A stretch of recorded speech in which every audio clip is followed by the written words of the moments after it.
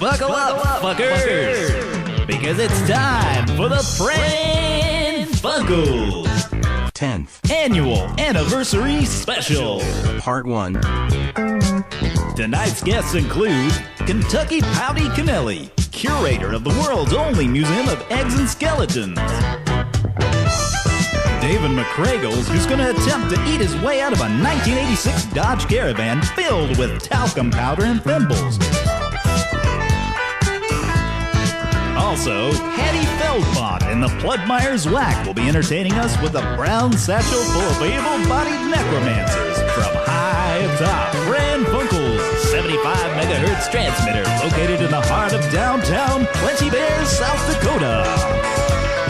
And of course, there'll be lots and lots of classic prank phone calls.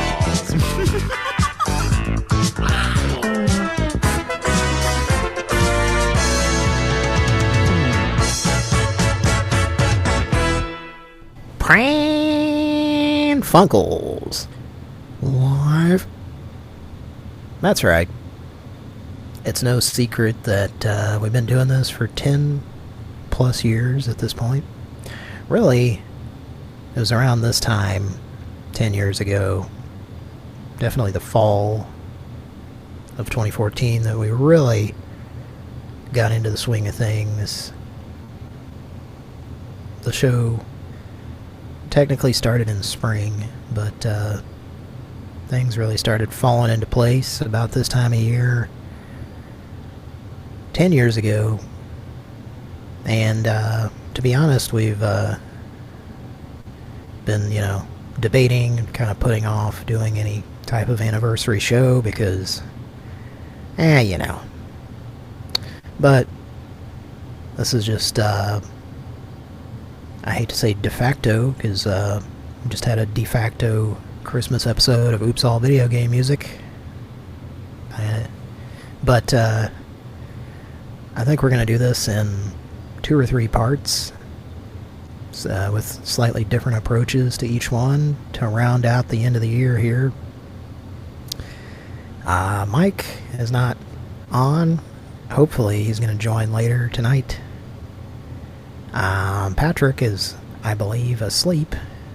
Couldn't get a hold of him. To be fair, I didn't really this is sort of impromptu right now, at least this particular portion or installment. But we are gonna have a show. It's gonna be kind of just a regular show tonight. But we wanted to acknowledge 10 years. It's been a wild ride.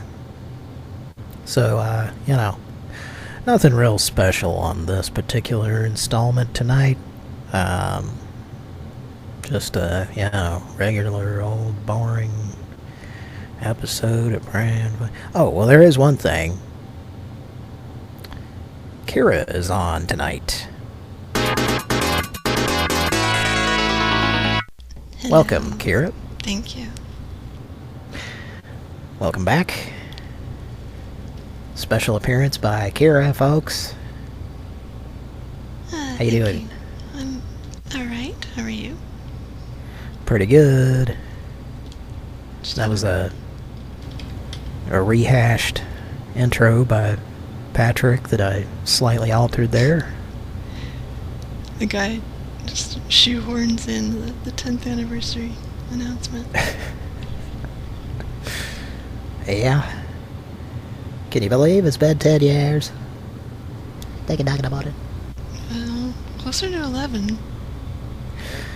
Yeah, I mean, if you count when we started and the initial stuff that turned into Pran Funkels,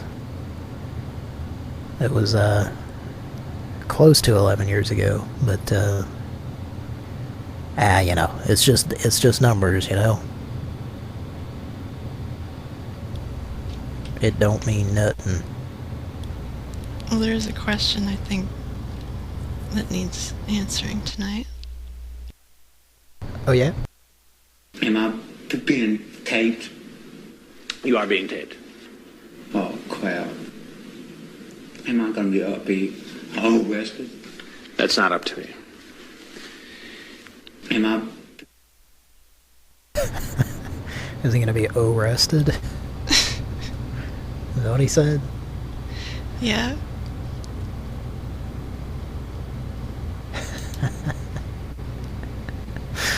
That's probably his favorite cereal. Arrests. With little Chris Hansen oat bran chunks. And little predator marshmallows. And like cameras and microphones and dildos, condoms, beer. Wine coolers, you mean? Yeah. Yeah, some people have been known to eat it with wine coolers instead of milk. It's like cornflakes without a milk. It's my world, just a squirrel trying to get a nut. She was devastated when she heard that song. She was telling her friends while sobbing about being called a squirrel looking for a nut. We're talking about a song here, folks, if you're not following. Yeah, it's Orrin Juice Jones, and the song is called The Rain. And I feel really bad for Cody that he didn't get to hear it when it came out. I feel okay that I probably would have, I mean, I might have heard it and just turned the station. I don't know. I don't know if I would have been into it back then as a kid. But who knows? I don't know. I did listen to the station that would have played something like that, and I don't remember ever hearing it. I don't know that it's really an Oklahoma type of song. Yeah, it might have been a little bit too urban for the Oklahoma pop music station. Well, that too, and it's the only radio song I've ever heard that just has a diatribe as the last, or anywhere near that long. Well, they certainly played Alice's Restaurant on the classic rock stations. Which, by the way, did you hear about recently around Thanksgiving? I believe Alice died. Did you hear about that? She did? Well, I don't even know if it's true. It's one of those things that somebody posted on the internet. So I could be spreading misinformation here, and I apologize if so. But I did hear that the titular tit-having character Alice passed away just before Alice, Thanksgiving. starring Linda Lavin, will return next Sunday evening, but 1 hour later than usual at 9:30, 8:30 Central and Mountain Time. Well, thanks for joining us, folks. We're sorry to let you know about Alice being preempted by this anniversary special. It's not nothing too special, but Kira's here. Well, couldn't they have, if she passed on, couldn't they have done a Netflix Alice season 11 or something? Because that's a common occurrence these days. Bringing back shows. Oh, yeah. Well, I mean, we're talking about two different Alices here, Okay, well, I'm really out of it, so... Have you visited Tom Skerritt? Yes, I have. And he also... We got a call back for Tom Skerritt. Do you have that? Yeah. I did an actual call as Tom Skerritt recently. I don't know if this is in response to it or if it's... I think I left a voicemail as well. Yeah, this is in response to that. Let's see. Message for Tom Skerritt. Tom, my name is Rodney Weiner. I'm a membership specialist over at Life Alert. I'm returning a call At one time, you showed interest in Life Alert. I wanted to see if you're still thinking of our services. We're offering a discounted rate to new members. Yeah, you don't really need to hear anymore. He said his name was Rodney Wiener. Rod. His name is Rod Wiener. Holy God. Like, oh my God, I bet he got, like, teased incessantly as a kid. Did you know that your name is Rod Wiener? It's pronounced Wiener. Thank you very much. Yeah. I'm not sure which. Unfortunate. Yeah, you know. That's one of those maybe just change your name situations. Yeah. I was, well, I don't know if I should tell this. Well, I recently heard someone, never mind, I can't tell that story. Sorry, folks. It's not that interesting anyway, as you might assume. As most of my stories aren't. Well, hopefully Mike will join us. Me? Yeah. Just a story that I was just a dumb... No, I mean, you are generally a good storyteller, so I don't know. Oh, well, thank you. Yeah. I've been told that I'm not by some people, so, you know. Well... I curl into a ball anytime I hear negative criticism of anything I do.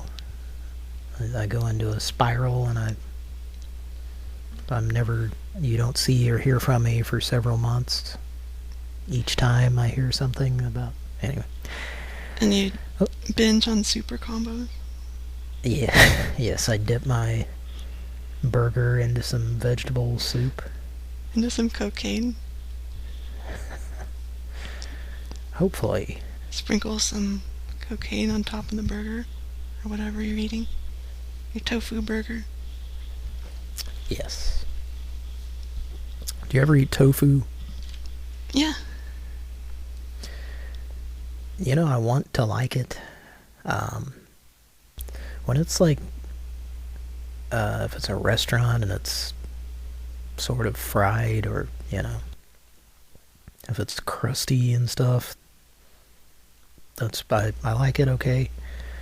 But like tofurkey and that kind of stuff, every time I try it, it's like, this isn't very good. Like, if they're going to come out with a product... Well, like, I tried one that was supposed to be like ham. And it had like the texture of ham, but it just tasted like tofu, you know? Doesn't that like totally defeat the purpose of tofu when you're flavoring it like meat? I guess, yeah. And because it never tastes like it, you know, that's the thing. I tried, like, one time I got, like, these, it was supposed to be, like, roast beef slices, like, to make a sandwich, and it just, I don't know. The roast beef, the roast beef, the roast beef. Yeah, it's been a while since I heard that. But it did not at all taste like... the roast beef. The roast beef, the roast beef.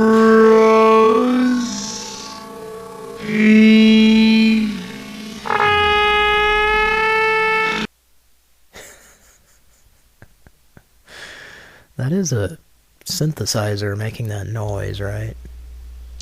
I would guess. Or is it a horn, or is it just actually somebody farting? It's so watery sounding, you know. I think a keyboard with maybe some bending knobs turned or something. Yeah. Pitch bending. Yeah. Or perhaps it was The Last Airbender. Did you hear about this movie? It's about a guy farting. Bending that air. Tom. You heard about this? Oh, a teacher lady has, I think. I like that Avatar. Speaking of Avatar. Oh, and also before we go further, we would like to thank BB for his recent PayPal donation. Thank you. Yes, thank you, BB. Let's see if he's in the chat. Yes, he is. Love you a lot, BB. Wanna fancy ya. Can anybody, or has anybody, I don't have the chat open, does anybody, can you guess what the Avatar is? Yeah. I bet BB can guess. I believe in you, BB. We're gonna send you that goddamn... We probably owe you a few Pran Funkels t-shirts at this point. I think we owe several people some shirts. Well,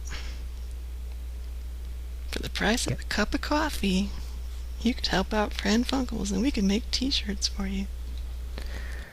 That's, you know, to be more accurate, for a fraction of the price of a cup of coffee. Yeah. Hey, have you heard about this Starbucks? Eh? That's about $10 for a goddamn cup of coffee, you son of a bitch, motherfucker. Wow. Well, depending on what you order, you know. Personally, I don't. But, yeah, the price of a cup of coffee is pretty fucking expensive these days. You know, it used to be... Go ahead. There's a Kroger by here with a Starbucks in it, but I don't ever go there. Is it run by Gary Kroger? I don't know. Who's that? Gary Kroger from seasons 9 or 10 of Saturday Night Live. Oh, I don't know. I've been watching some of that lately because there's a lot of it on YouTube. It's one of the best seasons of that show, I think. It's the one that Christopher Guest and Martin Short and Harry Shearer were on there. It's an interesting season because it was the last one before Lorne Michaels came back, and I've heard Harry Shearer, I think, talk about it, but they pre-taped, like before they started that season, they went out on their own and just filmed, kind of similar to Kids in the Hall or Mr. Show. Like, they filmed a bunch of like sketches or just little short films, and they would insert them into the episodes, which they kind of do that nowadays with SNL, but nothing like that season. Like, they were just, you know, it's Christopher Guest, so they were just really good stuff, you know, and they would sort of integrate it into the episode like Mr. Show or Kids in the Hall. A very unique season. Anyway, I'd forgotten how much Ed Grimley shows up there too, which he originated on SCTV, of course, but did a lot, maybe more on SNL that season than, or at least equally as much. As a kid, like, it strikes a nerve because that's, you know, I watched both shows, or I watched SNL that season a lot as a kid, and was a big fan. Oh, did I say Billy Crystal? Because it was the season he was on. I don't think and, like, so. Him and Christopher Guest would do stuff together that was just great, you know? And a lot of it was improv'd, which is something they certainly don't do nowadays, you know? Oh, I didn't know they did it back then. It was a weird thing. They were kind of like hired guns that they brought in to try and save the show, kind of, I think.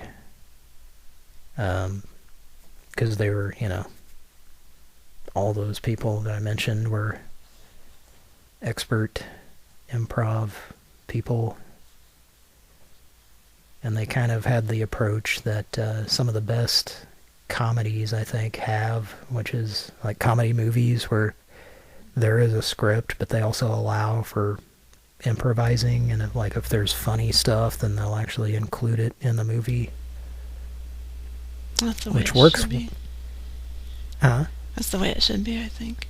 Yeah, like it requires that your actors are actually funny. Yeah. But if that's the case, then it makes for a good movie or sketch, you know. Anyway. Yeah, I do some acting myself, and it's 100% improv, and it's so much fun.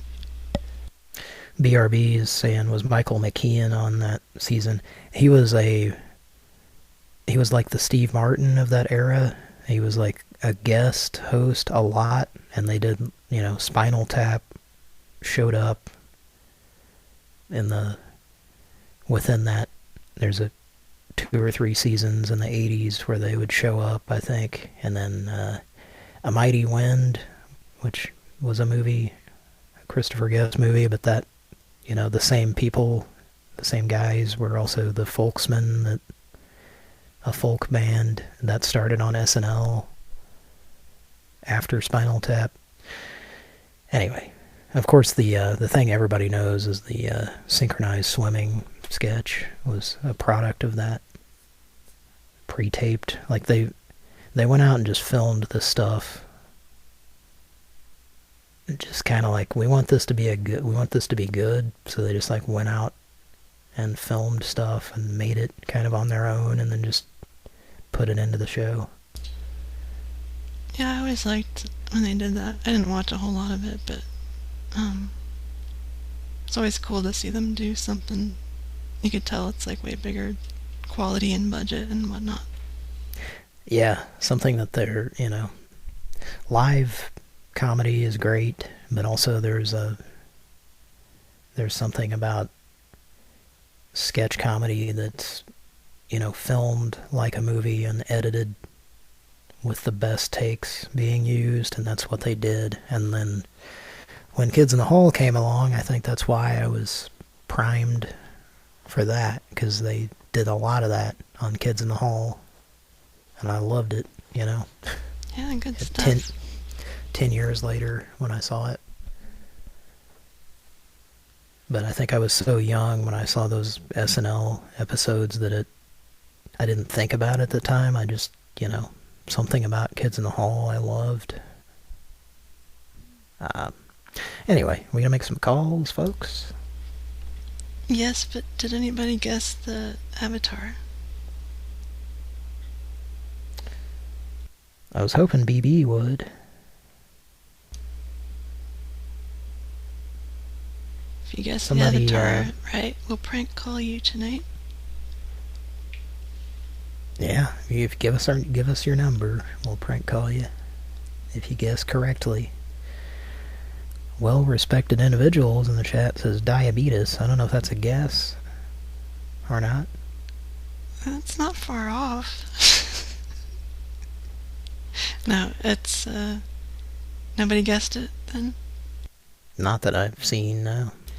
It's Mahjong. Mahjong, playing Mahjong. Mahjong. Let's take a look at this here. Mahjong, mahjong. That's probably my cue to start drinking the keef. Keef? That. A THC beverage, sir? Mm-hmm. Okay, cool.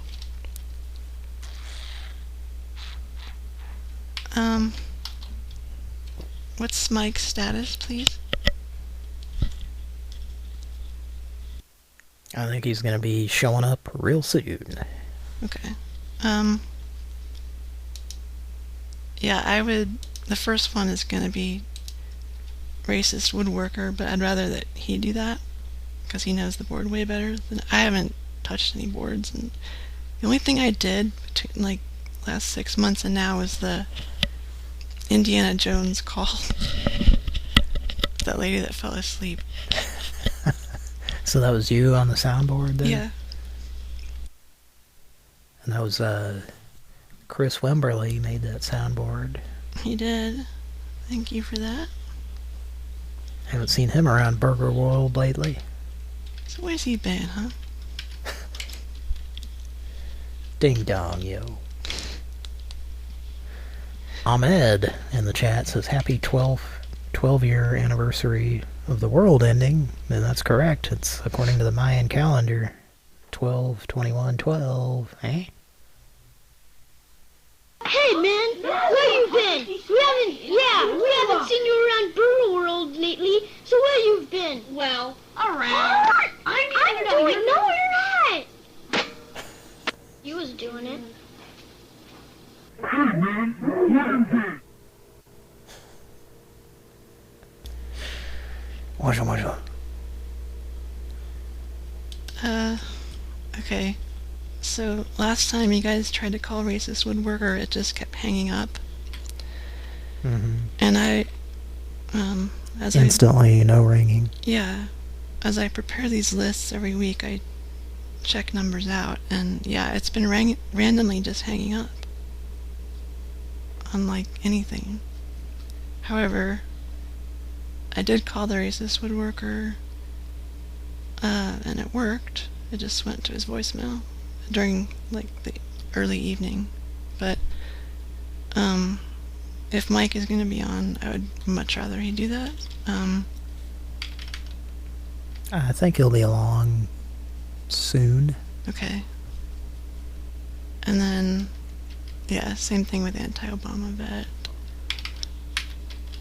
Let's call Easy the Eccentric. He's from pretty recent upload. Cody, Mm-hmm. It was one of my personal favorite Pran Funkels moments.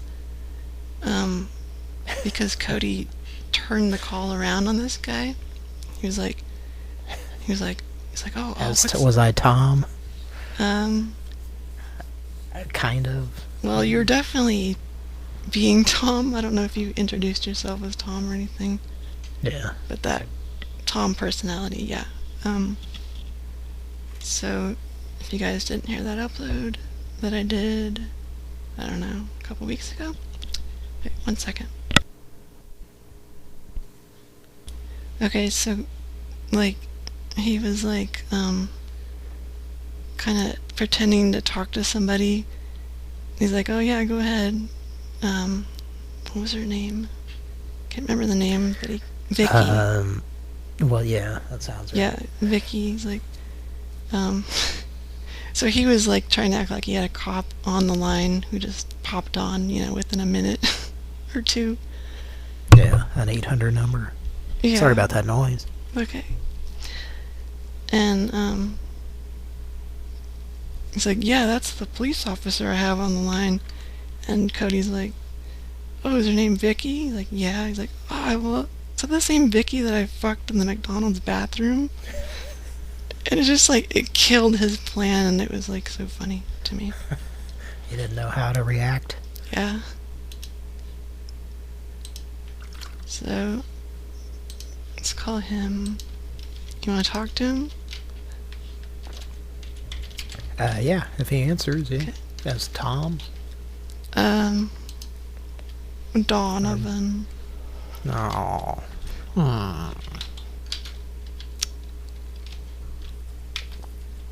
Okay. And here we go.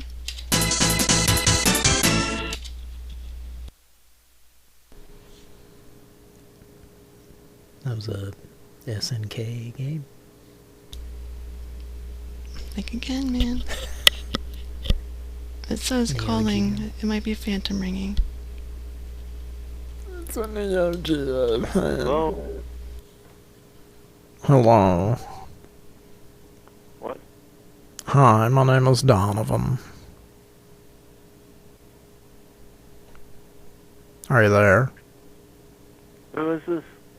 This is Donovan. I was calling about the arpeggio defect that you had announced earlier today. Do you want to comment? The wrong number. I think I've got the right gentleman.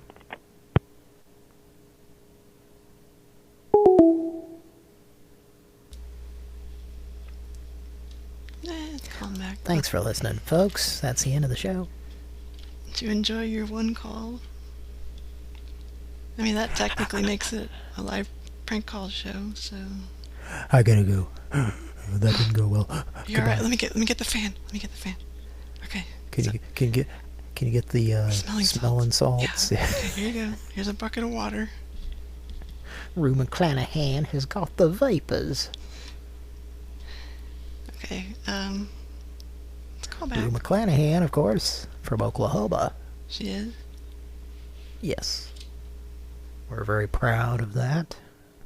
Us who are from Oklahoma. Let's call back. Rue, Toby Keith, Garth Brooks, you know. Ron Howard. Phantom ringing.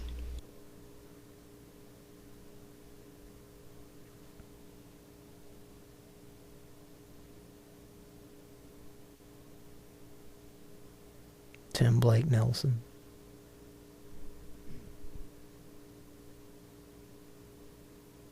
Hello, we are not available now. Please leave your name and phone number after the beep. We will return your call. Au contraire, man.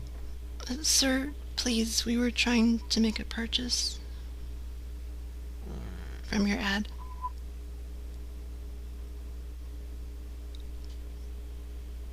I think I heard a beep. Sir, you had an ad that we were replying to? It's online.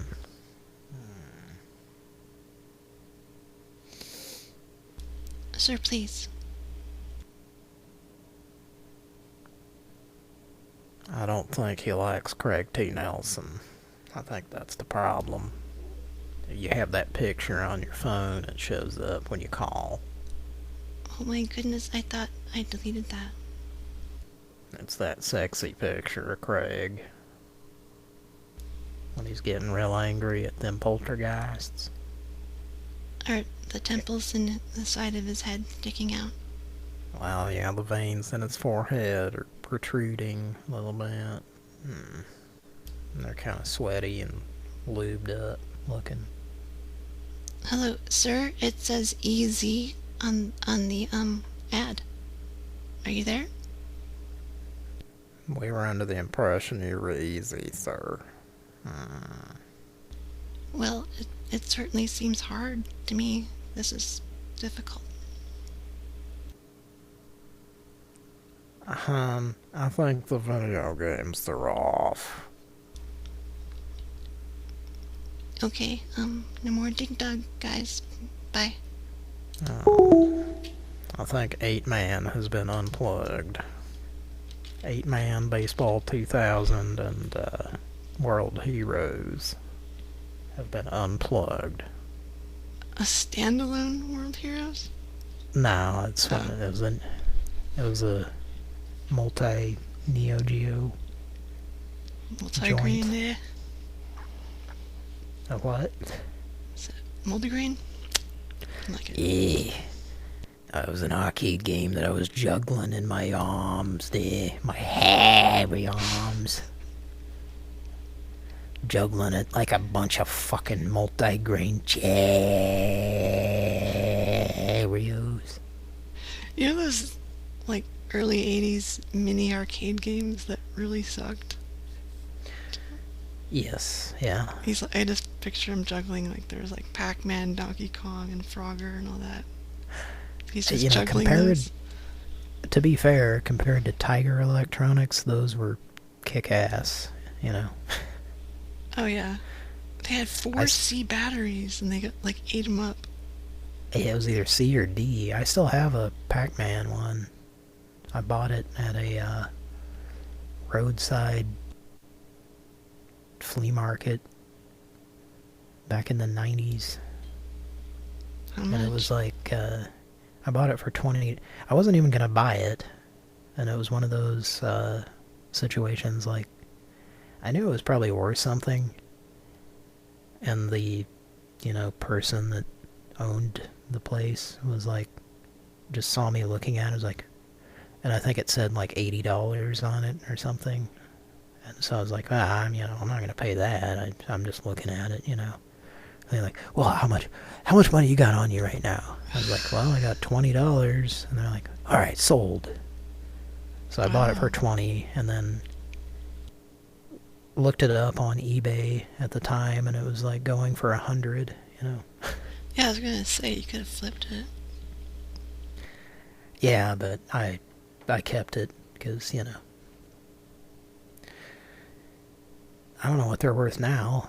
I'm guessing maybe more than that, but probably. Yeah.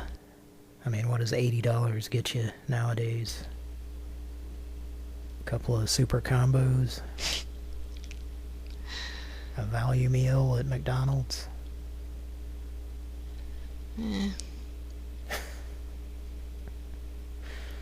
Papa Mavis is in the chat, says, may Sandy Duncan watch over those Hogan boys and keep all our urethras safe this Christmas season, hun. Well, I just love those wheat thins. I hate guilt. What? That's why I eat wheat thins. And new oat thins, too. Because they're baked, not fried. You should use that voice on a chat line. I'm accessing it. What? Well, I used to, as I've mentioned before, that used to be one of my impressions I would do. Oh, when you're a kid? Yeah, and then it's not as good after my voice it's still pretty good. Kind of changed. I was always I was obsessed with Wilford, and then to a lesser degree Sandy Duncan. Peter Pan. Yeah, but me and Patrick would watch the Hogan Family, after Valerie left. Yeah. Sandy Duncan took over as the aunt. And we would watch that a lot. For the same reason we would watch the new Leave It to Beaver, because it was bad. Like watching The Room or something? Yeah, I mean, not that bad, but I don't know. It had Edie McClurg as Mrs. Poole. Yeah, it did. I forgot that she was on there. It wasn't awful, but it was still cheesy, And then at a certain point, I think it started out on NBC, and then it went to ABC and became like part of the TGIF kind of, and then it just got like really cheesy at that point. Was Jason Bateman on that? Yeah. David Hogan, where have you been? Like, okay, I think of him, when you say that name, I think of that and that video with the stupid people with the shirts on, the safe sex thing. Remember that? Take it from me. Yes. Okay, so that's... What's that? Yeah. We got a clip of that? Yeah, I think. I'm not a POA. Okay, 1, 2, 3, 4, 5, 6, 7, 8, 9, 10. 11, 12, 13, 14, 15. Oh, he was OTM, yeah, he was OTS. And he wondered if she was GIB. He said I'm HTT, and my fantasy is to be ITB of my LTD. And she said, okay, Joe, you gotta take it slow. I'm not an ECS, I'm not a POA.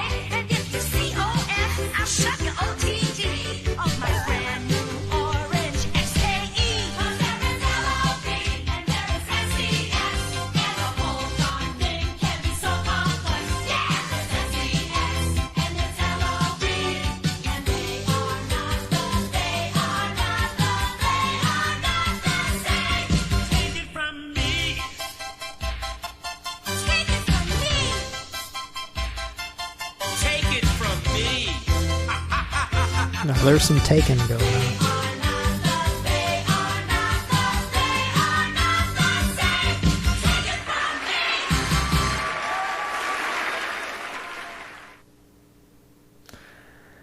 Okay, so this is about teenagers having sex. Is that correct?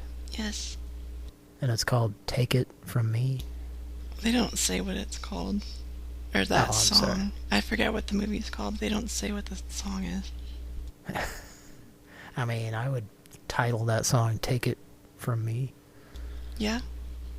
So that feature, does it feature Justine also? Yes. Bateman? So it's got both siblings in there? Yeah. Both twins?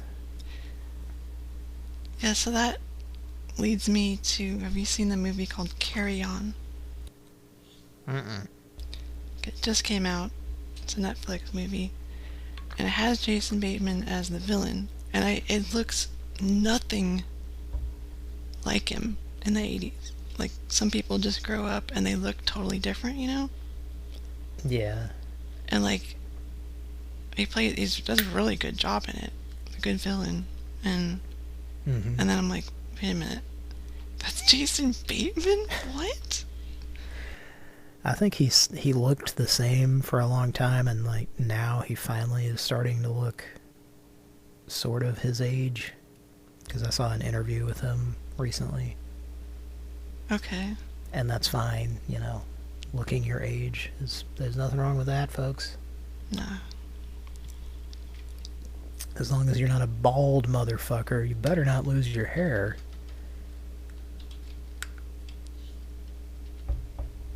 I'm just being sarcastic there. I have too That many was a- too many McDonald's clips. I was trying to like really quickly play something. Big Mac McDLT, a quarter pounder with some cheese fillet, a fish, a hamburger. Alright, let's get back to the calls. Anyway. What is it about that man's voice that you can just tell that he looks like Wallace Shawn? I guess he sounds like Wallace Shawn. I guess would be the answer to that question. It's not him, though. Or is it? Maybe I should have asked him when I stood next to him for a brief period of time in New York one time. You did? Yeah, I mentioned that on the show. Oh, I missed it. Yeah, I once stood next to Wallace Shawn. It was, it's how I imagine Andy Kaufman felt sitting at that desk on his special where his desk was up about 6 feet higher than the guest. You remember that? I don't. Well, I was looking down. He was considerably shorter than me, I guess is my point. And that means he's less valuable of a person. Yeah. I'm being sarcastic. Do I need to point out I'm being sarcastic? I think Sandy Duncan should point it out. Cody's being sarcastic. Wheat thins, something like a crackle butt, more like a snack. Are you a crackle butt? That's Teacher Lady. I'm sorry. That's I haven't seen, I haven't heard enough Sandy to do that accurately. Let's call Mike and see what happens. Sandy Duncan. Wheat thins. We're gonna prank call Mike on the show. Yeah, you got his number there. I do.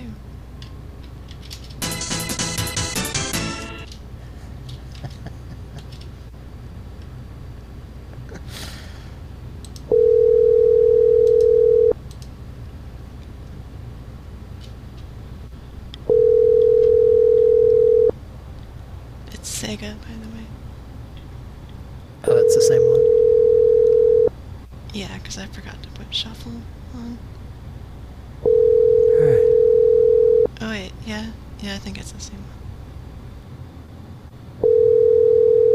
Is that Your call has Virtua been Fighter? forwarded.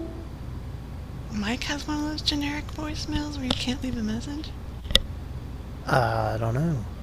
Let's try that again. And there's no phantom ringing now, so... Is this... Oh, that's good. That happened a lot to you, right?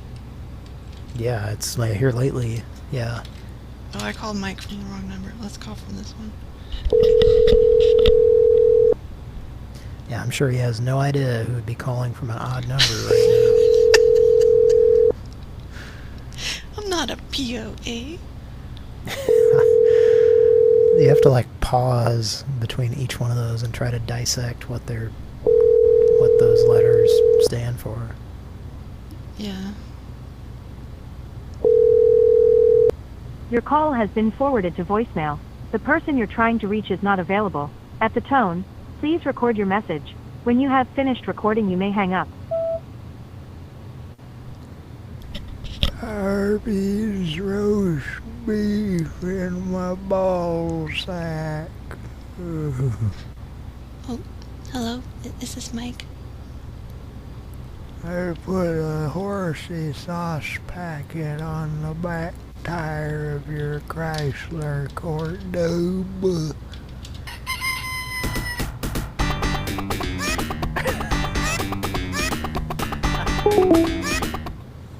Oh, Mike hung up on us. He has... Okay, things in... Hey, might have a thing that here Lemmy guy has where he's listening and creepily hanging up on us. Oh. Like the Bolshana Argoshnia. Yeah, the Bolshannon, the Argoshnia. Oh, there we go. Didn't even have to prank call him. Why's that? I hear a ding-dong swinging around. Ladies and gentlemen, Mike. Hello. Welcome. Hey.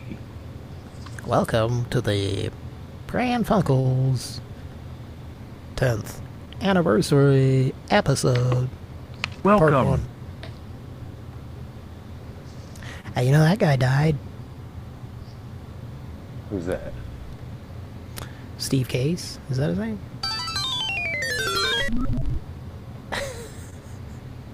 Was that, Wardner? Close. Something by Taito? No? Want me to tell you the company? Yeah, well, is Wardner Taito? What is Wardner? I don't know. I'd have to look. Okay, well, tell me the company. SNK. Oh, yeah. It's, is it TNK3? Is it Akari Warriors? Nah, it's got some broad as the main character. Oh, Athena? Yes.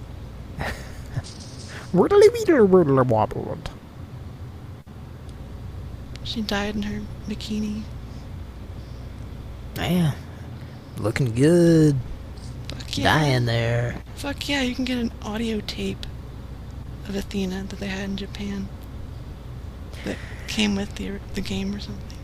Yeah, like, back in the day, they were selling soundtracks to video games. Meanwhile, here in America, the kids on the playground thought I was a fucking nut for listening to Nintendo music on my Walkman. Yeah, of course, because we didn't get the good sound chips. It's still, you know, NES stuff sounded pretty good.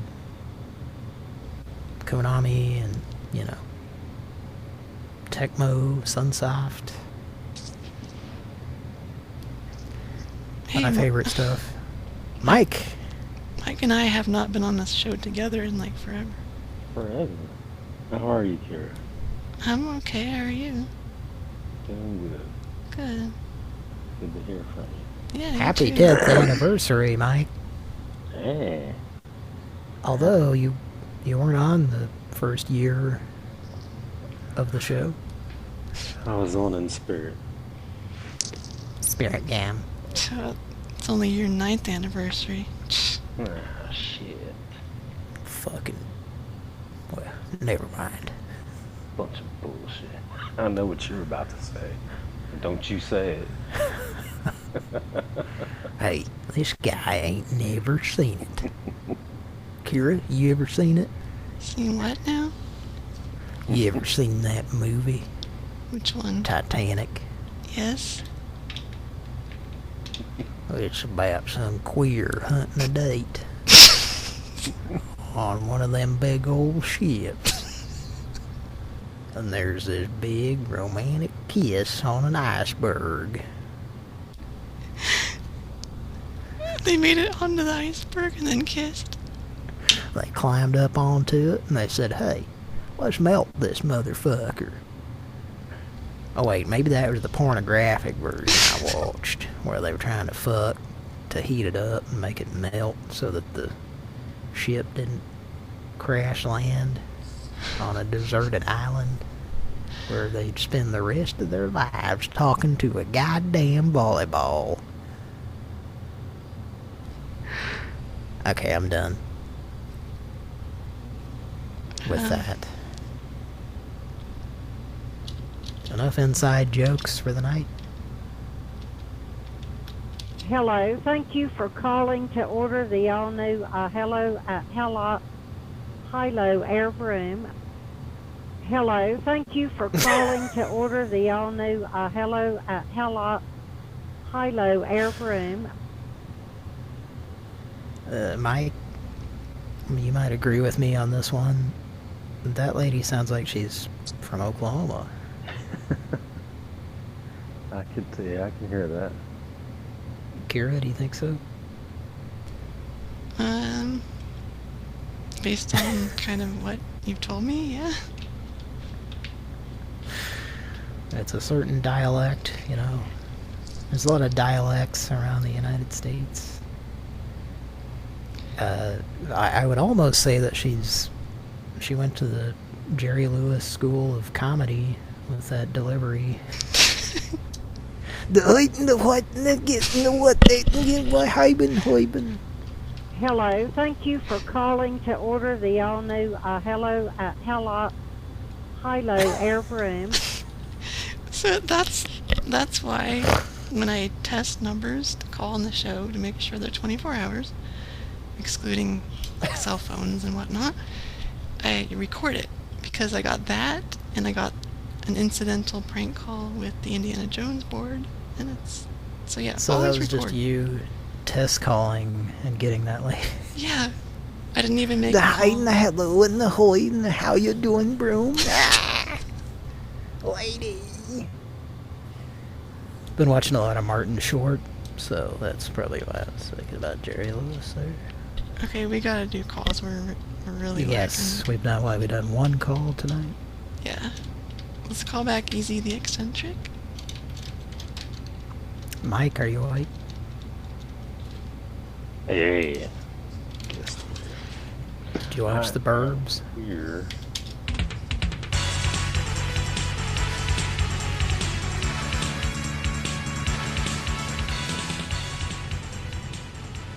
Phantom ringing. I certainly don't know what that's from.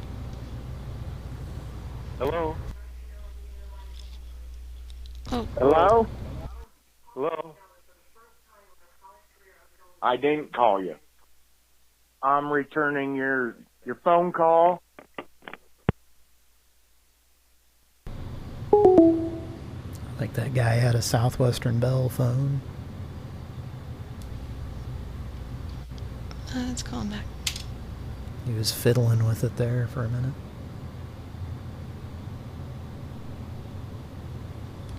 This number has phantom ringing every time. Oh, hello?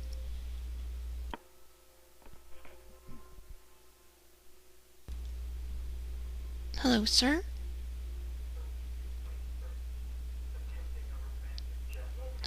Is this Easy?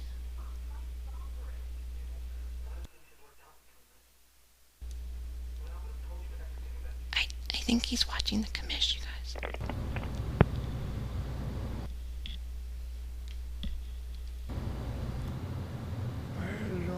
Goddamn commish. I was about to say it if you didn't.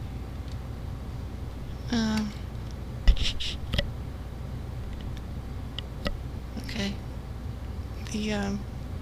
That's an interesting thing because I just did an upload and it sounds like this guy is calling Feisty Sister, asking if she's the commish. Let me play that part. Okay. Hello? Huh? You at the Camage? Huh? You at the Camage? Yeah. Oh, so you're like schizophrenic. Okay, what is he saying? It sounds like the commish. That's from our show?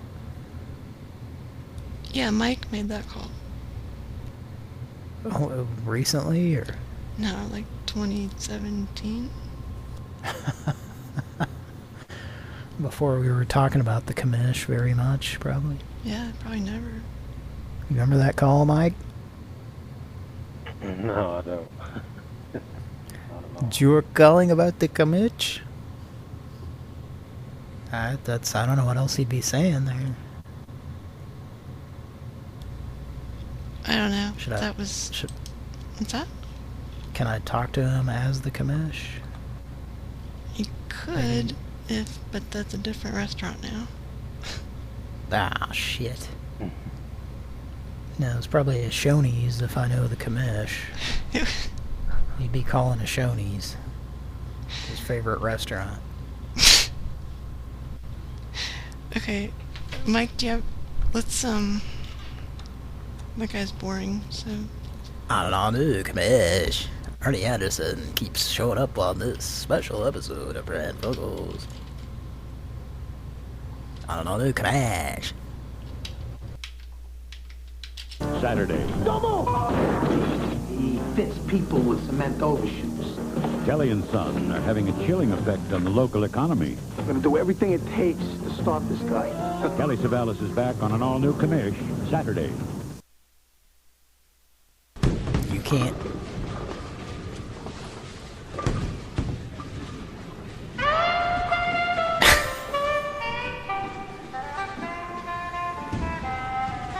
There's just one thing, Ben. What's that? You have to use so many cuss words.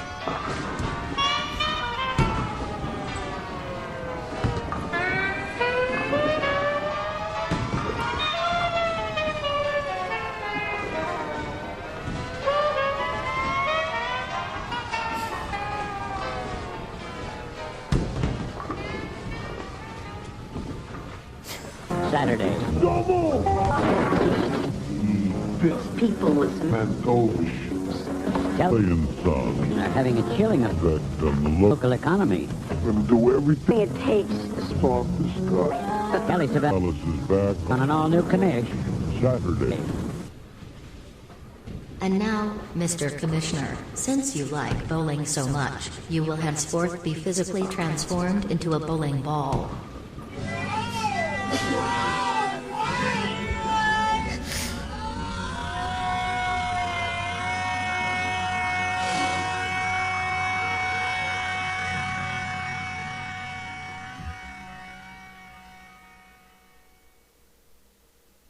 That's a piece of concept art there for you. You really have to follow what's going on. I finally know what's going on there. Mike, were you following that? No, it lost me. There is a visual representation that we used as one of our avatars. I'll load it while you're talking about it. For the audience to see. Oh, I can do that too, yeah. It's the commish being transformed into a bowling ball, I believe. Like he got into the chamber from The Fly with a bowling ball instead of a fly. Or a Jeff Gold. Yes, Goldblum.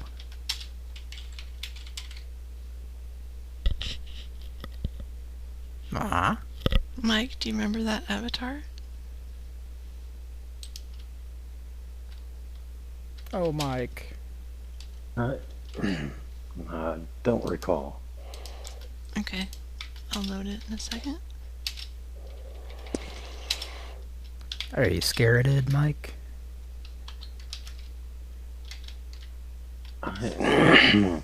Not enough. Unfortunately. Is there something that's keeping you from being that way? Yeah, it's been a busy night.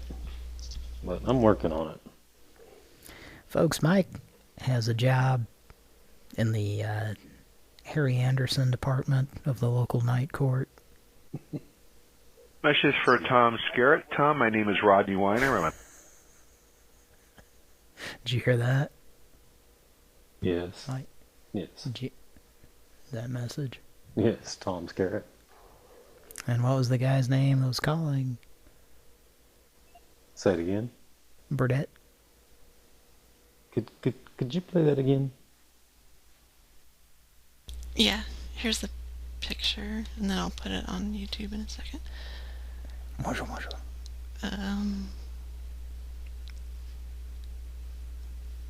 From one sporting event to another. Here we go. Message for Tom Scarrett. Tom, my name is Rodney Weiner.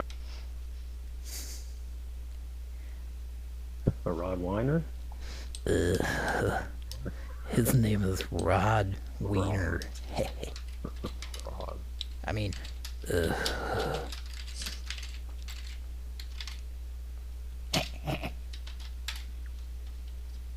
Okay, the picture is there in the chat. I will put it on YouTube if I can figure out. Are you looking at the Zoom chat, Mike? This is important. Yes, I do. This means something. There it is. Can you disclose? I'm sorry, Kira. It's on YouTube now. I hope it is. Let me see. Yes, it is. I Okay. see it. And I'm sorry that I see it, and I'm sorry, audience. It is. It's an autograph. It's signed by the artist. It says Chickless, I think, there. He had a nightmare and he woke up and just painted it. I can't tell if he has a goatee or if he just ate a bunch of Oreos. Let's make some Pran Funkels. Okay, is that... I'm sorry, was that an offensive Not at all. joke? It's just that I we made? barely making any calls. Yeah. His head looks to be a little bit bloody. And or a bowling ball. I mean, it's... Actually, Go there's ahead. a red M&M attached to his chin. Do you see that? It's a peanut M&M, I think. It's red. I never noticed the M.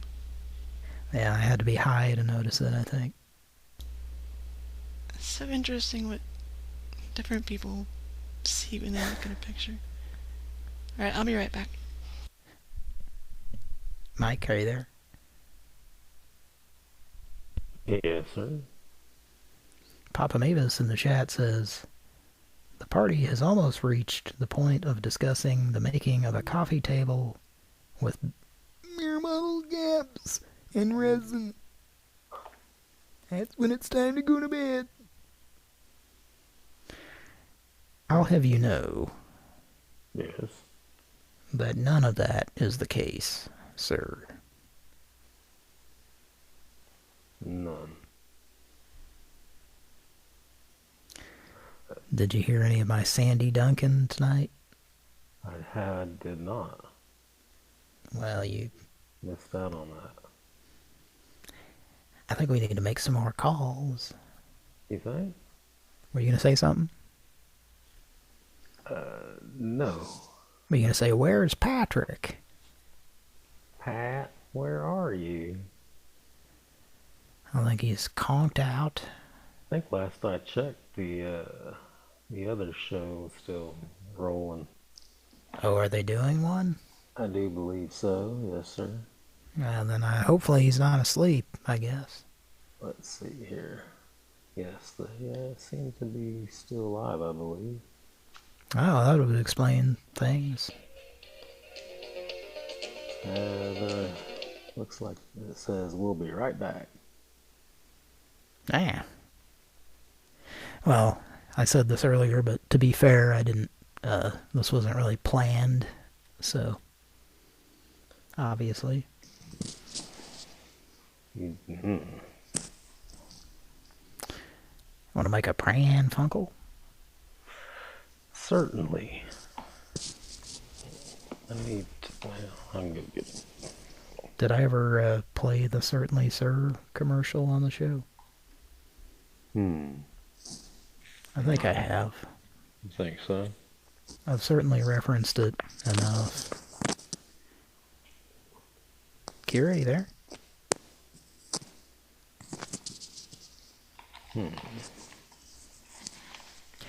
It's been a while since I've said, Kira, are you there? Instead of Mike, are you there? Alright. It's good to have Kira back on. Yeah. It's our de facto, feedacto, feed 10th anniversary. I need to step away for one moment. Okay. I'm back. If you don't mind. I'll be right back. Is there a non-mic call we should do? Yeah. And by the way, if you're just joining us, the avatar is Mahjong, and I had very little time to pick the font, and the one that I did, like, the first one didn't have, like, letters. I mean, not letters, numbers. One of those good fonts.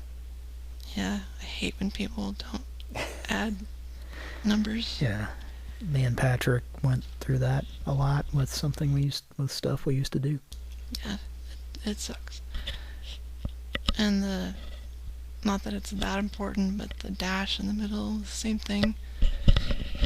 I just wanted something that matched with the Mahjong, something Asian styled, Chinese specifically. So like the first two I think did not have numbers at all. This one did, but it's like they took a generic font and threw it in there. I don't know if I've ever even encountered that. But why would you do that? Because that guarantees that it's gonna look wrong. So they just stole from a different font for the numbers. Or they said, I think I've seen that too, yeah. I might have seen it before, I don't know. I'm very trashed, so... It's pretty ridiculous, though, yeah. Yeah, it looks... I'm sorry that it looks tacky, but I couldn't help it. I had, like, 3 minutes to get a font, so... No, I was admiring it. I was going to ask what the font was. I was going to try to guess. Were you reading my mind? I was about to guess. Or ask you about the font earlier. I think we're on the wavelength, man. Yeah, it's like Courier New or something for the numbers. Yeah. So... Times New... It's not Times New Roman. I don't know what it is. Patrick would probably know. He's our resident font expert. Although, does he reside here? What? He's a resident font expert, but really, I'm just wondering, does he actually reside on Pran Funkels? Apparently tonight there's a whole other... I don't know, you stepped away, Kara. They're doing the other show right now, apparently. Okay. That sucks if you're a fan of both and want to listen live. Well, I didn't know. Maybe that's why I didn't get a response from them. They were doing the show, maybe. Oh, the plot thickens, doesn't it? As does the gravy. Some McCormick gravy, perhaps?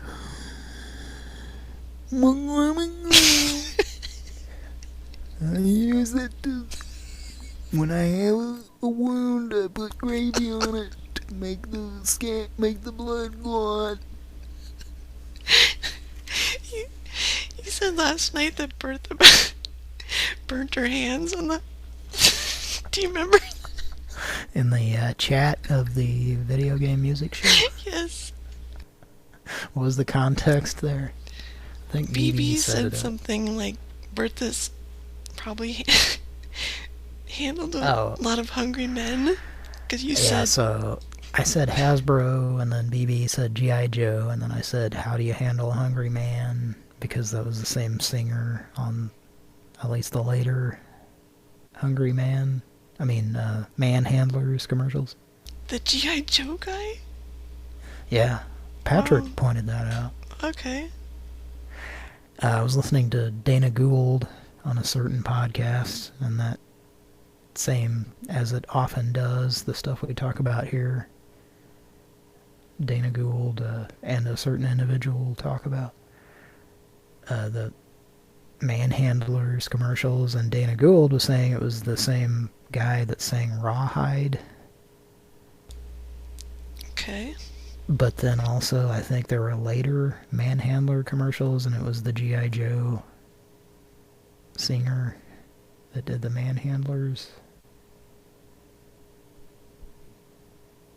At least that's what I've been told by reputable sources. You're a manhandler specialist?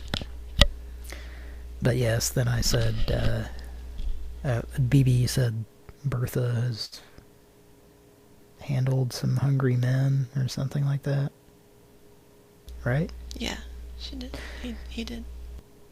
And then I said, yeah, Bertha has handled hungry man TV dinners fresh out of the oven and burnt her hands because she's trying to eat them too quickly and not let them cool off. She goes Anybody in? straight for the two different types of apple pie. It's an apple gobbler, and I'm an apple gobbler too. A gobbler. Mike is back. I think we need to make a call. I'm a gobbler. It's what I do. I gobble. God damn it. The BBW Miss Pac-Man. I'm gobbling up 2 different types of strawberries, and what else is on there? A peach. Honey, don't you know I'm more than Pac-Man with a bow? Honey, don't you know I'm more than Pac-Man with a bow? Wow. Pac-Man, I wouldn't blame him for not being able to keep it up when I hear that singing, you know what I mean? I don't care how many beauty marks you got, or how many bows. You know, Pac-Man doesn't even, despite the artist's rendition, the coke-fueled artist's rendition on the side of the machine, wherein Pac-Man has legs and feet but not arms. In the actual game, he doesn't have any appendages, you know, not even a dick. So, well, I don't know. What are you going to do with that, Miss Pac-Man? Trying to eat some ass. I don't know. We need an investigative series. Does Pac-Man have an ass? Let's make a call. You guys tried to call Racist Woodworker last time, but it didn't work. But I tried it from a different account, and it did.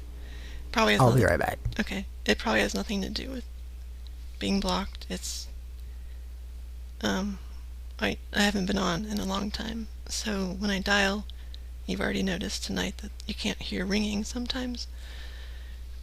And that's been happening, so since I've been away, Google Voice has, like, become a lot worse. There's a lot of bugs. But we're gonna try a self-call. Are you up for that, Mike? Yeah. Okay. Alright, it is, if this works, the Racist Woodworker.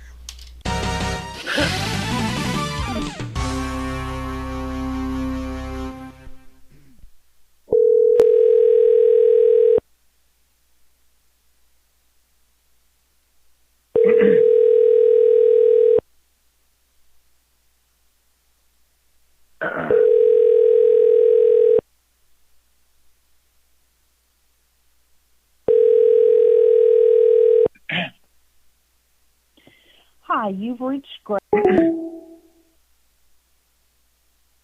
Alright, let's block the number. I don't. It's not me.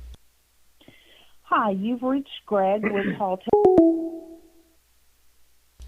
Okay, I'm not sure if they take anonymous calls or they turn the phone off.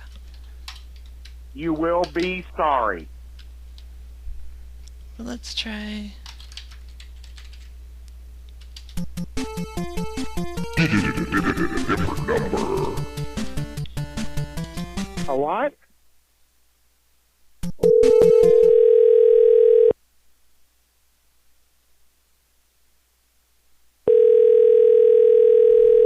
Madness, madness, madness, madness.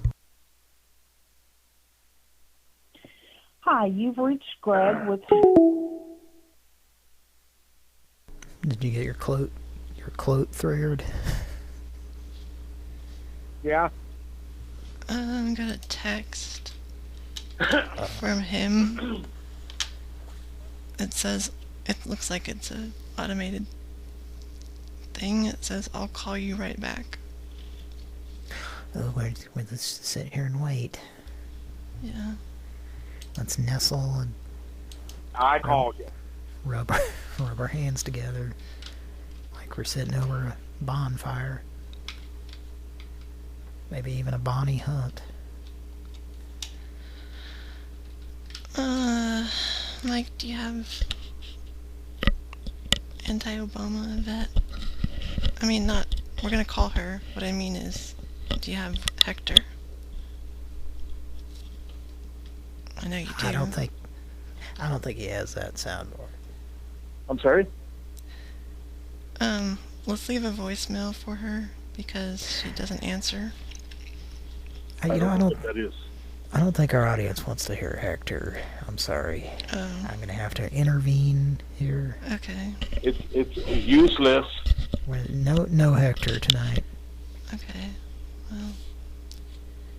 Sorry. All right, we'll make an exception. Let's say, all right, go ahead and give it a try. Okay. I think I'm just, I was gonna come back, but I'm not feeling it, you guys. I think I can't come back tonight, and I'm gonna hang up now, okay? So, just kidding. Terribly sorry. You're threatening me? It is just an empty threat, darling. A piece of that got me, Odell. Let's leave a message because she won't answer, or it'd be a miracle if she did. With you're one of those Peckerwoods that voted for Trump and whatever else. You got that ready? It might just be time for a miracle on what street? 34.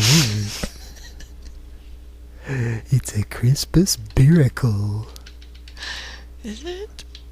It's when you put a beer in the freezer and it turns into an icicle of beer. Oh, I never attempted And then you stick it up your boyfriend's ass.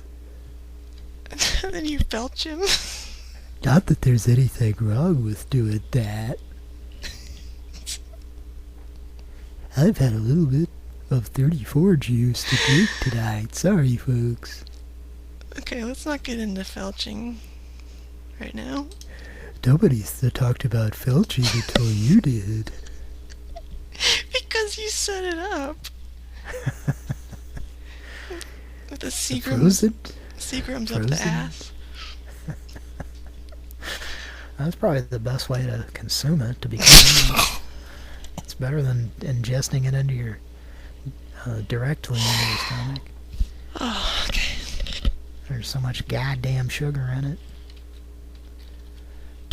Speaking of, this is an anniversary show, so we should go back to, I don't know if it was our first anniversary, probably. Yes. They don't have Seagram's anymore. Not by that name, so they have Seagram's Escapes. Uh-huh. And it was our anniversary thing, so I was like, oh cool, I'll buy some Seagram's. And to my obnoxious misfortune, I drank like the whole 4-pack and felt nothing except sick because of all the sugar. Yeah. I don't know, I might have talked about this on the show at the time, but within the last few years, an acquaintance or someone who worked with someone left like an entire 12-pack or something of Seagram's Escapes in our fridge. And like, yeah, it was that exact, like we would try to drink it, and it's just, yeah, just like the stomach pain because there's so much sugar in it, and like you couldn't drink enough of them or drink them fast enough to actually have any effect from the alcohol because all you were getting was the sugar, you know? Yeah, it's like an Iron Maiden. You're screwed either way.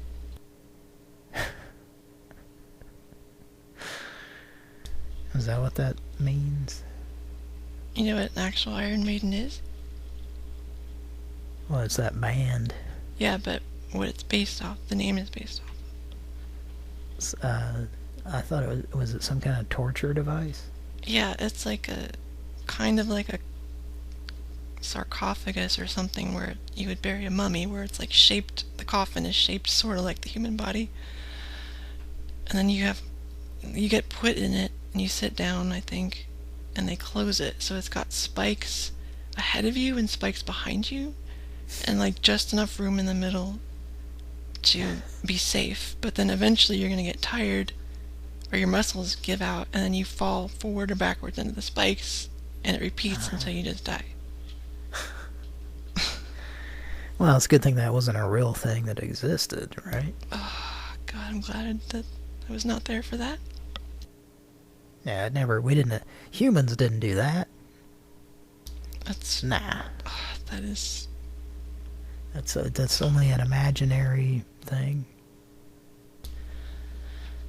Okay, let's call anti-Obama. You've got another 34 guy coming.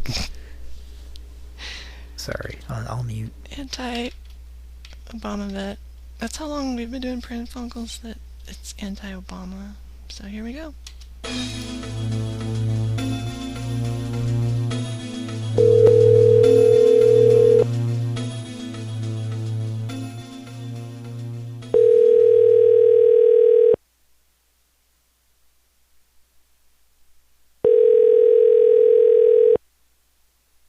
Just leave her a message. We're 2,000. Let Mike Please do leave it. a voicemail for Dr. You can now text to this number, but please understand that responses are very unlikely to be immediate. If you choose to leave a voicemail... Yes, hello? This is Hector. I'm sorry to keep bothering you, but somebody called me from this number. You're probably one of those peckerwoods that voted for Trump. Do you want to call Donald Trump and tell him to come get me or what? Call me back. Thank you so much. Bye-bye. To review, re-record, or add to your message, press... Yes, hello? This is Hector. I'm sorry to keep bothering you, but somebody called me from this number. You're probably one of those peckerwoods that voted for Trump. Do you want to call Donald Trump and tell him to come get me or what? Call me back. Thank you so much. Bye-bye. Sounded pretty believable. And then at the end, he's just very polite. Yeah. He's a nice guy. So let's also spam her with texts, because this is now a textable number. Used to be a landline, now it's not. So let me... Yeah, it seemed like I was surprised that didn't wake her up or entice her into answering. Yeah, because unfortunately, in the old days, again, this is our 10th, well, almost 11th anniversary, but in the old days, yes, people had answering machines in the early days of Pran Funkels. Well, you still get some people occasionally that still have a fucking answering machine. Where they're like sitting there listening to the message being left. Or they're half awake hearing it. Yeah, like the guy we just called. What should I say Like- to her? Like, Biden rules, or...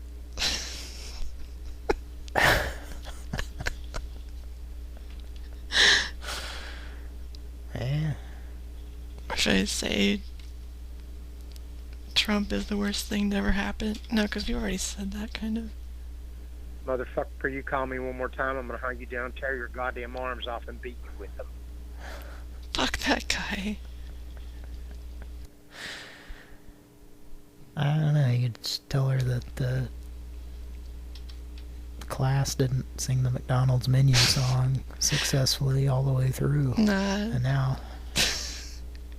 now the gentleman has to get a hair transplant as a result. I'll just say It's down. gonna look like a Big Mac on his head. I'll just say down with Trump in all caps and a bunch of exclamation. Oh yes, it's a text. I'm sorry, I forgot. Okay, that's what I said. Down with Trump, exclamation point ×4. And if she doesn't reply within 10 minutes, she'll get Magnum standing there. Alright. Let's talk! Marak, nigga, Classic rock all day. Well, that would be refreshing, wouldn't it? As refreshing as...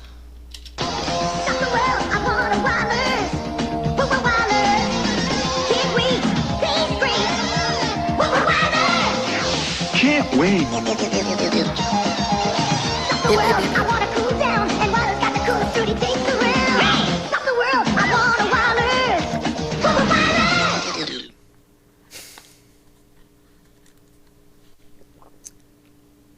Some insane man ran by at the end of that commercial. It was just going beep, beep, beep, beep, beep, beep, beep, beep. And they just left it in. They thought, it sounds kind of like Pink Floyd's The Wall. And this guy did the vocal. Am I being taped? You are being taped. Oh, crap. Am I going to get upbeat? Oh, rested? Oh, rested. Is my dick being taped up like Pee Wee Herman tapes his nose up?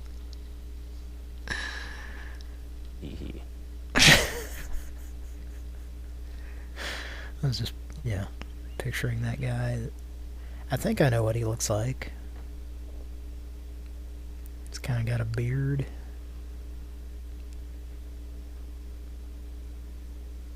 Hear it? I have no idea right now. Oh, okay. I think I can picture him just from watching the episodes, but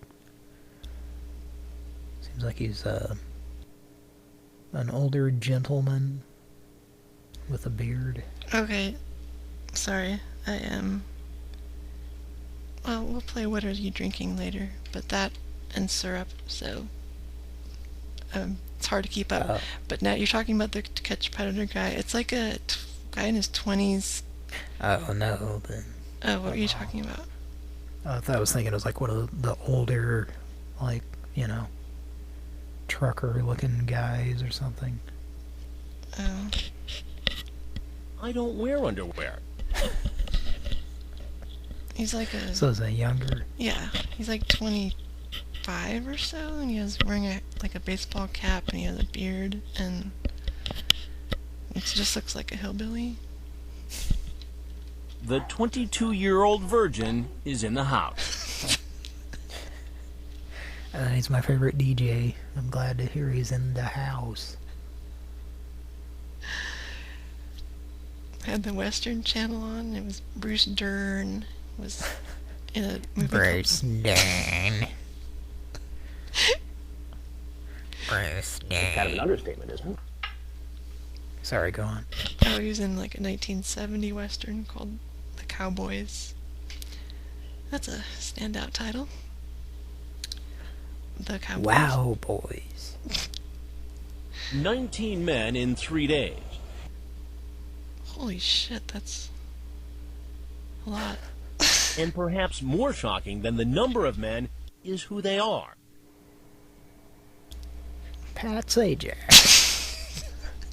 They're all clones of Pat Sajak. I'm not going to do that. Ron Popeil. This new cloning machine.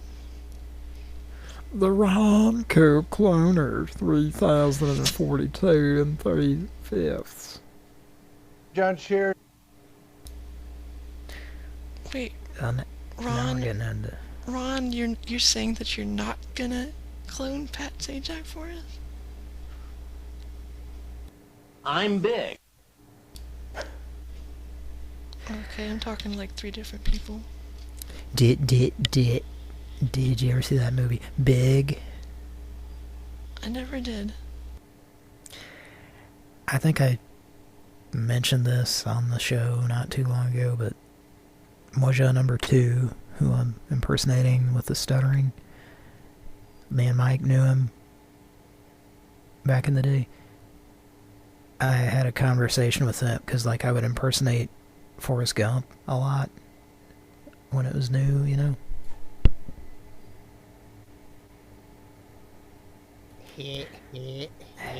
He's got 2 computers. Okay, well, Kira stepped away, and I was mainly telling Kira this, but, yeah, I just had a conversation with him, because he was like, did you know the guy that played Forrest Gump was... That's an actual retarded guy. I mean, that's, you know, verbatim what he said, and I was like, well, it's Tom Hanks.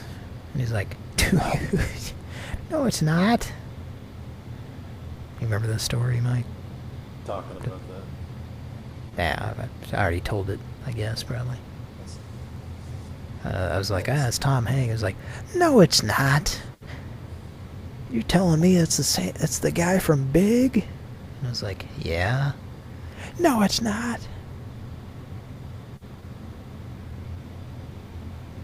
Yeah, that's that whole story. It's At not least, surprising. No. at least the short version of that story. Are you scared, Mike? No. But we'll get there. Will you? Oh, Okay. $2.49. What happened to my voice? I don't know. That was very loud to me. it's very loud. I don't know how the audience heard it. Let's see. 214 Tom Tetherball. That's more appropriate.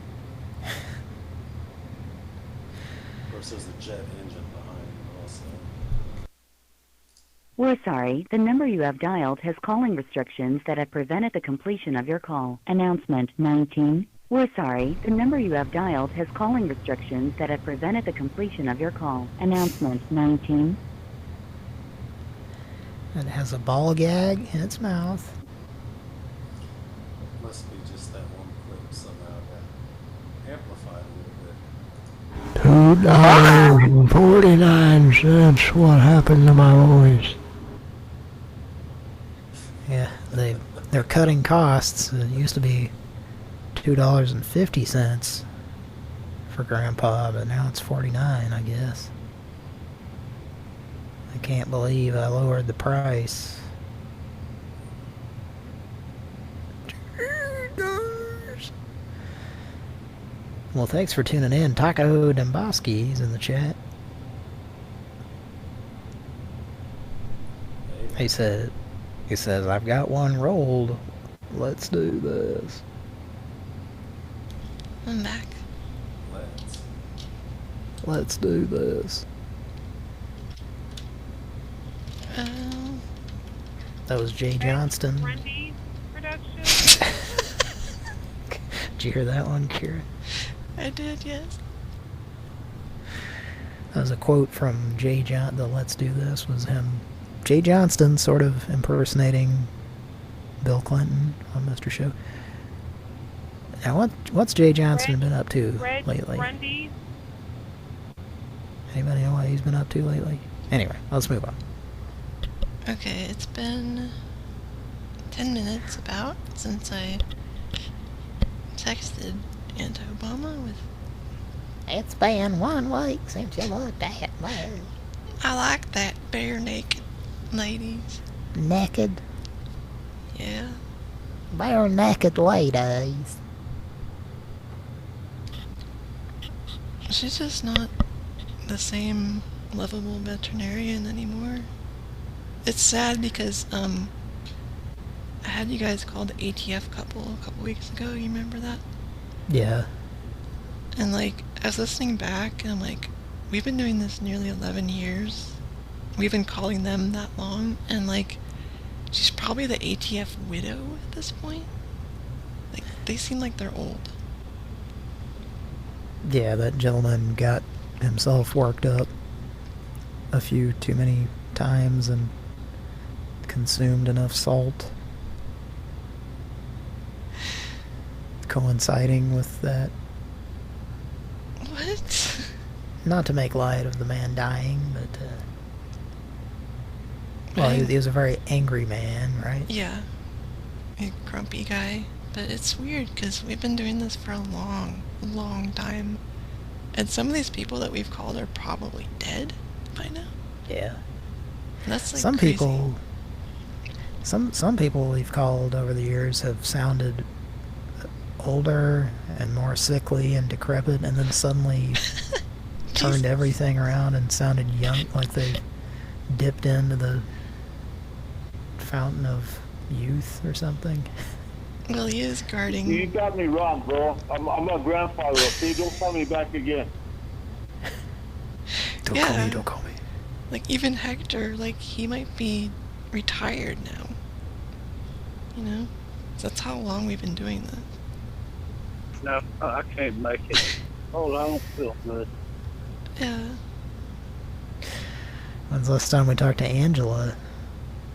Oh, a long time. Can try her. Do you think she's She might be dead. you think she's gone the way of Dig Dug at this point? Oh, Christ. Would that be a rock crushing her or a giant balloon just barely tapping her and she dies? It's probably more along the line, based on her sensitivity to drywall dust. I would say probably the balloon tapping her would be more likely. Yeah, probably not the fire from I asked people to get on my route. Oh yes, Figar and Ligar and Puka. Rygar. Figar and Puka. Don't forget Puka. You better name every goddamn enemy on that game. Well, I did. Unless you want to call the rock an enemy or the time limit your enemy. Or the kill screen. Well, Batman Returns for Super Nintendo, they named all the enemies. They had a life meter. Yeah? There was an awful lot of tall clowns, as I recall. The signal goes out. Crime is on the rise. Batman returns. Exploding with power. The Bat ski boat thunders ahead. This is sounding sexual. The Bat ski boat erupts in excitement. Sorry, Mike. It's we're not just salt ignoring water. There's salt in there, but there's more than just water. you. Oh. Tell me more, Batman. This is Harley Quinn. Tell me more, tell me more. Cheating on you know who from Channel 34. I was playing Batman Returns, rented from Blockbuster, and Patrick was just commenting, like watching and critiquing the game, and he made it completely suck because he was like, how many fucking tall clowns are you gonna fight? Bitches. Because it was just like, you get to that level where it's all the clowns, and it's just like you're fighting the same fucking enemy. Like, okay, I beat him up, and he flickered and went away. Okay, up here's another tall clown. Okay, I was gonna beat him up. Here's another tall clown. And like, it was even more annoying because they were on stilts, and it would say tall clown, and then they would like their stilts would evaporate because you beat them up. And then they would turn into just the regular clown that you fight. So it just made it even more redundant. Did it still say tall clown on the life bar? When they No, lost? I think it changed Okay. to, something. I don't know. For some reason, I never played the game after that. It was probably 2-player, and I was probably playing it with my friend who's now in prison.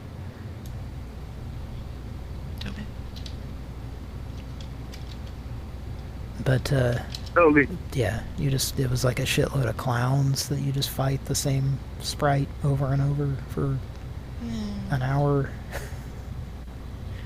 Well, this is a challenging game because I'm so fucking bored with it right now. It's hard to stay focused.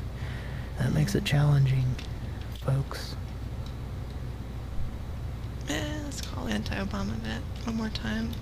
Okay, sorry. She's not the woman we thought she was. I don't even know you anymore, anti-Obama vet. Like I said, almost 11 years doing the show. This is part of the anniversary. But anti-Obama vet is no longer has all that vitriol, however you say that word. But yeah, she's not responding to the text. She's just like, your victims get old, and some of them are dead. So this is kind of going that path. Let's try her one more time, though. I think she might be just content. That too. Dare I say.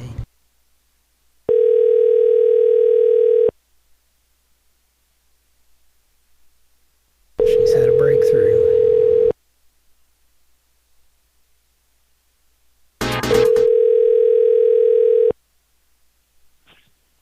You've reached the voicemail for Dr. Yes, hello? Yeah. Sometimes you gotta get the victims at the right age, and I think she's past the age. Or yeah, like you said, might be. I don't think she's content because we called her when Trump was president. Yeah, she was still angry. I think I've said that before, but she's just gonna be angry about something no matter what. Yeah, she'll say. Or maybe I said that about somebody else. I don't know. Oh, the truckin' man, the truck town guy. Yeah. Let's call him. Are you up to doing Tom, or are you too out of it to do Tom? Oh, I'm prime Tom area. Okay. If you just tuned in, I haven't been on in a long time, but I have been uploading. I mean, I haven't been on the show, the live show. But I've been uploading, and lately it's been a couple uploads from the truckin' man. This guy who works at a truck stop. Last time he accused the Georgia brawler of crank calling. So Tom is going to not take this lightly, and Georgia brawler is his client, and it's up to Tom to resolve the situation and inform him that otherwise action may have to be taken for false accusations of prank calling. Quote unquote crank calling. And then I guess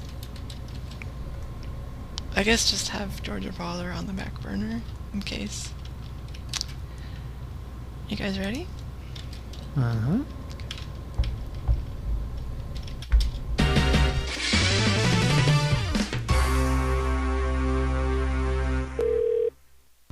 SFA2? Yep. AKA SFC2? Truck down. Hi, Tom Saltermeyer, PhD. How are you doing tonight? Fine. I believe you spoke with an individual that I'm an acquaintance of, calling on his behalf, to be quite honest with you. His name is George. Do you recall speaking with him recently? I don't remember. All right, well, he claims that you were very rude to him and accused him of crank calling, quote unquote.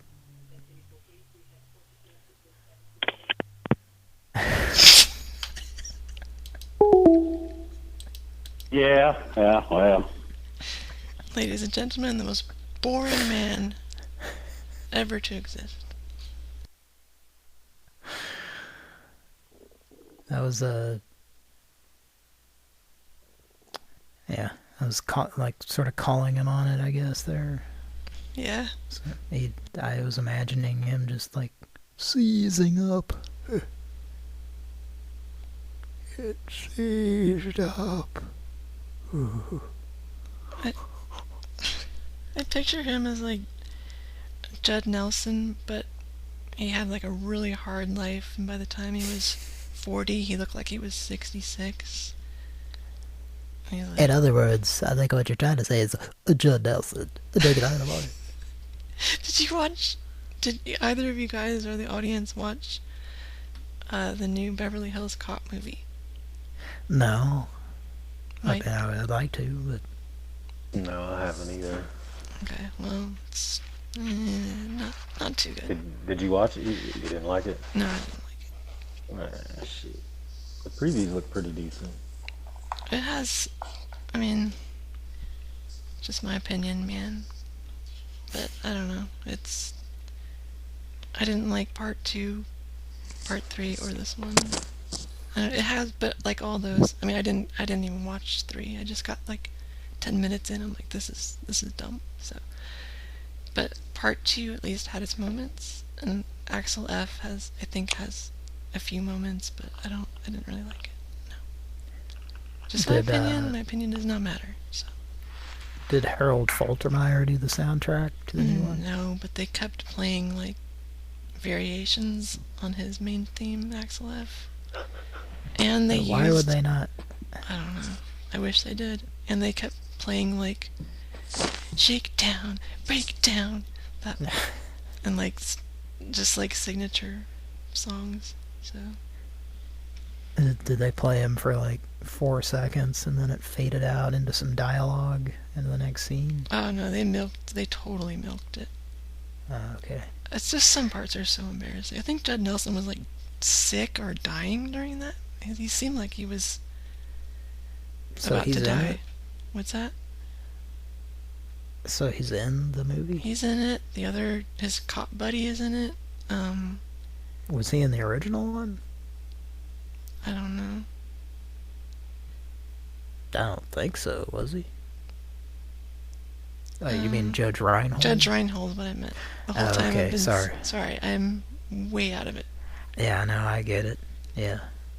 I got my names mixed up, but you get so what he I'm looks... You're saying he looks very unhealthy and old? Yeah, like he looks like he wasn't available for most of the movie, and then when he's there, he seems like he's sick. And they do that. Go ahead, sorry. Hope he's alright. Yeah, I was worried about him. And his partner's like way older than him. He was in it, and he looks like really old. Well, yeah, he did die recently. Oh, he did? Yeah. What's his name, Mike? Who are we talking about? The other guy from Beverly Hills Cop. You know who would know? Patrick. Call him up. Son of a bitch is doing a whole other show right now. How could you... It's our anniversary, Patrick. How could you do this to me? That's the one we didn't even tell you about. Yeah. You asshole. Yeah, that actor died. Well, unlike Ghostbusters, he got to be on one last time. Who are we talking about? You know... That other guy from... Beverly Hills... John Taggart? Yes. Yes. Okay. John Aston. Nah, think again, man. John Aston died September 26th. Ashton. Ashton. Because John Aston is somebody totally different. Ashton. Rudy. Your father. Ever see that Addams Family? Well, The new one? Well, the old one. You see, Sean Astin's dad was the original Gomez, you know. Okay. Hey, you ever see that Addams Family there, Yeah? eh? Kira? A certain rapper has. With parachute pants. That's proper. Proper. Let's call Trucktown again. For Tom. And who's... Okay, Tom again. The lawsuit, or the action. I think we accidentally... Hello?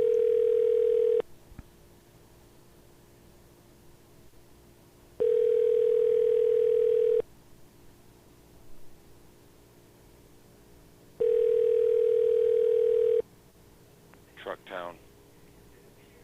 Hi, Tom Saltermeyer, PhD. I think we got disconnected accidentally a bit ago.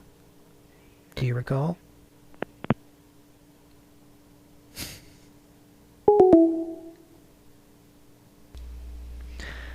This man is not enjoying life, I don't think. He just walks along with a shuffle into Trucktown every night. Trucktown. Truck driver. Yeah, I think it's... Is it time for that? Did that last week. Yeah, I don't think... Maybe Denise needs to talk to him. I don't know what else would get his attention, you know. 214 Tom Tetherball.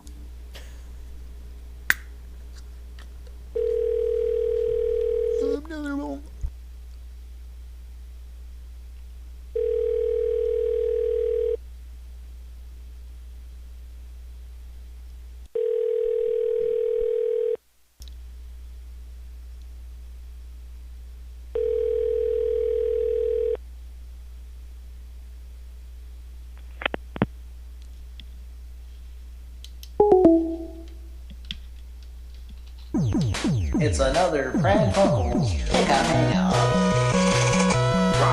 Pick up hang up. Pick up hang up.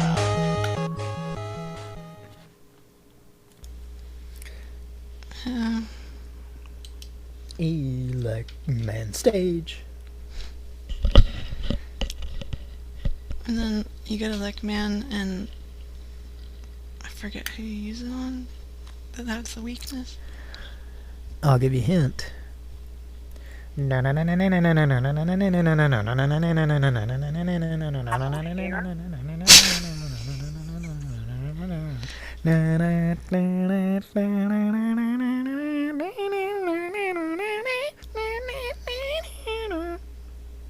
Iceman.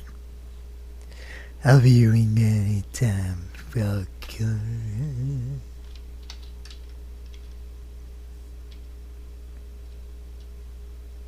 Okay, listen. Please stop playing with the line.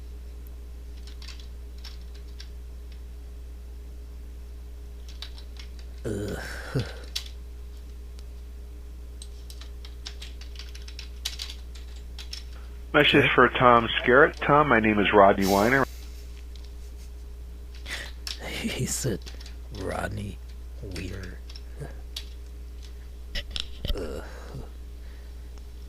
I think I get worse at that impression as I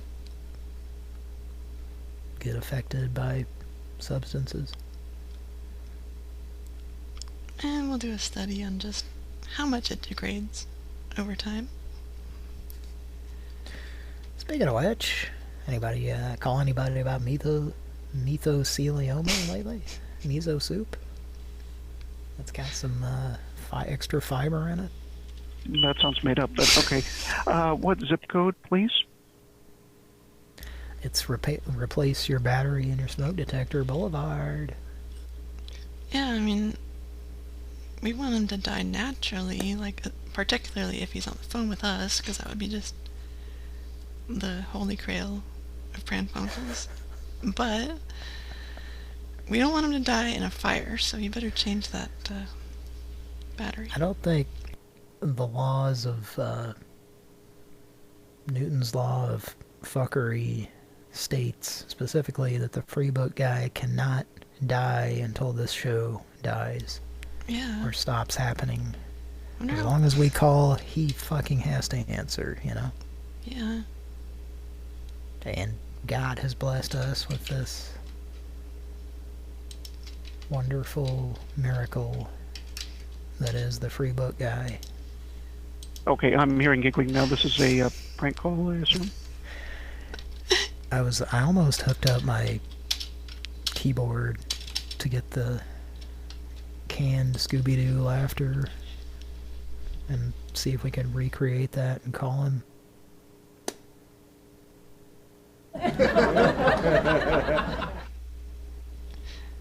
It was originally something... Giggling. I think this is what did it.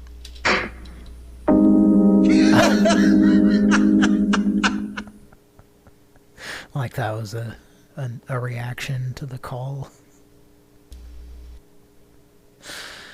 That's great.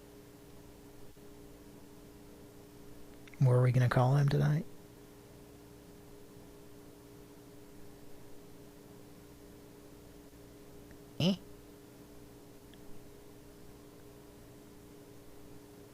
Hello? Eat, goddammit. Kira. That's a whack door situation.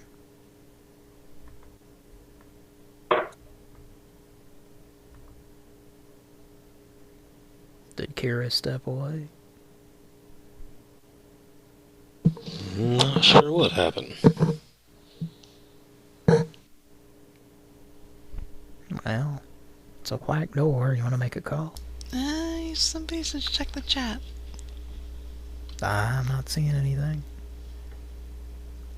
It says I sent it to everyone.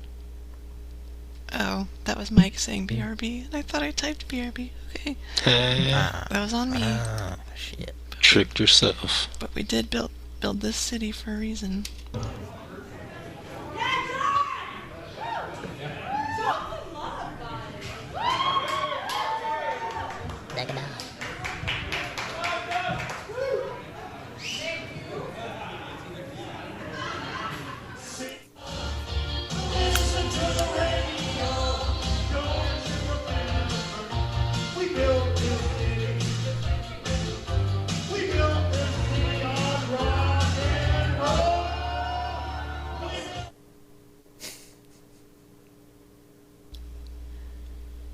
I'd forgotten about that guy, actually.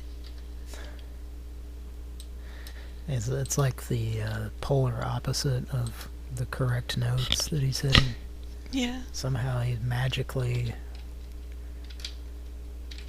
It's hard to do that if you have any concept of pitch, you know? It's like a talent on its own to sing that far out of key. And remain there and not accidentally go into key, you know? Into key. Take a dog in the body.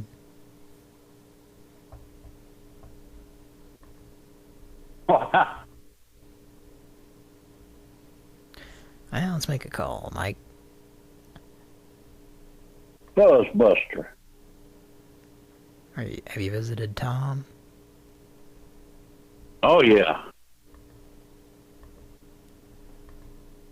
A little bit. How are those mosquitoes? Mosquitoes keep coming back.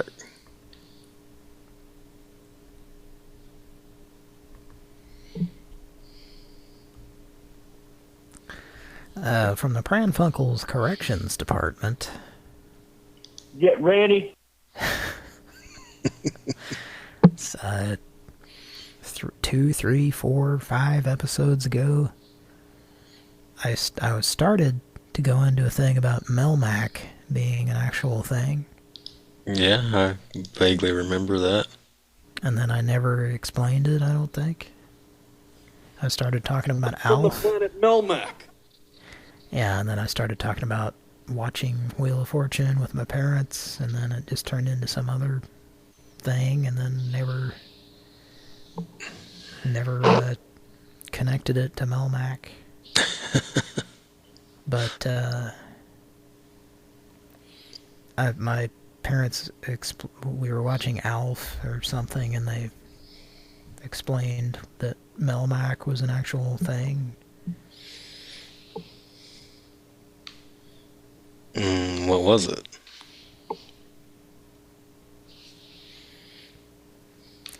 Some substance that they used to make certain kinds of Tupperware or something.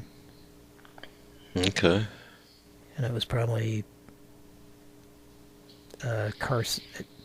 heavily carcinogenic or something, and they quit using it. And it was known for that back then too, I guess? Well, I'm not sure. Let's see. Yeah, I'm Googling it. Yeah? There's a mixture of Alf and Tupperware responses.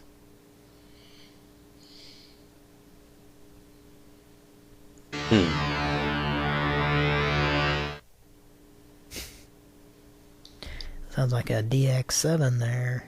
You're the one who's out of this world, sweet baby. You're the one who's out of this world. Who was playing that? I did. Guilty. Jerry Stahl was certainly out of this world when he wrote all those episodes.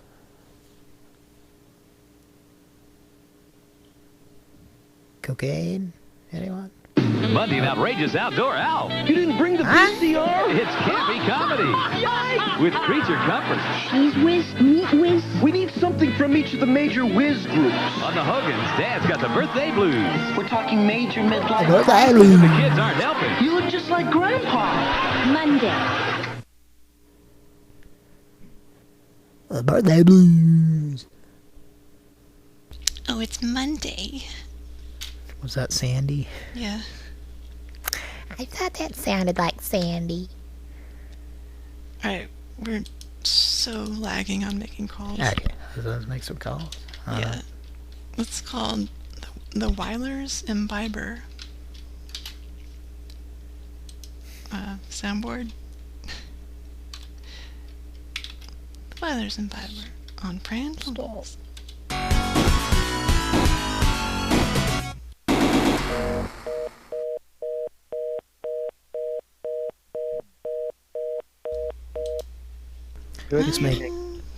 Just make the up fade out, and it sounds like it's part of that song.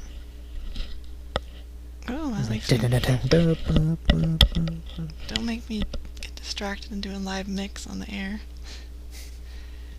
Okay, here's a little tip, since this was copy and pasted. If you're gonna put your number online, like, maybe it should go through when you call it. That'd be cool, right? Mm-hmm. Instead of it being busy. Well, they're probably busy doing stuff. Kind of miss those days of you didn't want somebody to call you, you just took the phone off the hook. That was fun. Pissed off my ex-girlfriend. Pissed her the fuck off. And also, like, you don't know that you're missing calls, too, so there's that aspect of it, too. Yeah. But yes, there was something liberating about it. And it still occasionally happens to us on the show. We call people and they're still on a fucking landline and they put it off the hook. Yeah. Last That's a couple of throwback. shows. Mm-hmm. Last couple of shows we've had people with landlines, so that's... I salute you if you have a landline. Would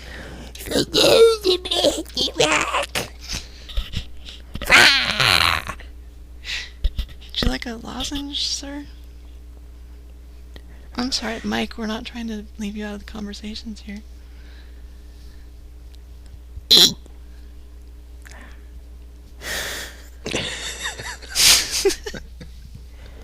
Everybody comes and comes again. Wait a minute. Quietly. Everyone quietly comes again. Mike, did you say you had a beverage that was 500 milligrams the other night? Yes. Okay, how much of that did you drink? The whole thing. Fuck! I only take 4 milligrams. How can you... That would... Oh my god, I'd get up on the roof. That'd be nice. No. Yeah, I don't know that it did much of anything. I mean, I was high, but I was smoking at the same time too, so it's kind of hard to tell. So you might have had up to like 1,000 or more? Probably. Maybe. Dude, you're like Snoop Dogg or something. Yeah. Who's counting, right? Okay, well, I don't know if Delta 9 syrup that we get in Georgia, which is legal, I don't know if that's different than your stuff. I don't know. I've never had that. Sound like a t-shirt cannon there. Oh, it's really good stuff. I buy the bottles of syrup. It's like, because I'm petite, it takes like nothing to affect me, so, and the bottles of syrup are so cheap, so it's like really nice. That's good. We're getting some pretty strong stuff in Oklahoma now. There's a lot of competition, so shit's getting better. But the stuff that I usually just smoke on is around 50 to 60% THC level, so it's like, it's pretty strong to begin with. Oh. See, my bottle doesn't tell me any of that stuff. It doesn't even say, like, it just says milligrams. So. Well, that sucks. Yeah, that's okay. I know what to take, and it costs like nothing, so it's great. I don't know that the edibles and stuff affect me like they do other people, but every once in a while they'll get in something new and I'll try it just to see. But There's something to do with people who smoke a lot, because I know someone else who does. They've told me the same thing, that they'll take just a ton of edibles and it just doesn't do almost anything. Yeah, I've never had that experience that people talk about off edibles. It's a different high and like fucks you up, and I've never been able to get to that point, but sounds fun. That's fucking awesome.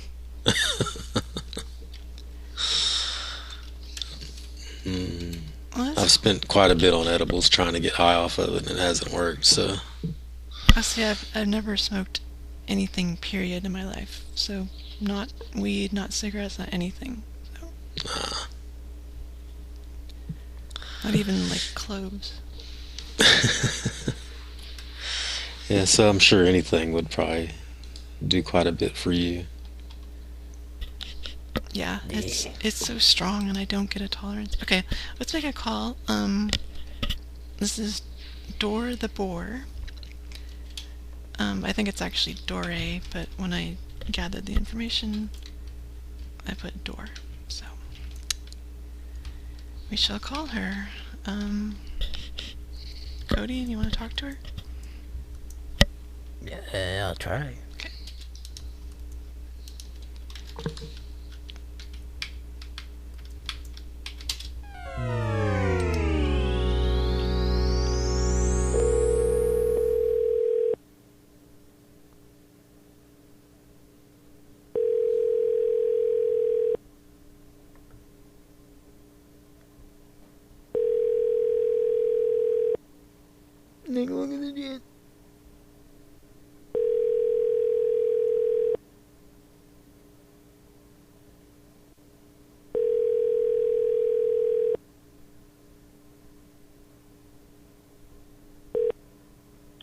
Aloha, this is Dore with Exotic Travel. Thank you so much for calling. Please leave your name and number, and I'll be back in touch with you as soon as possible.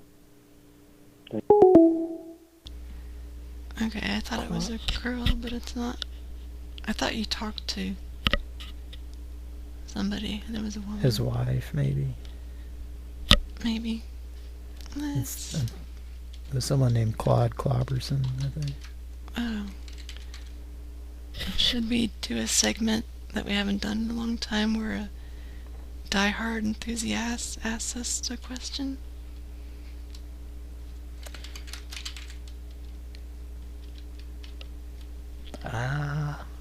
Or should we skip it?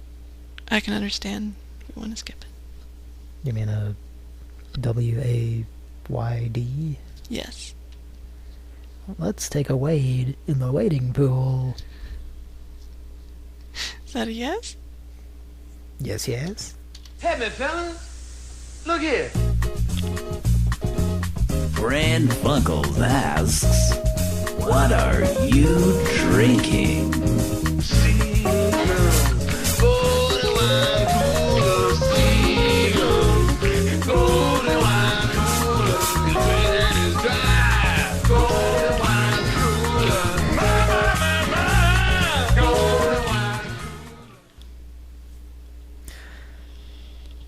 I associate that commercial with the time period that I was mentioning at the top of the show. 10 years ago. We were doing a lot of Seagram's talk. There's a lot of pizza as well. Yeah, and also the, I think the Tom Saltermeyer call with the green bodysuit. I think about that. Car crash Dave, yeah. Yeah. Oh, we were gonna try to call. We should call him, and we should try to call Auntie Angela. Was the pretty hard dick? Was that somebody else? Yeah, that was the ham salad lady. Yeah, are you sure? Yes, because she's like, yeah. You said something about ham salad that looks like ham salad because she said it was pink and hard or something. Remember the lady that was like, you said that you have a PhD more than you've said your actual name. Yeah, that's her. Oh, because I said pretty hard dick and she repeated that. Yeah. She was like into it, or she pretended to be into it. So there's a whole series of calls. It might have just been one, or it's a series, but yeah, it's uploaded. And I think she changed her number. We tried to call her later. That's a shame. We were gonna call Angela, and who is the other that we were just talking about? Mike? Hey girls out there, would love to get, so I hope somebody's out there to help me out. Pussy wet. Laid it on. Okay. Honey. So it's what are you drinking? And oh yes. Let's see. If we go alphabetical, it would be Cody, Kira, Mike. Is that correct? Yes. So I have a die right here that I will roll. It's a 4. So whoever's second in the alphabet goes first. That's me. How does that add up? If it's 1 or 2, it would be Cody. If it's 2 or 3 or 4, it'd be me. Oh, okay. And so on. And then Mike would be 5 or 6. Are these D&D rules or something? No, it's just simple 6-sided dice. So I guess that means me. Well, I've never experienced one of these odd dice that die the 6 sides, you say? 6 is actually even. You mean that's like a normal die? Yeah. Like Monopoly? I was being sarcastic. I'm sorry. I'll shut up. No, I probably need to shut up. I don't think I'm making any sense, but... No, you are. It's good. Okay. Number So it's 4 your would turn. be my turn. In addition to the Delta 9 syrup, I am doing shots of McCormick vodka. Bertha's favorite because she mixes McCormick vodka with McCormick gravy mix. Gravy mix. It's brown. Uh-huh. Honk, honk. Okay, so I'm gonna roll the die again. If it's 1, 2, or 3, it's Cody. If it's 3 or 4, 5, or 6, it's Mike. It's 1, so Cody. I'll tell you this. I have 3 beverages in front of me. Wow. And I'll just go with water as one of them. Okay. That's it. That's all I'm drinking. Okay. And some other stuff. Miguel? Ferrer? Trampoline. Does it taste like, Nope, trampoline. it tastes like the smell of canvas? What I imagine it tastes like? Yeah. It tastes like melted canvas. It's like my vagina. Oh, God. Uh-huh. I don't want to be anywhere near Bertha's vagina. Yeah, that's wrong. I mean, you can't find it, right? You can't find it. No. You can't find it. No.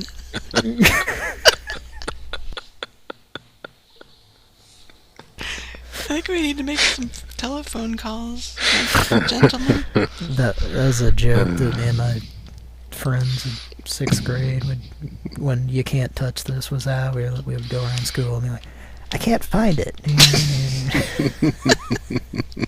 we thought that was pretty funny. Still holds up. Apparently so, yeah. I'm drinking Red Diamond sweet tea. Oh. Unfortunately. Did you have any Toll House cookies? No, I don't. Just sweet tea.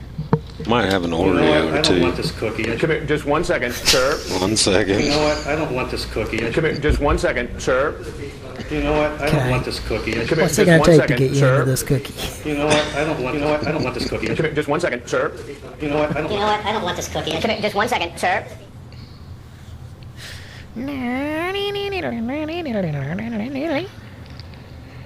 Okay.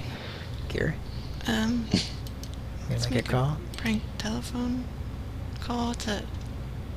I don't even know if Auntie Angela... Well, number 1, if she's alive. Number 2, if this still works. A self-call has already been done in the past, so... Maybe use a woman's soundboard like Dee Dee, either Dumbfounded or Manic Cookie Mama, or it doesn't really... Is it a law of the space-time continuum that 2 self-calls cannot happen to any victim? Well, no, we could. I'm not No, criticizing. You make a very good point. We could call her again with herself, because I'm sure... I did kind of like the idea that there is a rule, but I also thought it would be funny to say that, so... Nope. I'll leave it up to you, gentlemen. And Well, my chrysanthemums are starting to wilt, honey. no, honey, I made peppermint crepes. I got some crepe paper in my neck flap, honey. Can you help me scrape it out? And that's next. There's a water chestnut in my nuts. How did you get nuts, lady?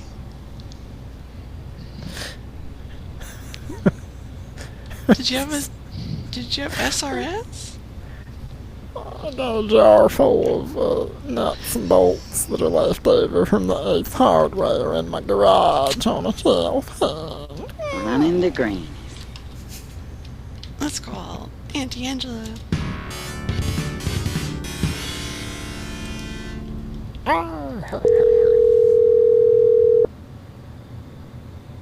Cody.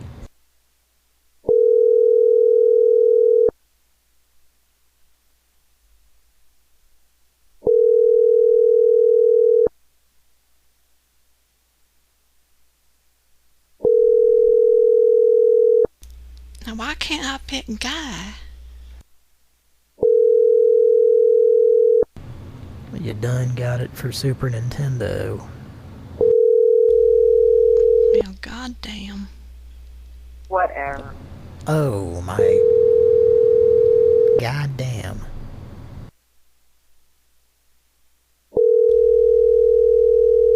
She might have died. You guys?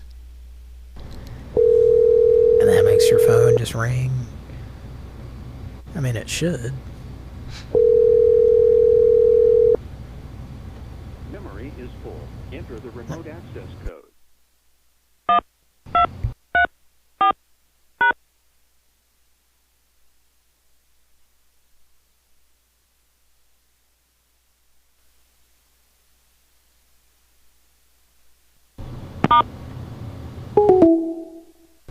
That was the most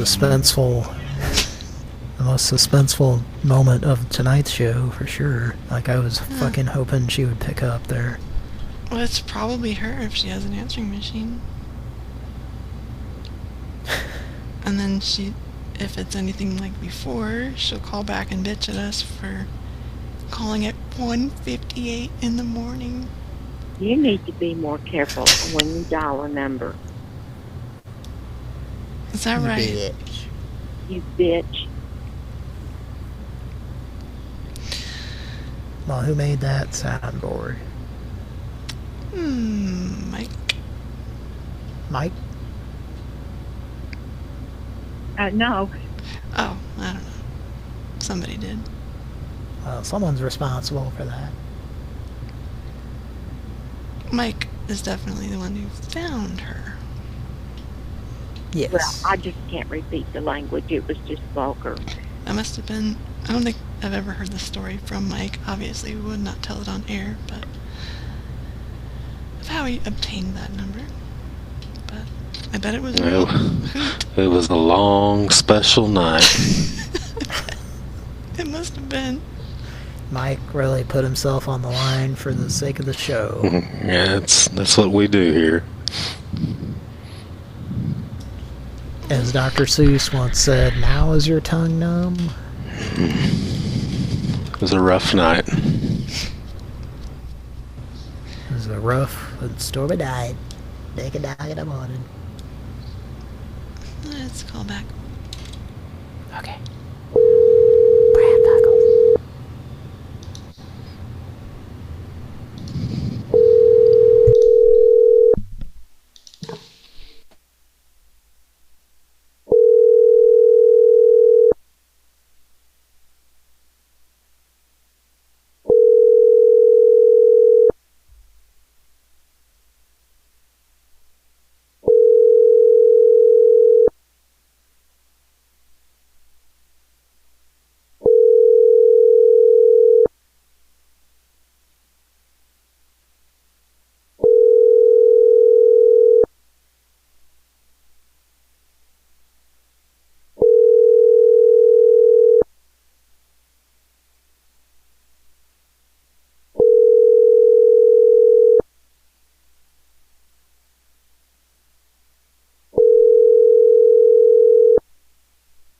Memory is full. Enter the remote access code.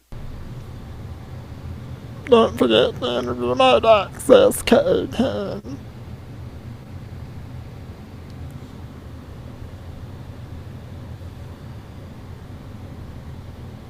No, sir. Oh, I think they hung up. Sounded like.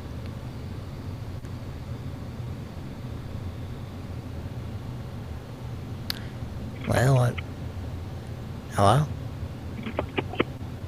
What do you think about Melmac?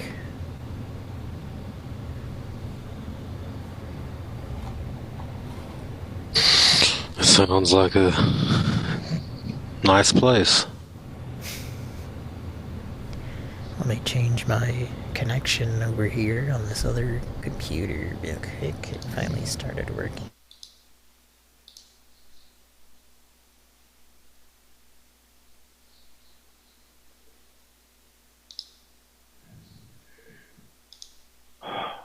One moment.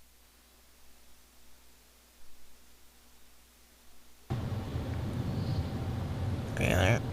Yes. What about, do you know anything about those dates that I proposed to you? For potentially appearing in the studio? I do not. Thank you for reminding me. I'll have to, Get some... I think they will be available. Well, just let me know if I need to bring... Yes? Yes. Bring. Gary Melgorn. Absolutely. I'm back. And Gomigs Unleashed. Mm-hmm. And Gomigs Gummo. Yes. And boom, boom, boom, boom.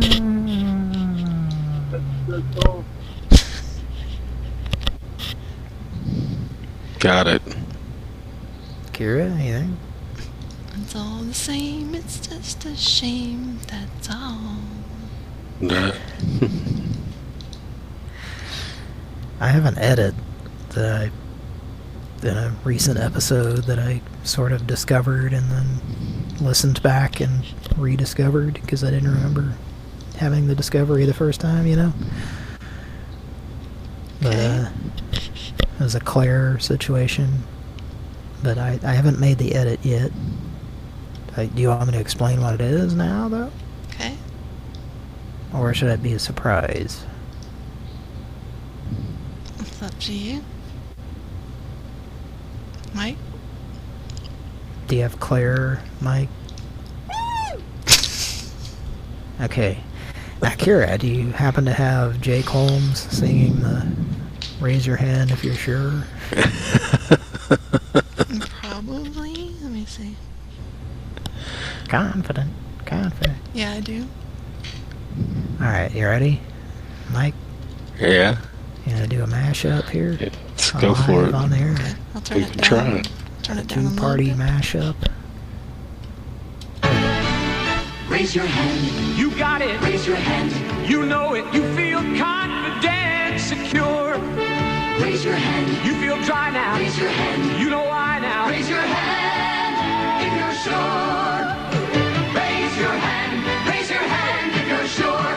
Raise your hand. Raise your hand if you're sure. You've got it. That sure, secure, confident feeling. Because each Sure gives you enough protection to help feel dry all day. Confident, dry and secure. Herb. Raise your hand if you're sure. Herb. Raise your hand if you're sure. Herb. No, so there's a part where she says confidence, especially. Oh, yeah. So that was my idea, was to use that for the soundboard probably isn't set up to just say confidence, but that was my idea. It's a damn good one. So just have her singing along to the confident part, and then dry and secure, raise your hand if you're sure. That had Jake Holmes. Have actually given me a bit more freedom, so I can go feed Marty and mess with Maui, the Oscar, and just run around and be me on the ranch. On the Ken Steakhouse Ranch dressing. You do realize what, like, a godsend that commercial was? Because did you hear who else was on it? Someone else was on it? Mm-hmm. Oh, the one we just heard. Yeah. Who was it? He's a fan of a vegetable. It was Joe? Yeah. Yeah, it was him, not in his non-Wendy's voice. Yeah. That's you usually hear on a, what, Vicks Formula 44 or something? Yeah. Or NyQuil, probably. Some cold medicine. Joe Could I borrow a cup of NyQuil? Oh, do I need NyQuil? Pardon, this looks... Borrow a cup of NyQuil. Once you know what NyQuil can do, nothing else will do. Except for a junior bacon cheeseburger from Wendy's. Or maybe a quarter-pound stack. Spicy chicken, anyone? Dave's Cordon Bleu. Rich and meaty chili. I usually have, like, old TV shows on in the background. He pops up in so many as, like, a gangster or a bad guy. Yeah. It's kind of like Jonathan Banks. Like, Cannon or Barnaby Jones or tons of shows. He'll just show up as, like, or, Dr. The Rockford Files. Yeah, Rockford Files, I think. Quincy. The Fall Guy. Yeah, you name it. Any show, especially if Stephen J. Cannell was involved. A while ago, you told me your name was Jim Rockford. That's a recent let's call that upload. lady. What company? Can you type the company? Oh wait, I think I know what it is. It's French Girly Man. Oh, okay. Let's call her. It's not the original. That lady quit. The original one that I found myself quite attracted to. If I'm being honest with you. Let's find out.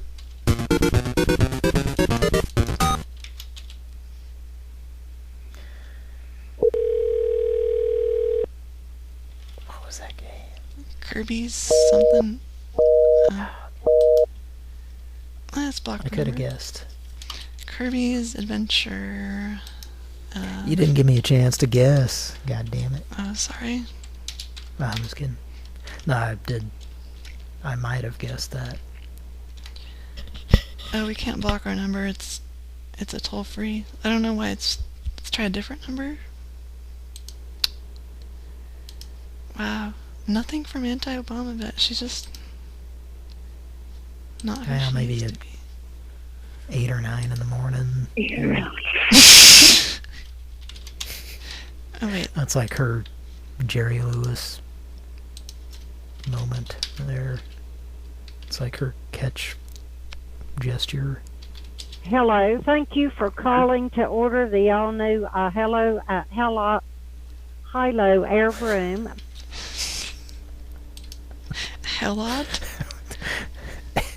And it's an air brew? Is this what Yeah. Is this what Samantha and Bewitched I was just flies thinking on? that. What is this air? High log air broom? Am I being taped? You are being taped. Oh, Your crap. penis is being taped up with Am I going to postal be upbeat? Oh, West. packaging tape. That's not up to me. It's gonna hurt when it peels off your foreskin. The cheap way to circumcise somebody. Yeah, packaging. Pack-a-moy. Message for Tom Scarrett. Tom, my name is Rodney Weiner. Alright, let's make Alright, folks. Let's make a goddamn... Because we're getting an F in this class for calls made. Let's make some more. I'll shut up. What happened with Auntie Angela? I stepped away. Just didn't answer and went to voicemail or something. Okay. Then let's call Superior Plumbing, which had this girl who probably was like 18, just a total fucking bitch. It's very living up to the name. very superior Yeah. attitude. So see if you can talk to her. If it's... The other lady was kind of nice, I guess. Yeah, I think last time. Yeah. Of course. See if we can get the bitch. If it is, then you should probably talk to her as Tom or somebody. Okay.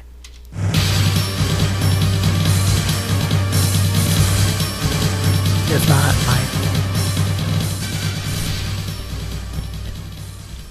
or someone. Someone. Ate the baby.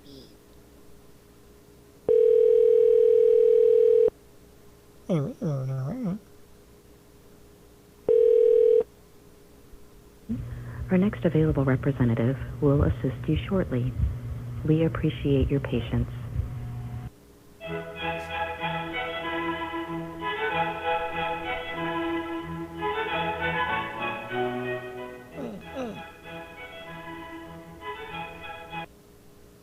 Thank you for calling Superior Plumbing. This is the answering service. How may I help you? Yeah, my son Kevin, trying to flush his homework down a toilet there. Got a bit of an issue with the plumbing there. And ask the office to give you a call back in the morning. Beg your pardon? I can take a message for the office and have them call you back in the morning. Well, we need to get this thing fixed. Idaho 5. Is this your homework? Leisure suit. Yeah, beg your You're pardon? actually calling the company in Georgia. Oh, ma'am, we're actually in Georgia. It's a cell phone? Yes. Just my cell phone there. So, as I said, I can take a message and ask the office to call you back in the morning. There's no emergency service. The author of Pet Cemetery? I believe it's Stephen King there. No, the office. Oh. OFFICE. The office. You've reached the answering service for Superior Plumbing. Oh, REO. Okay. Do you want to leave a message and have someone call you back in the morning to schedule a service call? The Grudemer effect is starting to set in. Are you aware of this, ma'am? I have no idea what you're talking about, sir. It's the Grudeman effect that happens when the threes start to line up. Oh, ma'am, I'm sorry. Okay, have a good... I'm sorry, my dad has been drinking tonight. Alright, sorry.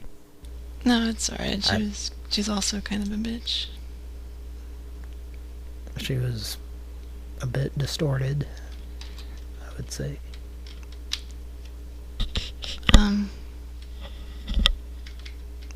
But she doesn't sound like very much fun. That might be the same lady as last week. I don't know. If so, she was more subdued, I think. But I could be wrong. Call back. Mike, you still there? If you, I mean, it's up to you. I think we should move on.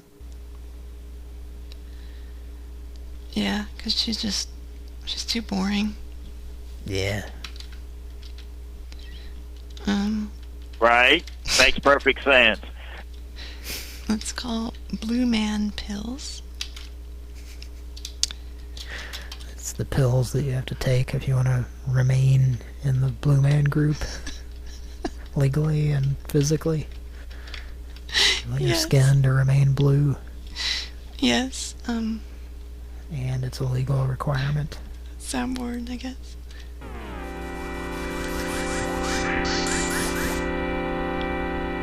This call may be recorded for quality assurance. Super Tetris. No. Dr. Mario. Nope.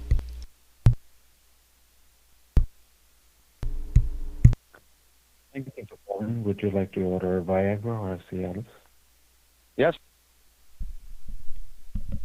Okay, and could I take your name, please? Mr. Anderson? Okay, and what's your mailing address, Mr. Anderson? Let me see if I can plug this in here. What's your address, sir? Can you tell me your address? 423 Wonder Lane. Okay. Yes.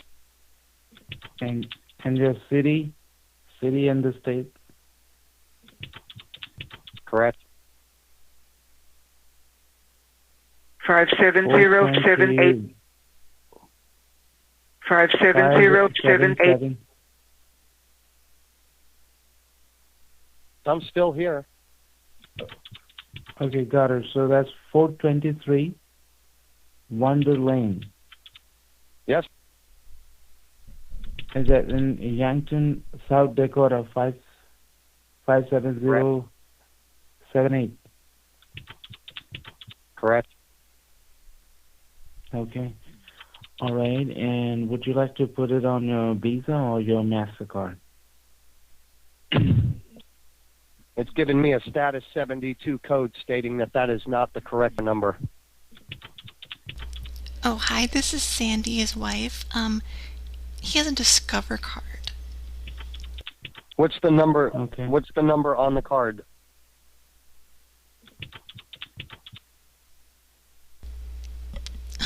Do you take Discover? Yes. Okay. I'm pushing my limit on time on this call. I know, hon, I know. He's gonna give me the card number now. 472. 57078. Correct. It's an A.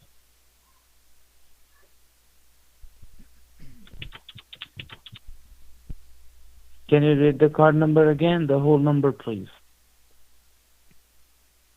472. And the letter L. 57078. 472. 16-digit number.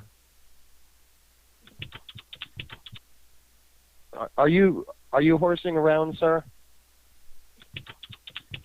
No, sir. I'm listening to you, but I need the 16-digit number.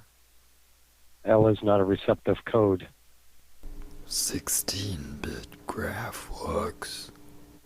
I'm trying to put in the number in the code that you gave me, but L is not a receptive code.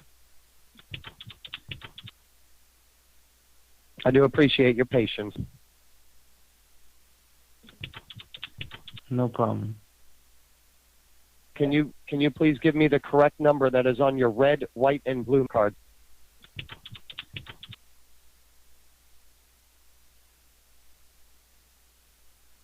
I'm still here.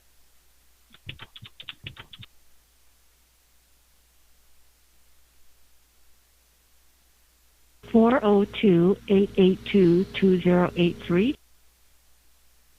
Correct. 1997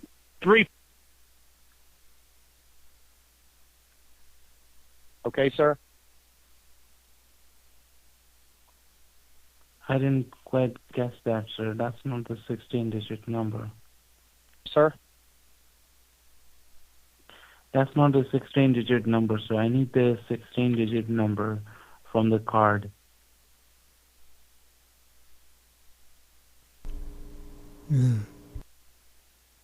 251-523-478-523-300.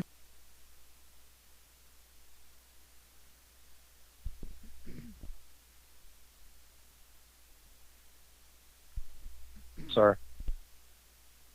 Mr. Anderson? Correct. Hello, Mr. Anderson? Yes.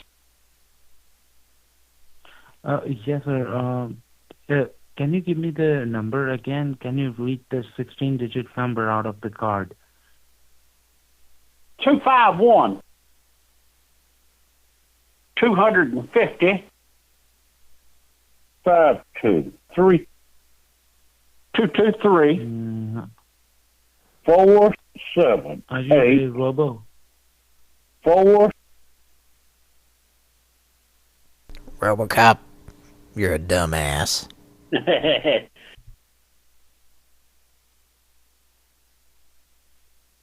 Sir.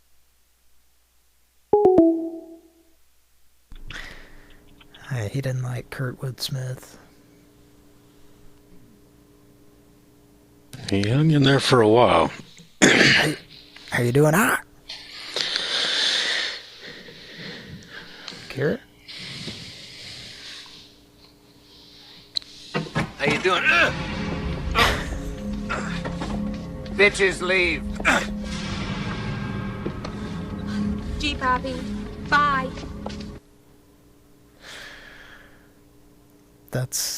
I can't tell you how many times I've heard that entire clip in my head for the last couple of years. And in real life, you know. Nah. How you doing? Miguel Ferrer.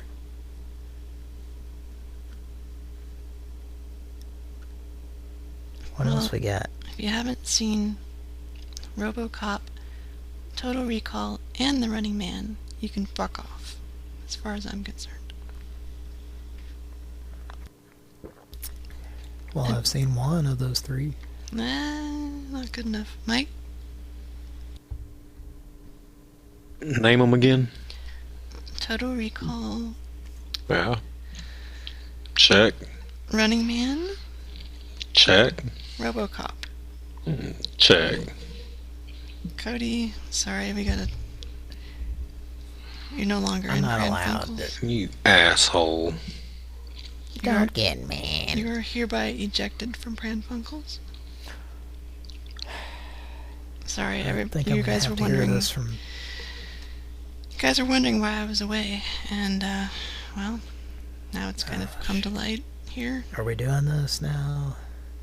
I'm doing it to you because I know. I don't. There's there's a reason I've been away. Yeah. Just kidding. Wow! Running the greenies. Shit. Well, Taco Demboski's in the chat. Hello, Taco. He says, I was in the front row of the SF theater watching RoboCop. I was 9. I was 9. Yeah. The front row? That must have been really rough on your eyes. Must have felt like Miguel Ferrer in that scene we just heard. How you doing? I think I like that also because I've had so many conversations that went that way in my life. It's just so fucking awkward, you know. Give or take the choking aspect of it.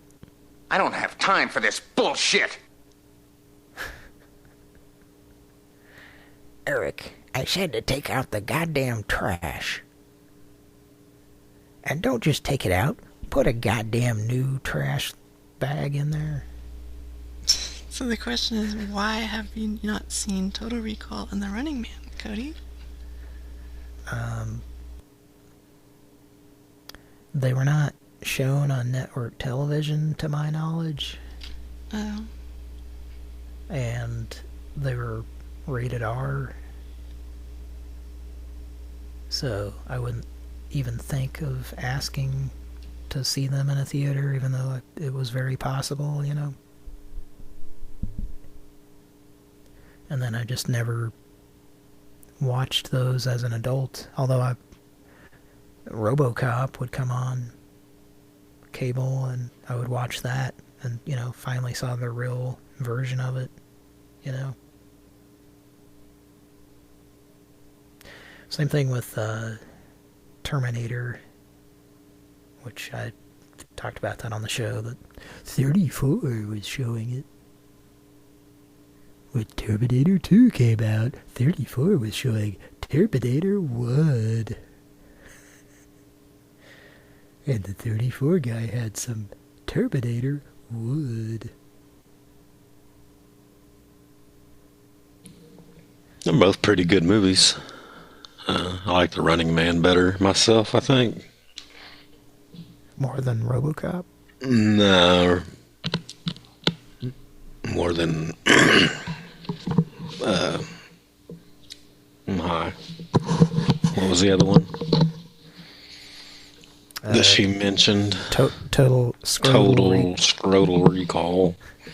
Scrotal Rebuild.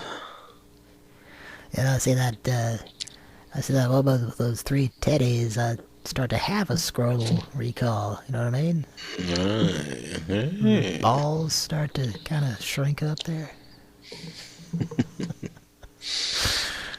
That movie had the three titties. Do you remember the movie that had the three balls?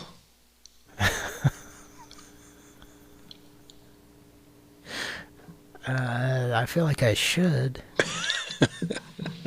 Is this a real thing? No. Oh, okay. Not really. I thought you were talking about a real movie. Well, it's a real movie. Oh, there is a movie with... And it was a costume that had three balls. I mean, I have a guess, but I really don't know. It was a comedy, I assume? Yes.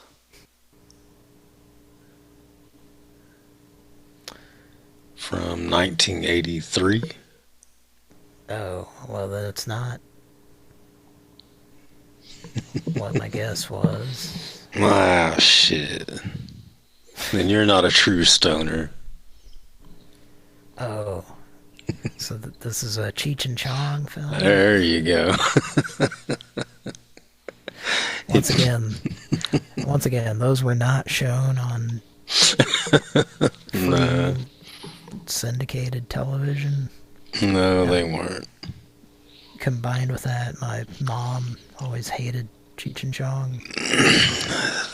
That sucks. That was an extra layer of barrier of me seeing them. My parents went and saw Cheech and Chong live a couple times when I was in school as a kid. Did they come to Oklahoma? Yeah.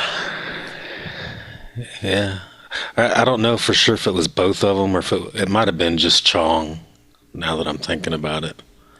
Because they did bring me back a t-shirt at one point.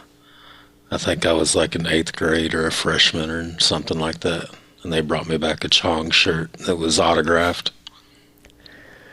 And of course What did it say on it, man? So I got to watch that shit growing up. I first knew of them listening to Dr. Demento. He would play stuff from their albums, so I heard them more than I actually saw them as a kid. Yeah, their albums were awesome. Yeah.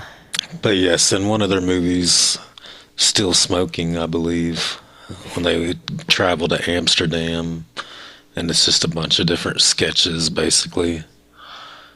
And in one of them, he dresses up as E.T., the extra testicle. And he has a costume that he like drew out 3 balls, and he's running around chasing a maid wearing a little skirt. He's chasing her around trying to fuck her. So I've heard that referenced, but no, I hadn't actually seen that. And I thought it was like a porn ET thing or something when I heard it. Anyway. No, there's like a whole part of the movie where there's like a little maid cleaning up in their hotel room wearing the skimpy outfit, and he's chasing her around everywhere trying to fuck her, and she ends up fucking both of them. Yeah, it sounds like it was made in the 80s. Yeah, it's good shit. Alright. Kira, are you there? Yeah, Mike, do you have the Concerned Mother soundboard? A concerned mother. Not to be confused with Paranoid. It doesn't sound familiar.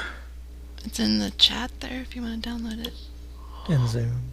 Well, I'll be damned. I don't know if they tap in or a prank or an app that dials 2 phones at once, but it needs to stop. Or I will have them traced, and then I will prosecute them. That's the Concerned Mother? Well, I don't know. Someone's been calling my son's phone for weeks now from an unknown number and leaving messages that are inappropriate, and I'm going to have to wind up changing this number because it's becoming ridiculous. Is she from Pittsburgh or something? I'm not sure. She's got a weird way of talking there. Sounds like East Coast. I'm sure she would say the same of me. No. I would say that I don't add a lot of extra words. You know what I'm saying? A lot of cop talk. Turn around and come back up here and then did this thing, and then he turned around and go and flipped over and did this 360 and what I'm gonna need you to do for me right now is to go ahead and... Okay. Let's make a call. Jump down, turn around, boot, scoot, and bug. Let's call Motor Buddy. You know what I'm gonna say? No? Money.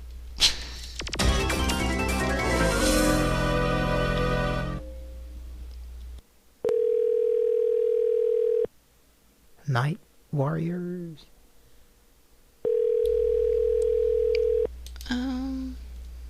Darkstalkers 3.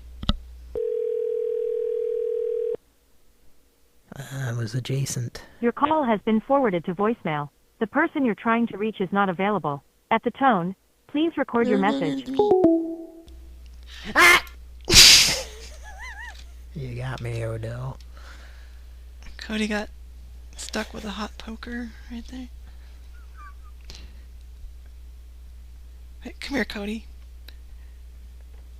Ah! Hamburger. Wait, on the Ove Gum, you didn't play that one Santa Super Nintendo song? I don't know what it is now. Shit. Which one? I'm gonna see if I can find it. Oh my god, I have so many files called with Christmas. It was I didn't have a lot of time to plan that, but I figured there would be a... Merry Christmas.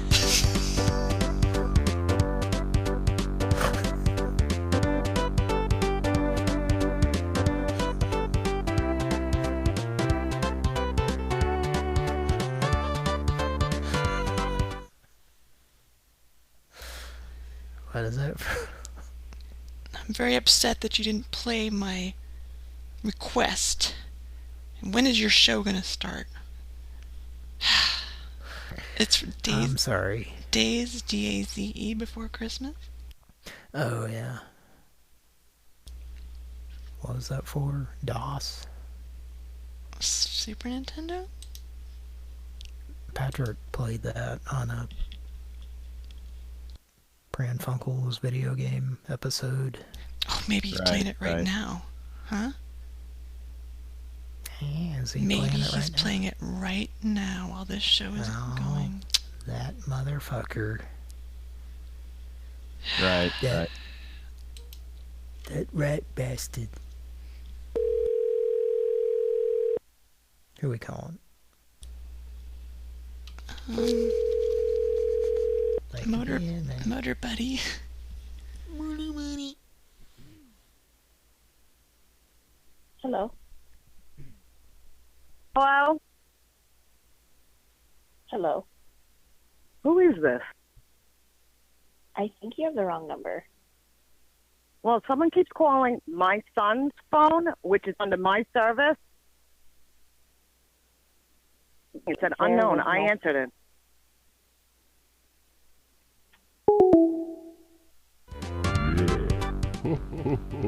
Merry Christmas. Whatever.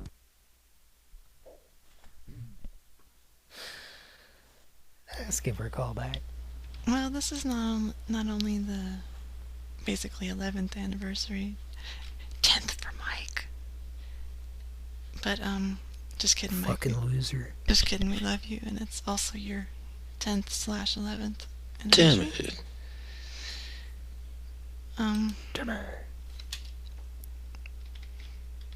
I think Mr. Weiner has something to do with it. Message for Tom Scarrett. Tom, my name is Rodney Weiner. I'm a member. Hello. Thank you for calling to order the all-new Hilo air broom. Petrolide. It sounds like her. I swear she's from Oklahoma. I can't concentrate, know. so let's just call Motor Buddy again, I guess. Wait, John did that Sister Christian song, Motorin'? What is it?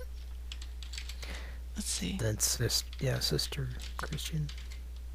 What is Mike, it? did we tell you what the avatar is?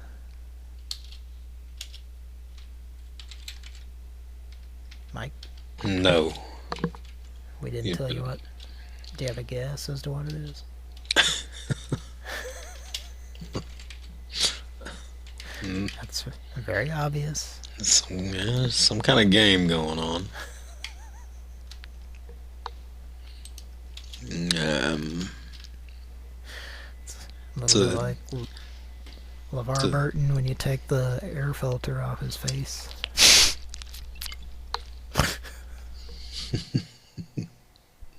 It's not a game I'm familiar with. Mahjong? Mahjong? Mahjong? That was a hint. You got me, Odell. Kira, you want to tell him? Well, you have the Mahjong part, right? Can you guess the rest? Let me blow this up here. It's not on your big screen? Yeah.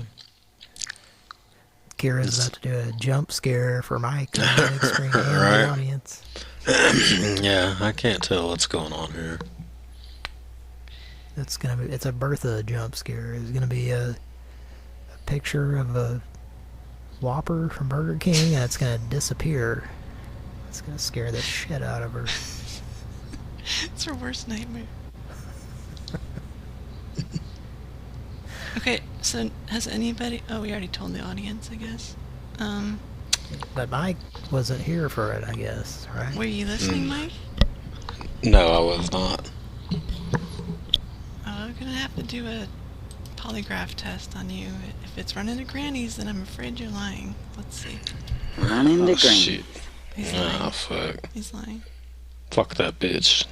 Alright, everybody pick right now. Trampoline or running to Granny's? Trampoline. Running to Granny's. Trampoline. Nope, trampoline. What does that mean? I have to go lick the toilet at Home Depot? I mean, that's the only thing, the only obvious conclusion I can come to.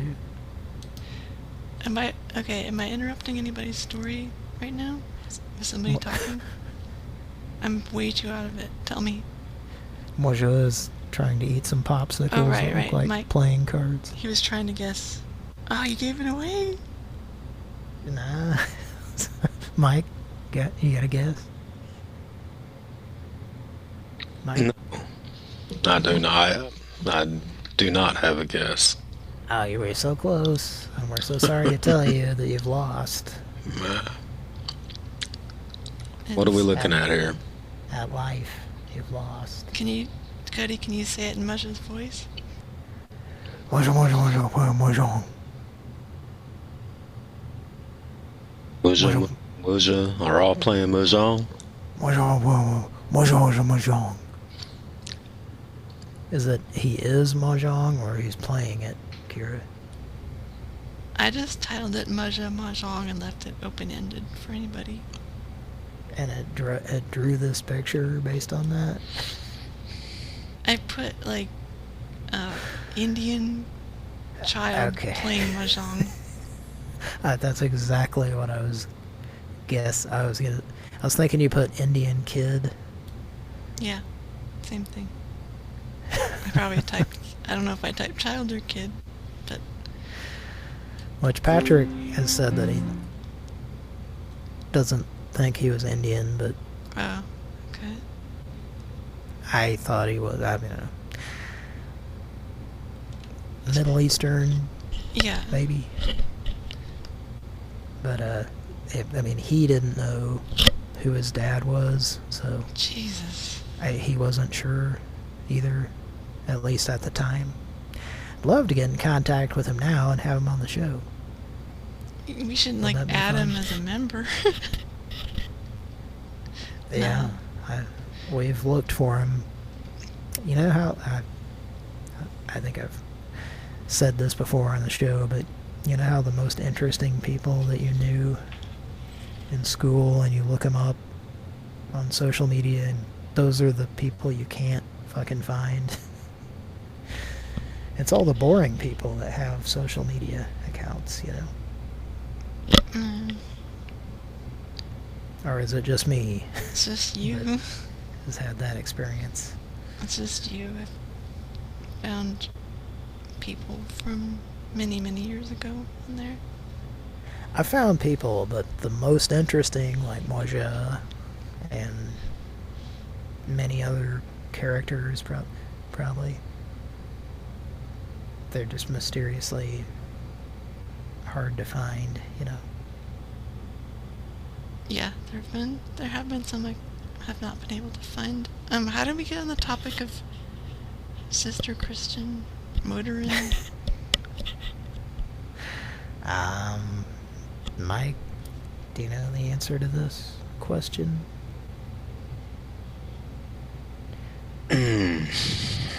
Sister Christian? No, I don't believe so. There is that scene in Boogie Nights with Alfred Molina. Dick pics. Well, John has not uploaded any karaoke in years, but he did do this.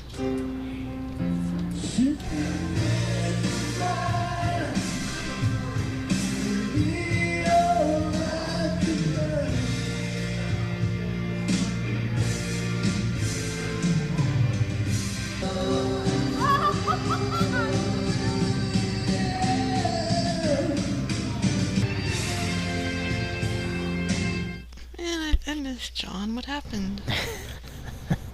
Was that his most recent thing? No, I don't think so.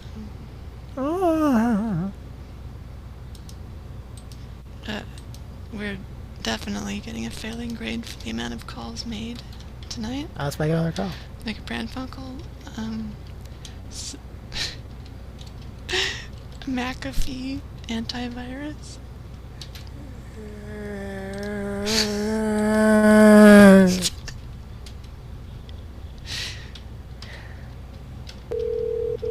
take a look at the chat here.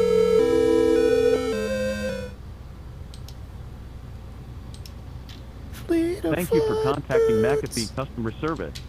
Your cybersecurity protection is our top priority. Please hold while we connect you to a specialist who can assist with your security needs. Just a moment while I transfer you. Calls may be recorded for quality. How did that just happen? There are currently no agents available to assist you. Please try again later. Thanks for calling McAfee Customer Service. Goodbye. That was a fun conversation. Alright, It was well, one-sided. But here's the story, folks.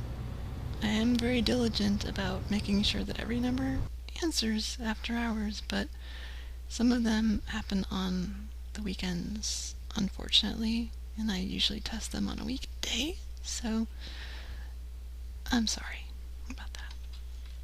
hey, we're doing our best here, you know.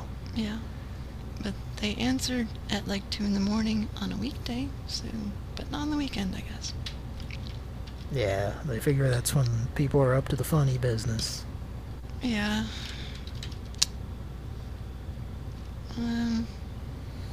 I think Moja's nose looks like it's that of a speck on Kid Icarus. Okay, I'm gonna have to put it back into the chat, just... Oh, okay, we have numbers to call. No, I was just commenting on the avatar of I know. Moja. Mike, Yeah, are you looking at the avatar right now, Mike? I'm sorry to distract from the calls. Nah. Yes, I'm looking at the avatar. Excuse me. I am pulling it up full screen right now. It's okay. His face looks a little bit like a speck nose from Kid Icarus. This needs the glasses, yeah. He has braces. Got an extra right? eye up there on his head there. Yeah, he's got with like eyeshadow, like on it, and an That's ear. the newest. It's the new fashion. You draw an eye on your side forehead, temple area. Oh, his arm is made up of mahjong pieces. I know. Yeah. What the fuck? He's eating his hand at the lower left. He's chewing his fingernails anyway. And then the top left, he's playing the keyboard with his elbows. But it's not, like, positioned right.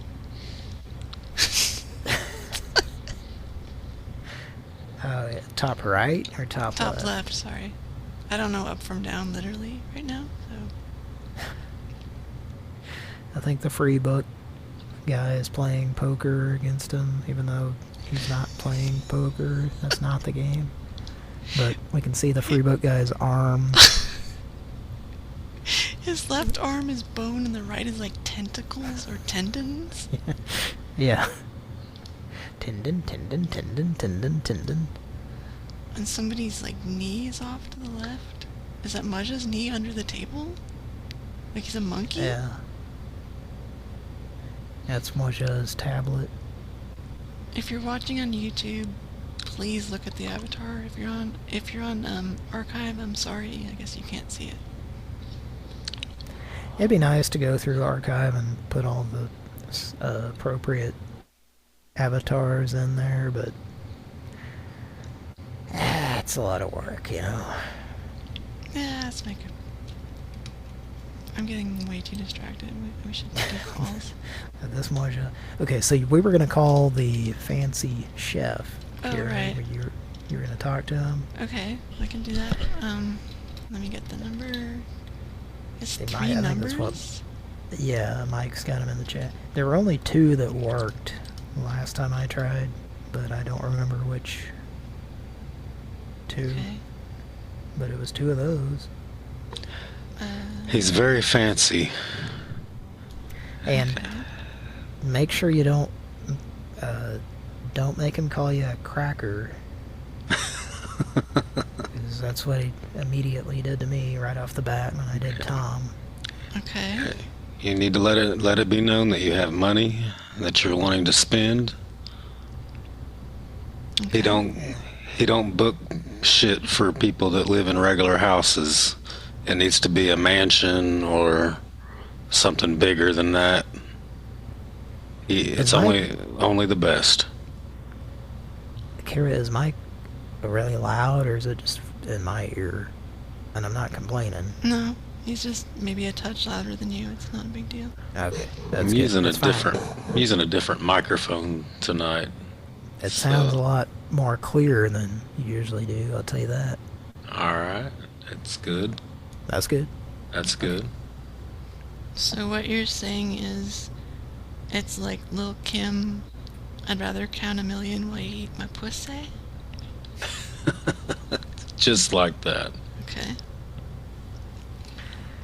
And you might want to lick tell him my you're pussy. Sorry. You're interested in shrimp and strawberries and what else is it? He loves strawberries on everything, but yeah, pork chops and strawberries. Just puts it in a martini glass or something, and it's supposed to be fancy because he did that. He's very fancy. Okay, so he does stuff with strawberries? Yeah. Okay. A lot of strawberries. Straight out of the container from the grocery store and doesn't wash them. A lot of people comment, I've noticed. Would you like to see him before you call him? I would. I can, if you allow me to share my screen, I can show you who you're about to. Okay. How dare you not allow that, Kira? Well, Zoom looks. I haven't used Zoom in 6 months, and it looks totally different. Well, it is the default that it says the person isn't allowing sharing because it by default turns it off, just like it does original sound. You see. Yeah, I forgot about that. So I was, fake giving you shit there. I know. I can't find it right now. Where is it? It should be at the bottom middle on the taskbar kind of thing in Zoom. It says share and it's kind of green with an arrow pointing up. Okay, yeah, I do see that. Share screen options. Click on that. Okay, got it. Okay. Share away. Alright, let's see here. Share your private parts. On YouTube Live. Alright. Can you see my screen? Yes. I haven't watched any of these, so I'm not real sure if they'll... But as you can see, he likes to post things like multiple times. I don't know what that's all about. Like unnecessary redundancy. Right. Yeah, like when you see a YouTube channel. I love you. I love and I love and I love and I love you. Come on, Chef, say it again. I love you. I love you. I love and I love and I love and I love you. Gotta be fancy. It gotta be fabulous and it gotta be lavish. Lifestyles of the rich and famous. I love you. I love you. I love and I love and I love and I love. These are the Beyonce drinks. You better get you one $300 a piece. $300 a piece. You don't like my price? The prices are going up. Not I cut it off before you start. The prices go up because my skill set, because my masterpieces, my lavishness, the fabulousness in me allows me to raise my price. Yes, it does. Lashes and lavish by the fancy chef. How beautiful. I want you to book me and I want you to book me now. Don't you wait. What are you waiting for to book me? All dates can be available, but you got to be there. You got to be in it to win it. You got to book me and book me now. This is the Beyonces. These are the Beyonces. I'm going to do the Cardi B's pretty soon. But these are the Beyonces. I'm going to do the Rihannas. But these are the Beyonces. Book me and book me now. Lavish, fancy, and fabulous. Mansions, boats, cruises, penthouses. Yes, indeed, castles. Get at me, baby. The chef, the greatest of all time. Not this time, but all time.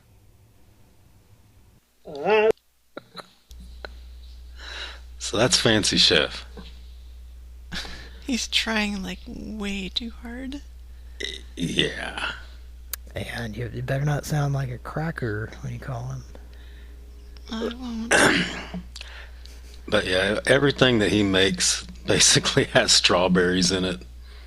Okay. This one here, yeah, check this one out. This is the best. Beautiful and nice by the chef. I'm gonna add this mint here.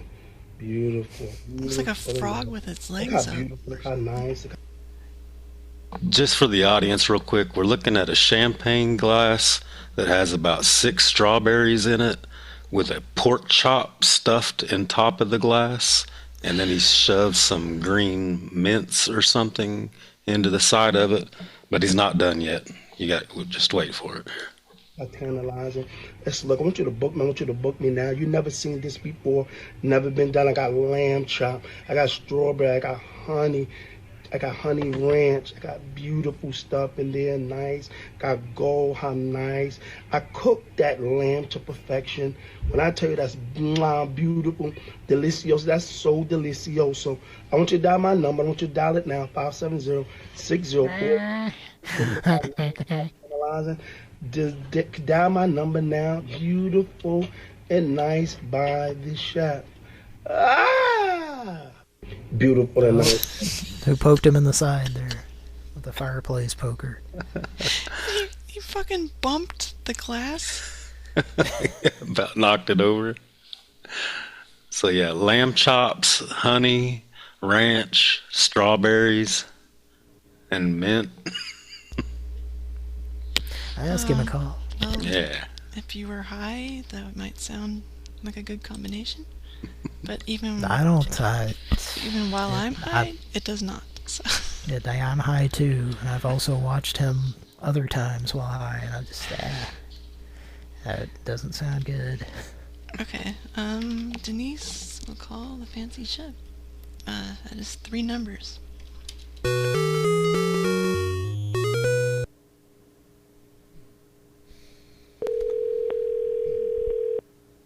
Definitely an early Nintendo title. Yes.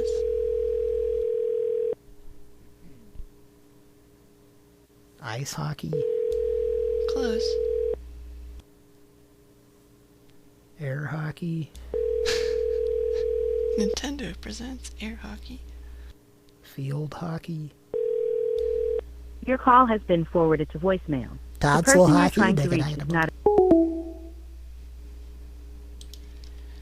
It's a game where, well, somebody's bending over the whole time. Ghosts and goblins. No. Arthur on that sexy ladder there. You were on the hot streak, now you're on the cold streak. You almost had it. It's a sports game. Just pro hockey. NHL hockey. No, it's a black box game. Oh, it's pornographic. Okay. Yeah. A black box game where they have the black box that's covering up the genitalia on the cover. It's slalom. Swallow all the sperms. That's Alright, the pornography version. Let's try this guy's other Feeling number. real fucking horny right now, man. Are you playing The wireless Swallow customer you for Nintendo? Or are you playing Swallow? Well, they had that Atari 2600 game like Kaboom where you get cum in your mouth. Cum Boom, I think it was called. I'm serious. The wire. Okay, his other numbers don't work. Speaking of coming, nothing disrupts that from happening other than that sound. You're just about to get there, and then don't.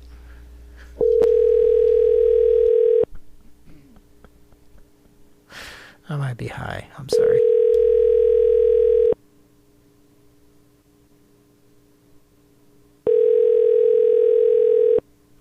Wait a minute. This is the 10th anniversary.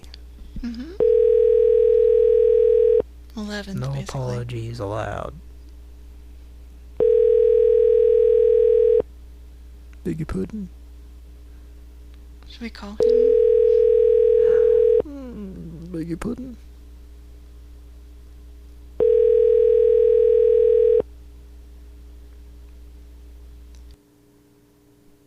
Could you play that again? The wire. Alright, well, it's not working out, guys. What do you mean? People answering? No, that fancy chef is not answering any numbers. Oh, yeah, well, he's very elusive because, you know, he's so fucking talented.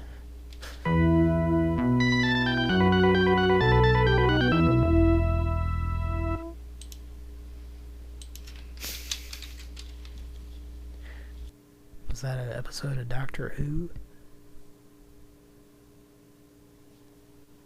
Mike? Are you there? Yes. I'm here. Want to make a call? Yes. I got some Tom Bosley numbers to call.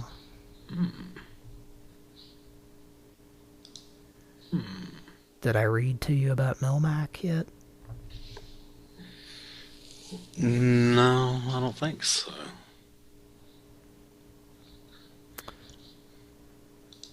We spoke about it.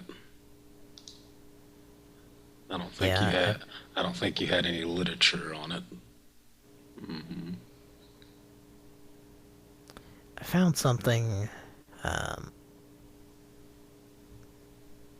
found something earlier, but I can't find it now. So, but yes, I think it was like a brand or something of dishware. Some type of Tupperware product, I believe you said. Or like metal, and they, if I recall correctly, they found that it was bad for you to eat off of it.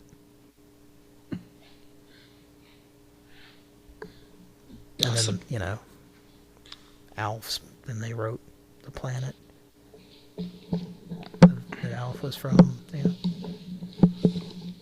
So they made the planet after the fact that they knew that the shit was bad for you, possibly? Yeah, they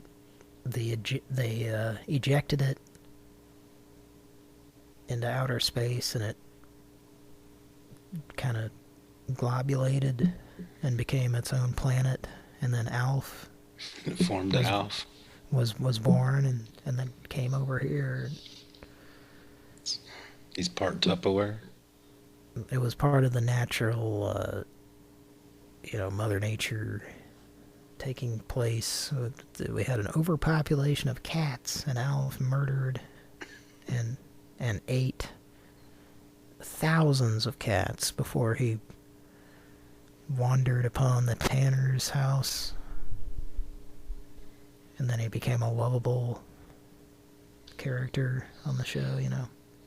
But make no mistake, he definitely murdered and consumed a lot of pet cats.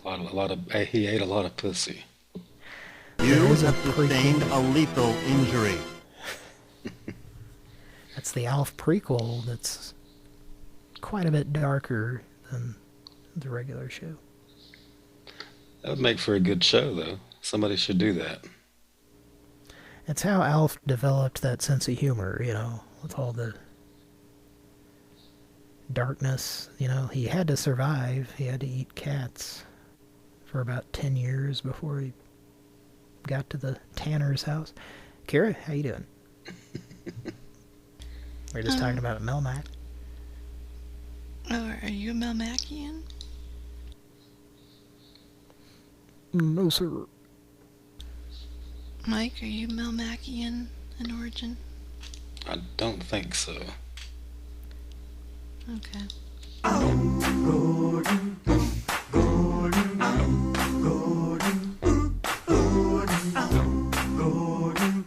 Okay, enough Alf, more prank calls. Don't you dare show video of that. Oh yeah. Melmac! We actually showed like a little bit of the Alf intro, and we got banned.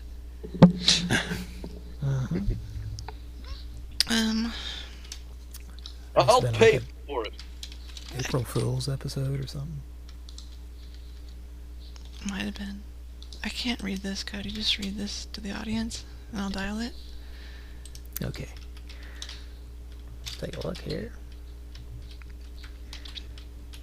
The fabled but anonymous creator of the exhibit entitled, quote, "The Challenged Security Guard Experience," unquote.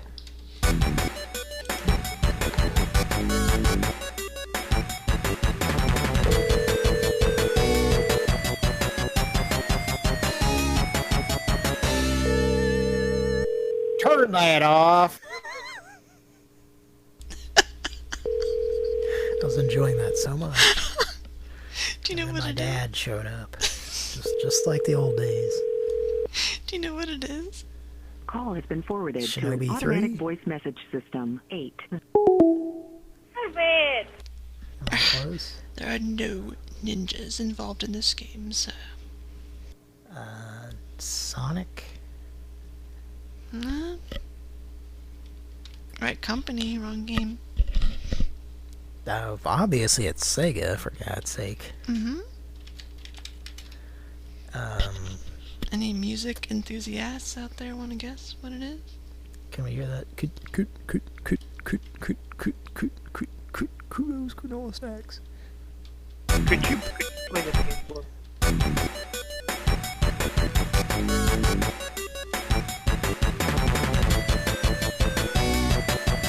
Outrun? No, you're close. Mike, do you have a guess? Nah. Any fellas out there have a guess? Any music individuals listening? Afterburner? No. Ah, that's a good guess. It sounds like it's from Genesis. Let me see. It might be. I don't have A the... 3812, perhaps, Chip? Hang on. No, you guys are close because it is racing.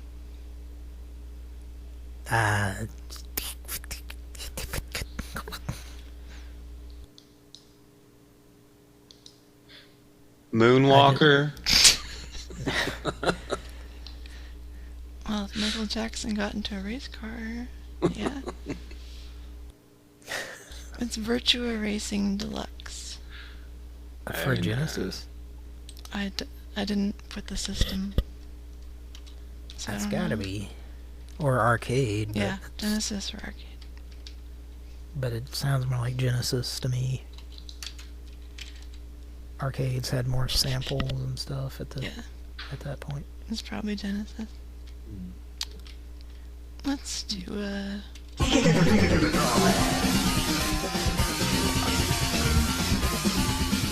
It's like a coked out callback. It's what? Coked out callback. Being heard through a empty toilet paper tube.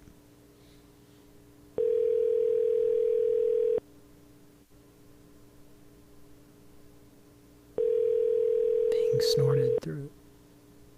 Your call has been forwarded to an automatic voice message system. 80. Pimple, dipper, pimple, dipper, dipper, pimple, pimp. Grape nut, pecan, boysenberry. Hashtag 37123. Oh, hi, it's Sandy Duncan again. You guys want some wheat thins? What about oat thins?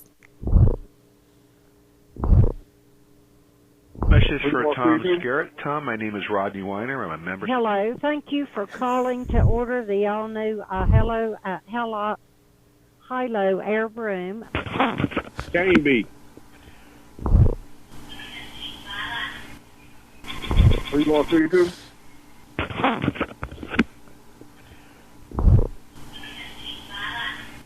Vor langer Zeit lebten die Menschen glücklich und zufrieden. If you are Niemand. satisfied with your message, press 1 to listen to message review. Dipper, pimple, dipper, dipper, pimple, pimp, grape nut, pecan, boysenberry, hashtag 37123. Oh, hi, it's Sandy Duncan again. You guys want some meat fins? What about open? Message for Tom Garrett. Tom, my name is Rodney Weiner. I'm a member. Hello, thank you for calling to order the all-new Hello Air Room. Candy. Are you going 32?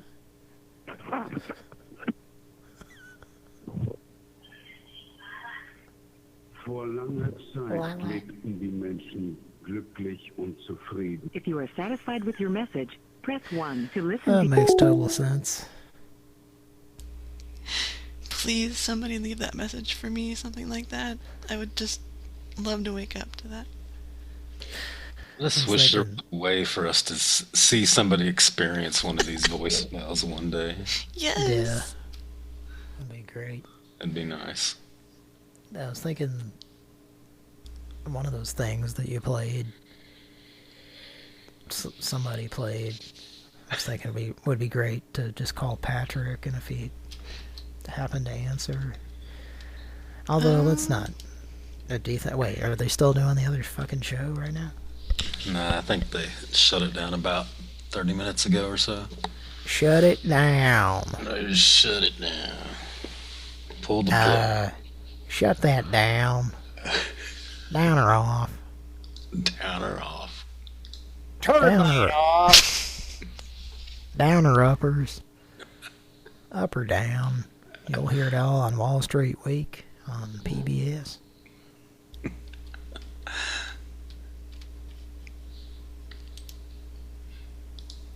Okay, are we going to call the fabled but anonymous creator? We just left him a message. Oh, okay. Let's call an Italian restaurant.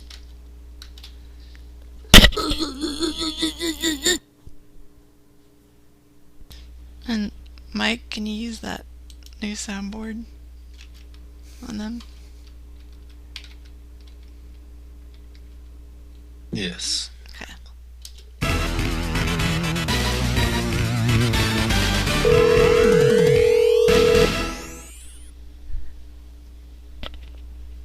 Nurdles in name.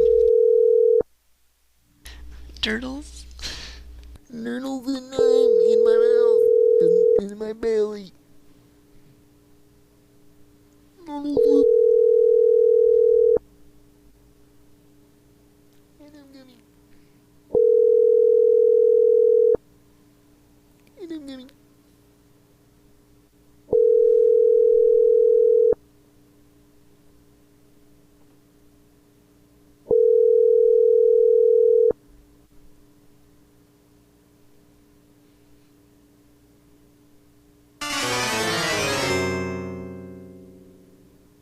Hello?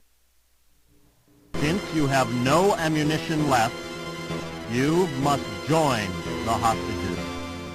Whatever. I didn't hear an audible.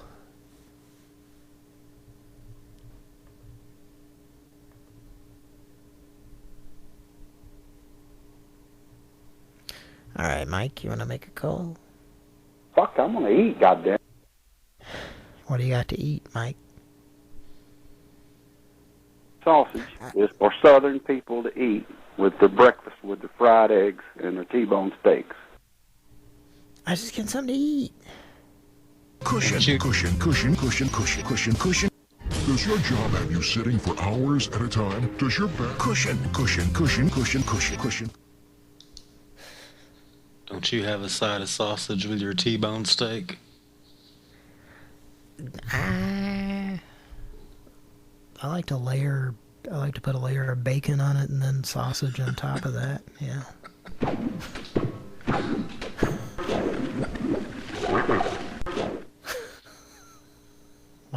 Mike, do you know what that is? No. The Web Webs? Web. We're practicing your breath. Sorry, maybe later on you want to rake the 2 leaves? wish I could see your face while you're watching this, Mike. Wait a minute, you guys kept talking about Mike on a weird filter?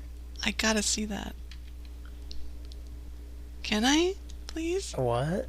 You guys said that Mike had some weird filter or something when he turned his cam on? No, it wasn't on the camera. Oh, It was just effects and shit.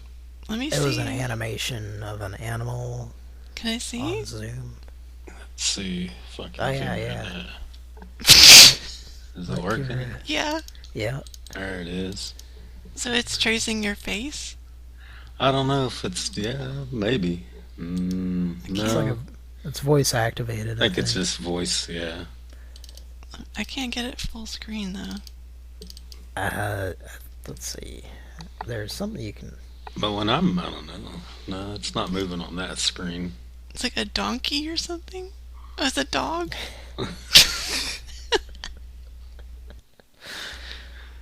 It's got a few different kinds that you can choose from.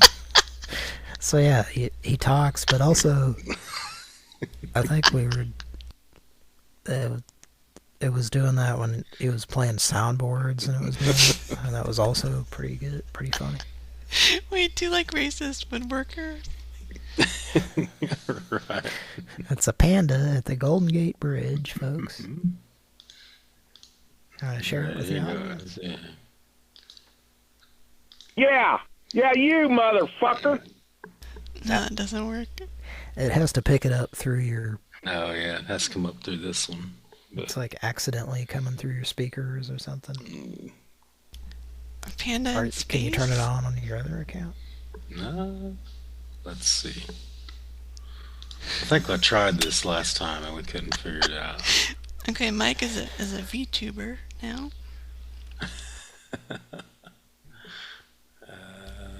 I could actually... What would be funny is to put that on YouTube while we do the show. Yeah, that's what I was thinking. Oh, who's calling us? I don't know. Let's answer. Ready? Hold on. Yeah. Tell me when.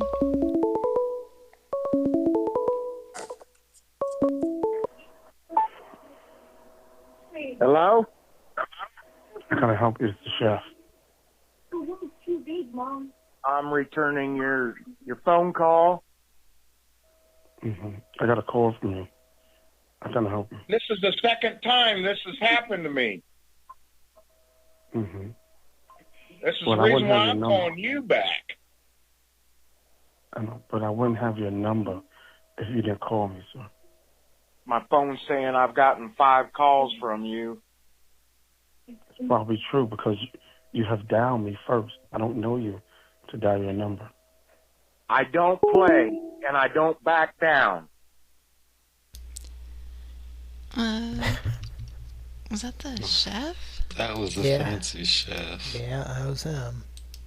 Sounds like he's about to murder somebody.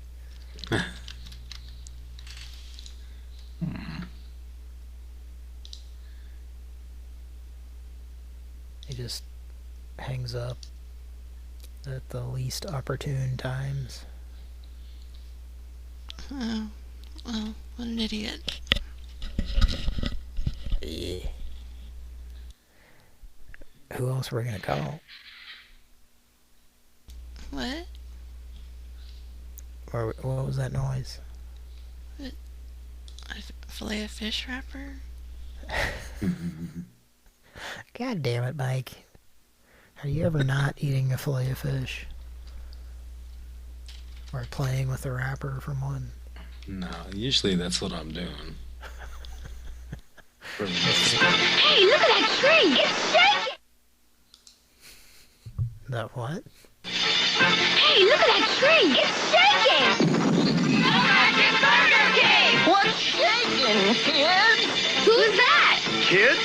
Meet Sir Shake-A-Lot. Sir Shake-A-Lot's my name. Drinking shakes is my game. When Shake-A-Lot's thirsty, he loves a good shake. It's so cold and frosty, it makes him quake. Great shakes, Burger King. With my shivery shakes, we'll have a ball. So I'll cover this table. Look, shakes for all. Great shakes. I love magic. And I love shakes. So, with my baton, we'll have some fun. If you're making shakes, I'll order one. It's a magic shake I'll make right here. When you sip a little, watch mine disappear. That really shook me up, Burger King. He's a marvelous, magical Burger King.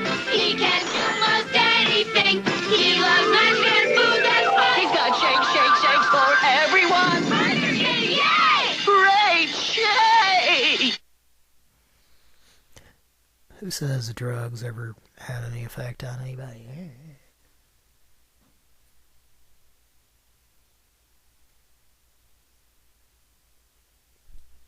It's basically a tweaker there. Yeah, I think they were trying to emulate, the HR Puffin stuff, folks. Probably was a Sid Croft production. Could be. Although they, that would be very unloyal if so, because they came up with the, Grimace and Hamburglar and all that shit for McDonald's. Did they? Yeah. That's why those are so trippy. And that's, you know, why Grimace exists, of course, because it's a Sid and Marty Krofft Damn, I product. actually never knew that. But it makes sense. Yeah, it's one of those things that when I heard it, I was surprised, but also not surprised. It was like an ad campaign for McDonald's that they did, and it just, you know, they just retained those characters over the years. And then like, Burger King copied it? Maybe, or maybe they also hired a Croft that wasn't Lara. Have you seen the Lara Croft anime? Is that the one where them teddies ain't big enough? No, they proportion her very well in this anime. Oh, okay. No, I haven't seen it then. Oh, you should watch that as well as there are multiple Castlevania animes. On Netflix? Yep. They're all on Netflix, yeah.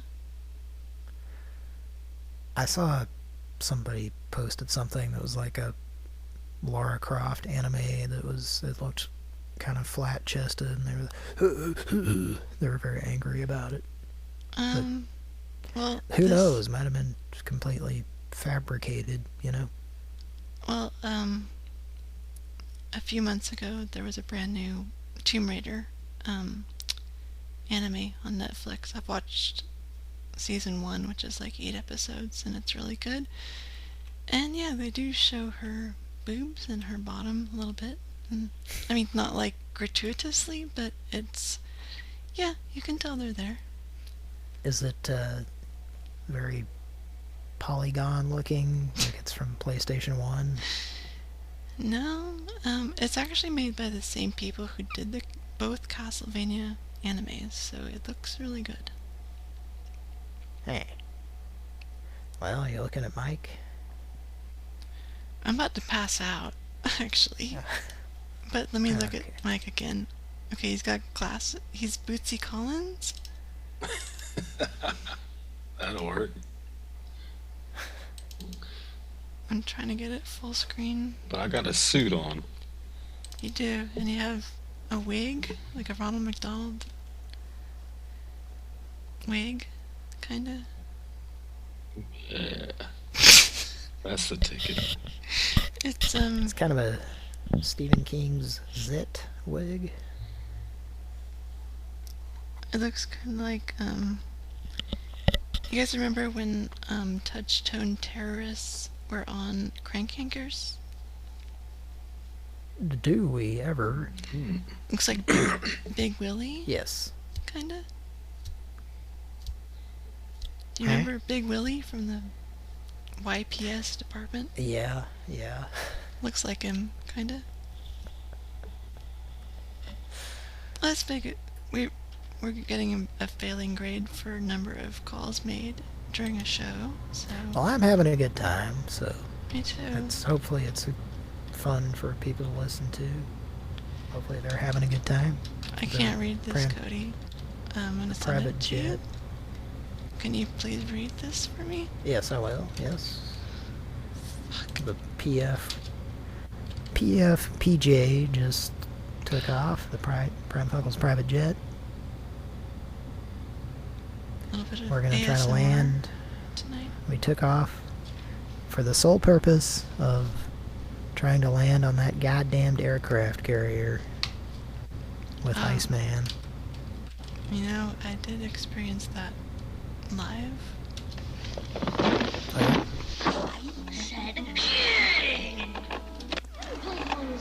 So?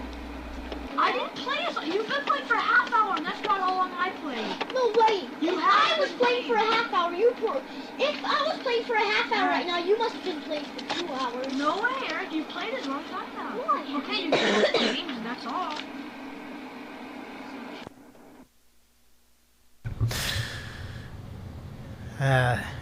There were so many of those situations I remember as a kid. I mean, I think I probably talked about this 10 years ago, but I traded a video game, I don't remember what, for Top Gun from this kid down the street. And then his mom said, no, you can't do that. So I had to trade Top Gun back for some game that I don't know what it was. And then you just heard me in the brief period that I owned Top Gun at my friend's house, and he was playing it, and that happened. So you traded something else for it, and then you ended up with something different than what you traded for it originally? No, I traded for it, and the mom said, no, you're not trading it. And then I had to untrade it. That sucks. Yeah, I had that happen in a reverse, I think, with kid. And I've talked about that, like, my parents, they bought us, like, a few initial Nintendo games when we got the system.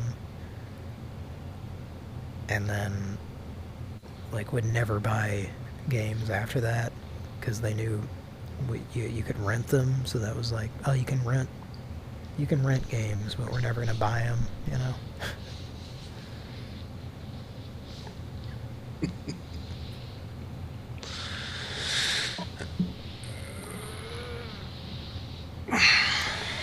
Renting games. Yeah, so anyway, yeah, I had that happen in reverse, I think, where I would trade with some kid, and Moja was probably one of them. Yeah. Maybe you had this experience, Mike. You trade one of your games that you were very bored with, and it was exciting that you traded. It was like renting a game, but free, you know? Yeah. And then you'd start playing it, and then, like, that kid's parents would be like, God damn it, no, you're not trading games with any... And then you'd have to, like, give it back. And that would suck. I don't think I ever ran into that problem. So Kira had the reverse, where her parents said you can't trade your game. Yeah, see, that would be more the side that I would probably get. Most of my friends had parents that were non-existent, so they usually didn't even have games. Well, I discovered stuff games that I wouldn't have played otherwise, that I ended up enjoying quite a bit, and Clash at Demon Head was one of those that Moja had, and like he couldn't figure out how to do, you know, anything on it. Much like all the other video games that he owned. Be like, "Well, I can't find you." And I was like, "Oh, can I borrow it?" And then, you know, I would just always be borrowing a bunch of his games and then beating them and giving them back to him. But yeah, Clash at Demon Head was one of those that I might not have ever rented just based on the box art and the pictures. I would have thought, this looks like it sucks, you know, but it's an enjoyable game in my opinion.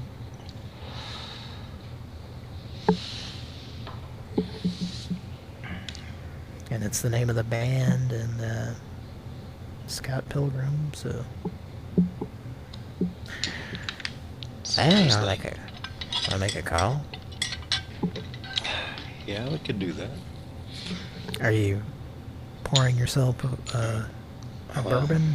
I need to go make me another drink. Alright. If you won't let me do that real quick. Yeah.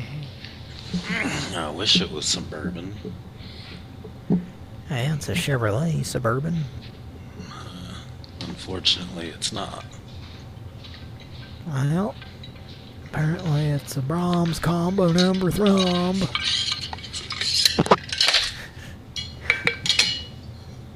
Your clanking is causing your avatar to open its mouth. That's the title of tonight's episode. Your clanking is causing your avatar to open its mouth. And in parentheses, 10th anniversary. The Maytag repair guy now. Oh, you mean Gordon Jump? Can you see the avatar? Can you see his background? Hang on. Oh, yes. Okay. Is that... That looks like...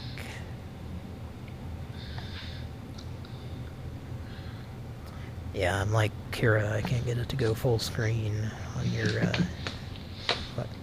What do I click? Looks kind of like my washing machine. Might be. I think it is, man. That's my washing machine. So yeah, you can't do any of this stuff on the computer. Any of this Or what you're doing? Yeah, or it lets you have other avatars and stuff, I guess. I can't figure out a way to do it on that account. And who are you dressed up as right now? Oh, I don't know. Well, you got blonde hair and a beard that's very yellow and very yellow eyebrows. You got dark, kind of brown skin, and you're wearing some sunglasses.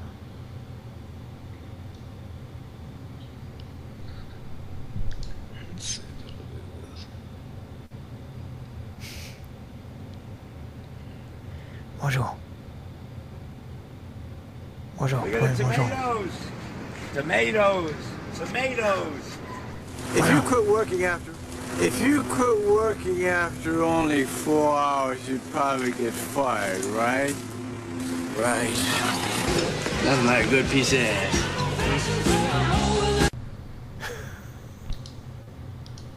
A hole in my head. You took A to leave, man. You be looking for a good piece of ass. I heard that like it was, he was declaring his, he was dominating that gentleman and then saying nothing like a good piece of ass. A carpet no one's walked on. A stove no one's cooked on.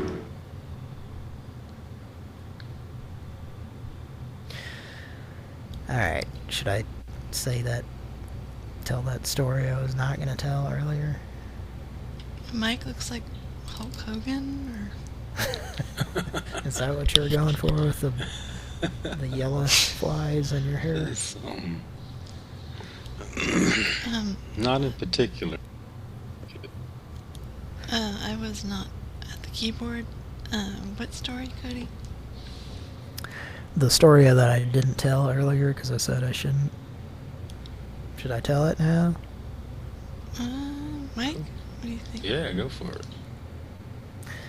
Well, I was somewhere. Oh, what are we? There's a Gucci goo. There's a leopard. Can you hear me? No, it's just a screenshot picture. I thought this was a live cam. Nah, sorry. I was all excited. Trying to figure out a different way to do this shit, but no. Hey,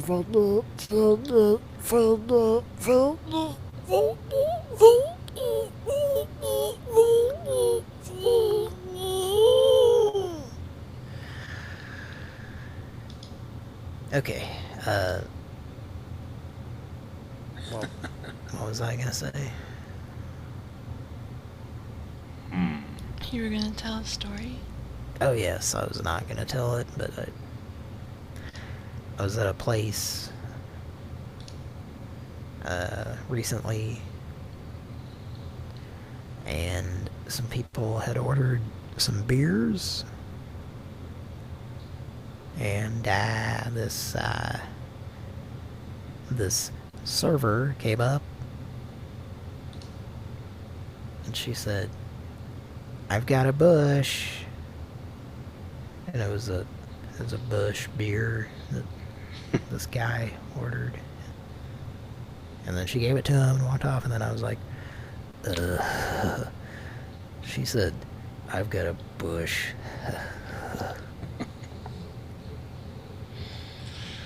So that's a story. That's a good one. I wasn't going to tell that earlier, but now I told it.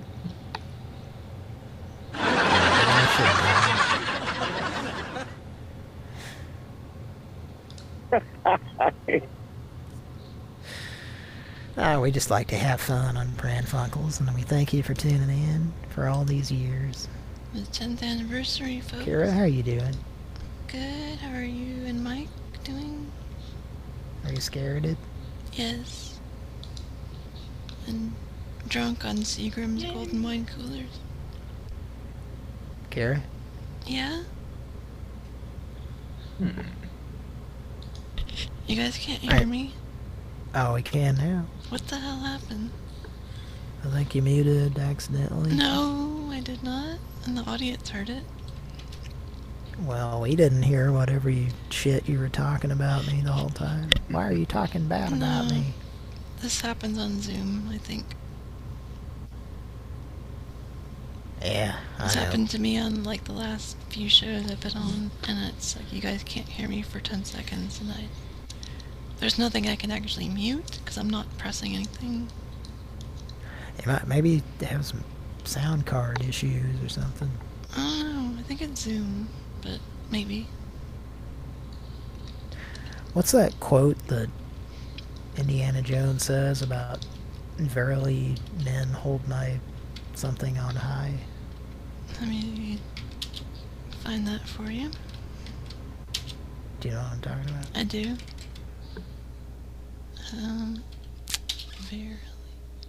Verily does my device raise man on high.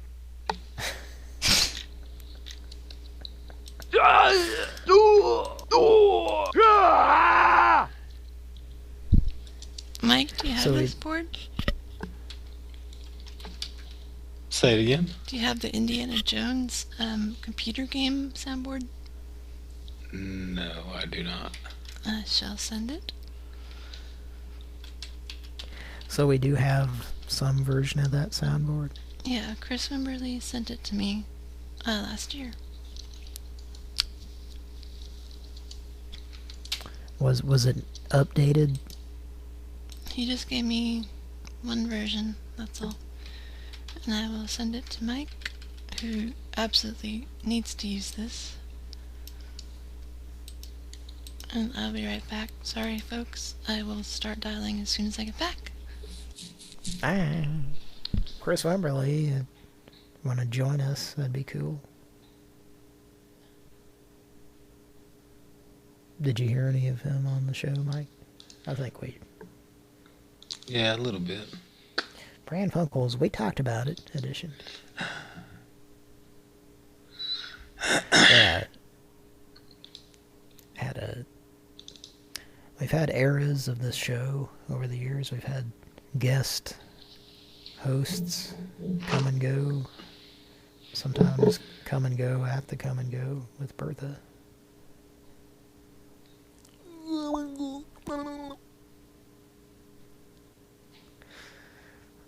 We had Percy.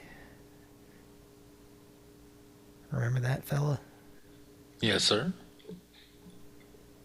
Well, not fella, but you remember that guy? Good-looking kid. Yeah. Charming man, I gotta say. This charming man. My sweet.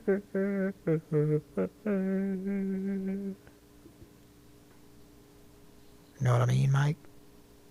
Oh, yeah. Okay, I keep threatening to dial a number. Whoa! That sounded like George Carlin. Oh, you stole the cogwheel.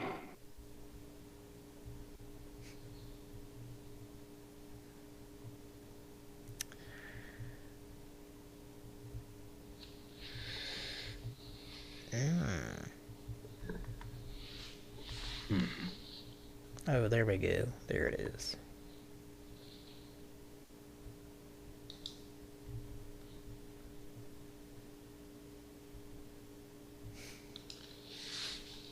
Alright, I'm copying a number to call here.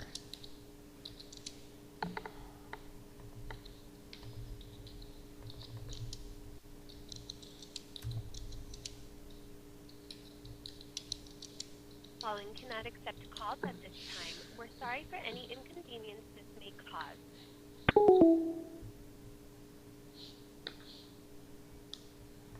Well, I find myself inconvenienced. Hello? Calling cannot accept calls at this time. We're sorry for any inconvenience this Kira, you there?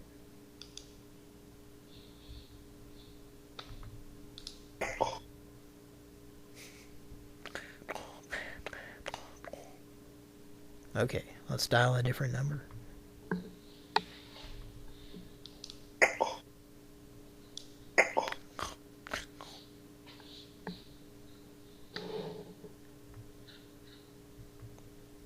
Here we go. To re-record, press 3.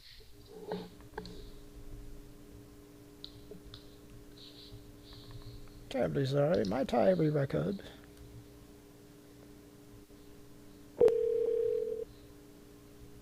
Thank you for calling the Icy Company, home of the coldest drink in town. The next available customer service specialist will be right with you. Your call may be monitored or recorded to ensure the highest quality customer service excellence. You can also contact us by logging on to servicebyicy.com, where you can submit your service request through our website. There wasn't enough syrup in my Icy. Thank you for calling customer service. This is Loretta. How may I help you? Stop whatever you're doing right now. Somebody made a mistake. I think somebody blew a fuse. That was a good play-by-play of that call. Harrison. Let's give him a call back. Oh. Did you eat a hot dog there?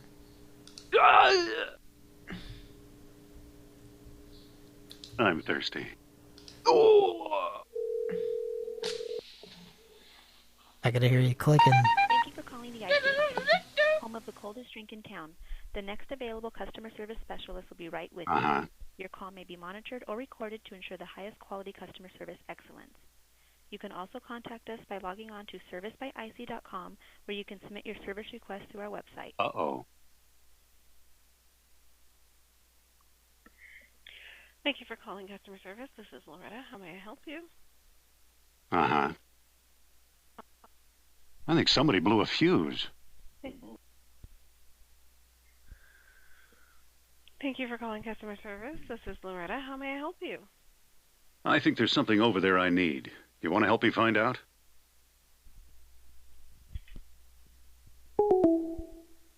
That thing looks capable. I might be able to whip that thing.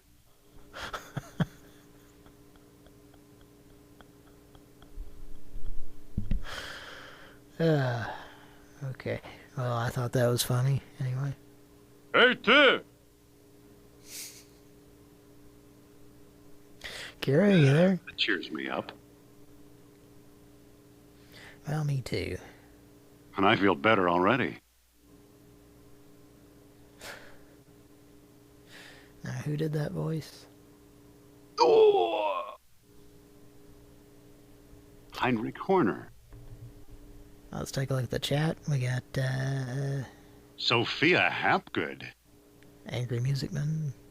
Mr. E. Hamburglar is in the chat.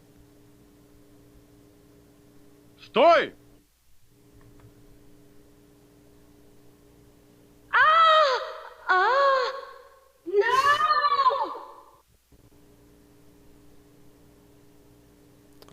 No! We got, Ollie Breasts.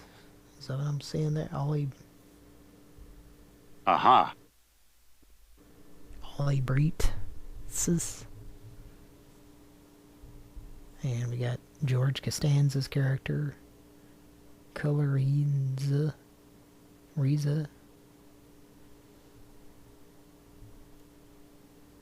And Mr. E. Hamburglar is offering to purchase a Moons Over My Hammy for anyone listening who can answer this trivia question.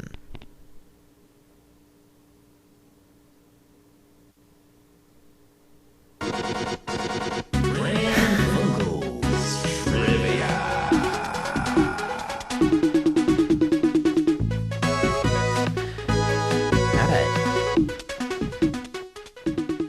Mike or Kira, do you know the answer to this one? Or the audience, do you know? Let's hear it. What government agency, this is for the astute listener of the show, whether they be on it or not. Mm-hmm. What government agency does Bertha threaten to contact? This is the federal White House Department. Kira, do you know?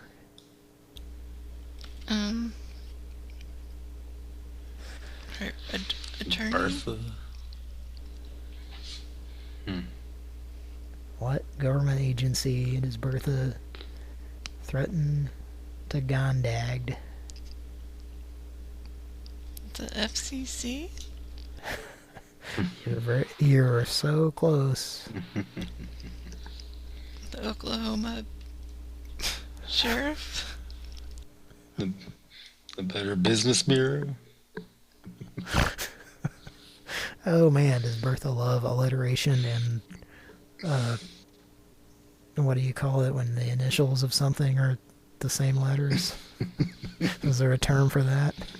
Is it just alliteration also? Nah.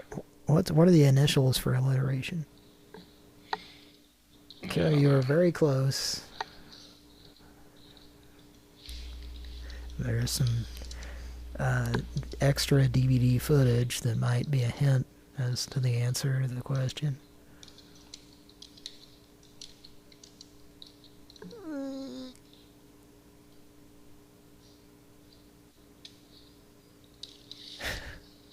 Kara? I don't know. Still about to pass out. I don't know. Who is Bertha going to report you to? She's contacting her attorney, but I can't remember what she reported me to. You said, you said I was close with the FCC? Yes. FBI? You're going in the wrong direction. Shit. I don't know. The operator. You're hot on the trail. Remember when people threaten with the operator? I'm going to call the operator on you. That's about as effective as saying you're calling the cops that are going to be on your door. Or they say they're going to call the phone company. I'm going to tell T-Mobile you were prank calling me. Oh, great. Can we call the cops that are going to be on your door, guy? Yeah. If I can remember the name of the guy. The answer to the trivia question, Mike. I love you a lot. Thanks for being on. Yes, sir. What And was the answer? I am contacting the Oklahoma Communications Commission. Oh, yeah, I was close. I had like Kira, I had basically the right state. I had the right answer, but split up into two things. I know, you were so fucking close. All over that. It's just state. You know? Alright. I gotta go, y'all. Sorry. Gonna go. Love y'all a lot. Love you too. Love you a lot. Thanks for being on. Yes, sir. See y'all later. Bolshnia, Goshnia. Good to talk to you, Kira. You too, Mike. Thank you. See you later. Bye. Good night. Good night. Good night. Kira. Yeah. I was just thinking about that Bolshnia or Goshnia. If someone was listening and if that phrase actually translates to something threatening or bad, then they're listening, not understanding the English part. They've heard that and they think that I'm telling Mike to kill himself or something, you know? Are you following me? Bolshnia or Goshnia. So I hope that didn't happen, but yeah. Probably not.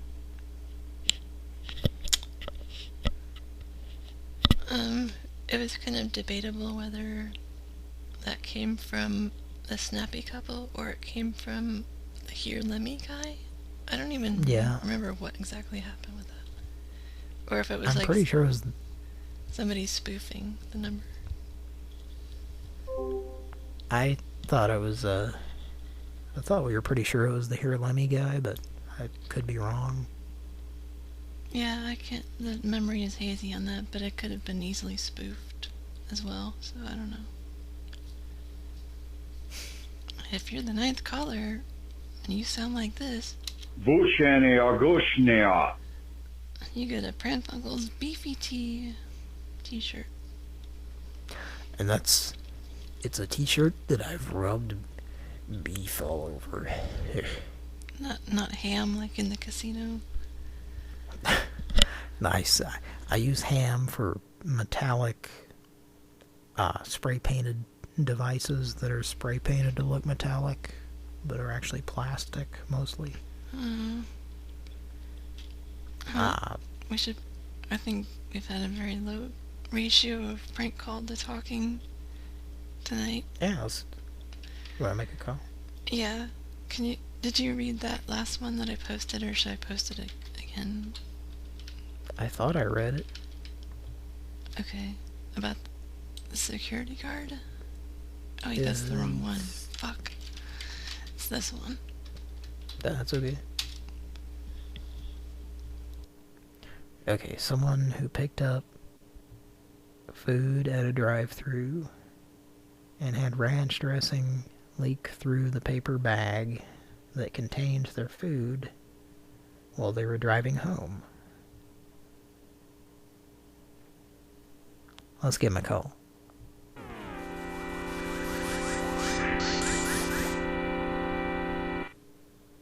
The subscriber you have dialed is not in service. If you feel you've received this message in error, please... Pilot Wings. No. F-Zero. No. It's a role-playing game.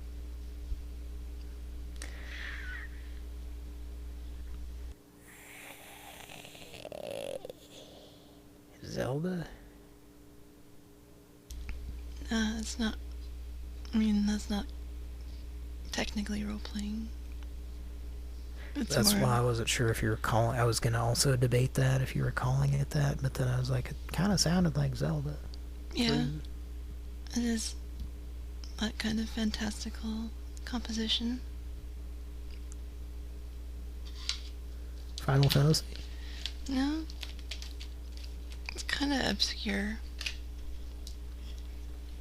Well, I didn't play many role-playing games for any system, really, so...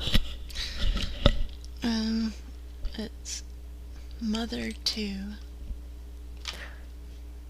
Is that Earthbound also known as? Yeah, in North America, I think. And the original one didn't come out in America? Or did it? I don't know if the sequel or the original, one of them did not come out, I don't think. I used to see Earthbound for rent, and I never got it because it just... Nothing about the box or the box art made me want to play it for some reason. It's like an alien and the words or something. Yeah. I mean, I guess it's a pretty good game. I wish I would have played it now, you know, but I'll never have that chance again. I mean, no, I never played it, but... I certainly can't emulate it.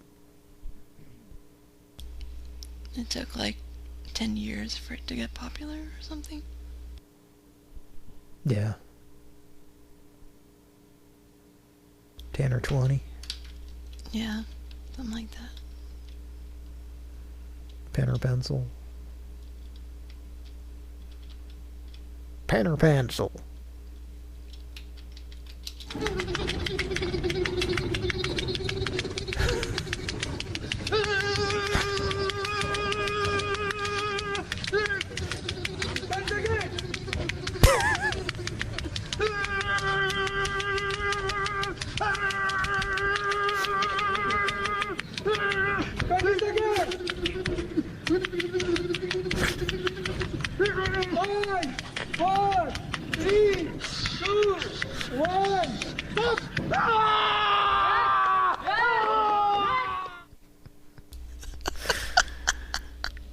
Okay.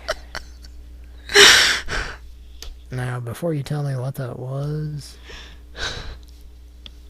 unfortunately, I couldn't think of anything other than a guy publicly masturbating. So that's why I kept laughing.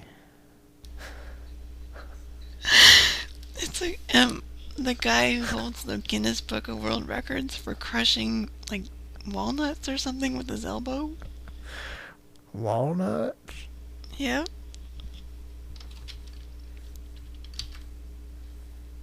Somebody has patched us through, Ron.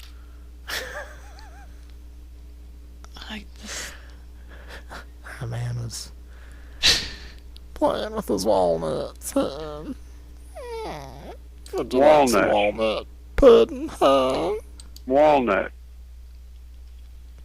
I got some homemade walnut pudding cake. You wanna try? Do you have peppermint crepes? I got some peppermint crepes trapped in my crepies. Wanna help me try to scrape them out? I think we should try to make a phone call. Yes. Did you call that number yet?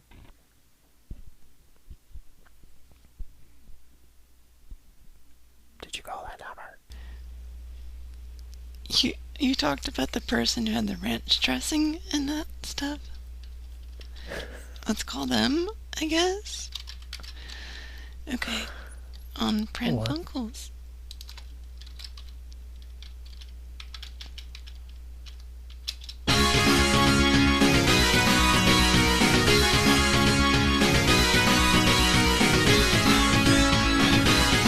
The subscriber you have dialed is not in service. If you feel you've received this message in error, please hang up and try your call again. Presented by DT East. Okay. I probably already called that. Let's move on. California Psychics. Grandpa wants to know if he's gay or not and needs a psychic. Okay.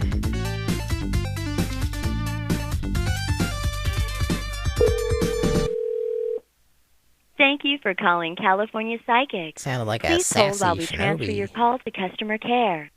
Musashi getting on down. There are no ninjas involved.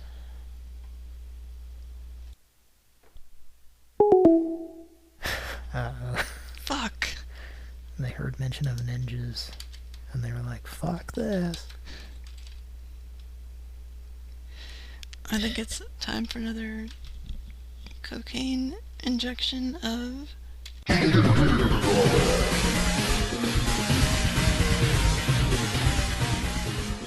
think that's more like black tar heroin. Thank you for calling California Psychics. Please hold while we transfer your call to customer care. Your conversation with a customer care specialist may be monitored and... Good morning. Thank you for calling California Psychics. This is Coleman, customer. I'll help you this morning. Customer care.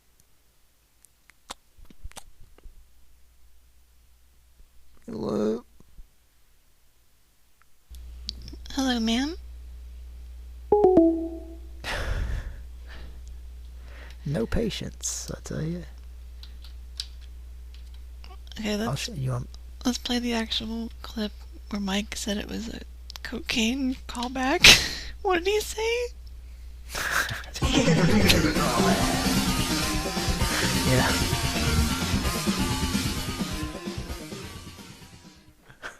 I have not had the privilege of taking cocaine. Cody has. I don't know if Mike has.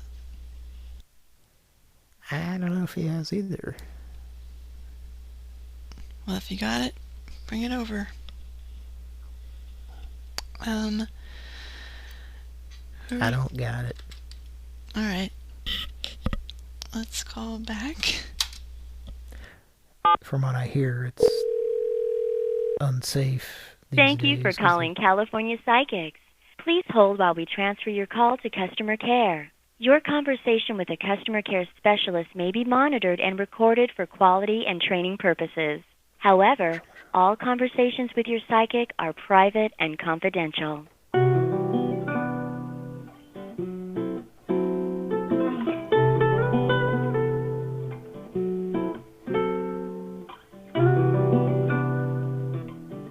Hey.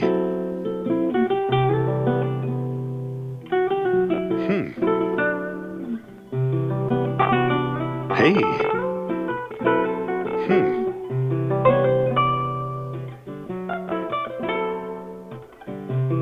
Hey. Aha. A beeswax candle. Good-looking kid. Here's what I'm looking for. I can't pull this any further. I sense a trap. I'm thirsty. No. Nope. Hey. Thank you for calling California Psychics. Please hold while we transfer your call to customer care. Your conversation with the customer care specialist. Hello, and thank you for calling California Psychics. This is here in customer support. How may I help you today? Hello, and thank you for... I'm sorry? Robert? Hey there, Robert. Is that your name? Yes. What can I help you with? The psychic deal. You want to go ahead and get a reading? I was trying to figure something out. Trying to figure something out. Well, can you do a reading? I mean, I can get you connected with a psychic, but right now, since you're a new customer, I would have to set up a profile for you, get a couple pieces of information. I was trying to call and figure out if I'm gay. Am I gay?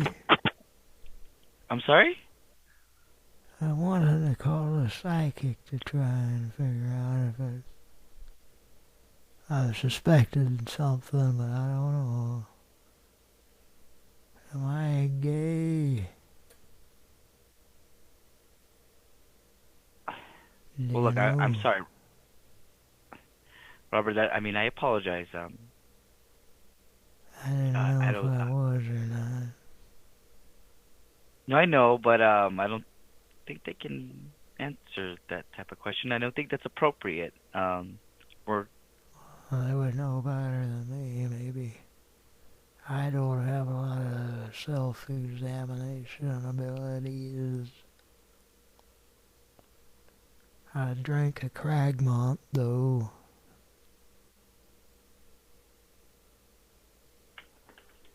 It tasted like a melted Rubik's Cube or something. You said it was a confidential, so it has to be appropriate. Yes, yeah, that's that type of question. I don't think they wouldn't be able to answer. There's some cuneiform writing here, but I can't read it. I'm going to go ahead and disconnect the call. Charles. Okay. Son of a bitch. Not a fan of Indiana Jones. Of course, he immediately recognized that as Harrison Ford, right? This doesn't feel right.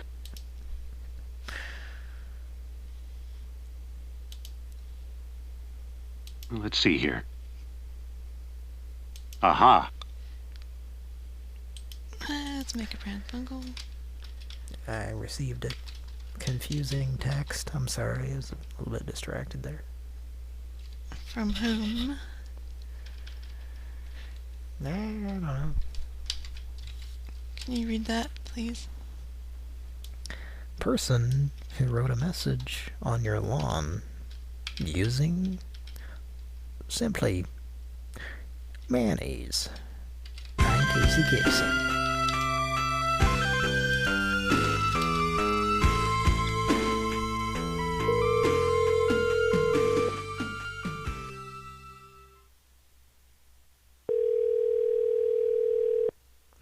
A lot of Yamaha 3812s tonight.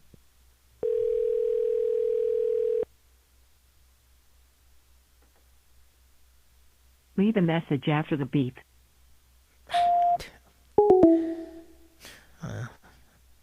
That's rude. Well, when you put it that sweetly, how can I refuse? Let's call back. Cocaine. Call back. It's the new title of that. Leave a message after the beep. Hi. Chester Crustworth is the man on the line. Have you spoken with him? Did you get the wheat thins yet, hon? Oh, I didn't know that's what we were doing. I'm sorry, sir. We were making a phone call to try to figure out why the Ellisters did not accept the offer. I don't know. It's $3,000 to $4,000 device involved. I'm sorry. Can you turn that down? Okay, I'm just gonna go have some wheat thins. Okay. Well, we do have the contract ready. And if you want to sign into your Netscape Navigator, we'll get it set up for you to sign on the internet. Thank you.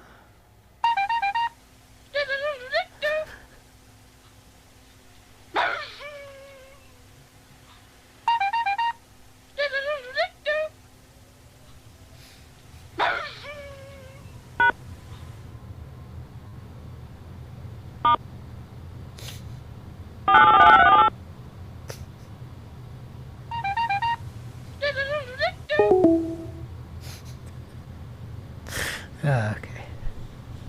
And that's a friend who I talk to rarely these days, but never wanted to come on Pran Funkels. So when's the last time you talked to that individual? A year ago, maybe? Did he still have his clown horn, his or hers? Or theirs? No, I mean, he kind of grew up and became less fun, so... Put down the clown horn permanently? Yeah, I think probably so. Do you remember the used Tootie on Home Shopping Network? No. I think it did something, that exact noise or something similar. It was like honky honky honk. Like, I knew if that. I remember correctly. I knew that kid, and we actually called him on Pran Funkels, his parents anyway. Yeah. And that was the first time I ever heard an answering machine that did that. Really? So you you never heard one of those as a kid? Well, no, I heard it as a kid, but I never heard it until I called my friend and he didn't pick up. And then we called him on the show and it still did it? No, we called him on the show and it's just his parents and the generic answering machine without the hinkle hink. Yeah, we used to get it a lot because, you know, me and Patrick would dial random numbers just to fart around. So Patrick would call it hinkle hinkle hink. And I don't think we ever heard it slowed down like what we have heard tonight. So I'm not sure if Kira heard it. That she stepped away.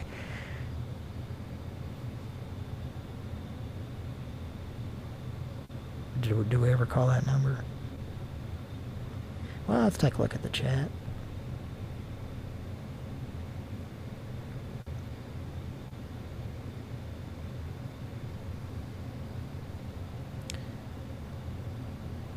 Angry Music Man's conking out, I think. You got Lickety Split 972. Love you a lot. Let's see about dialing another number.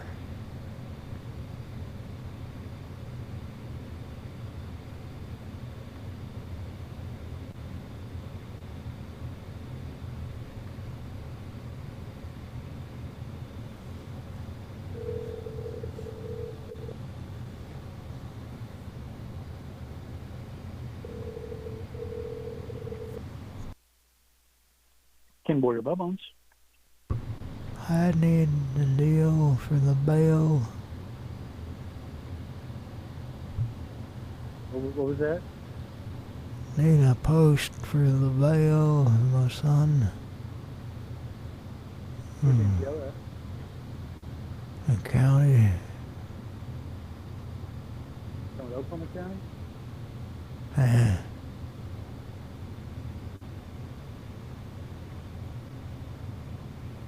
Which county?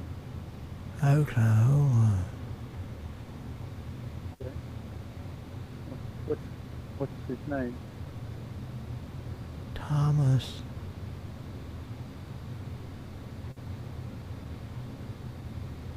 Last name. Hey. His first name is Thomas?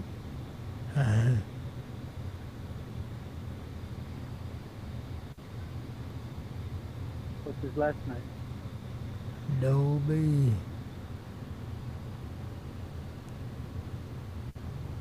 Dolby? D-O-L-B-Y.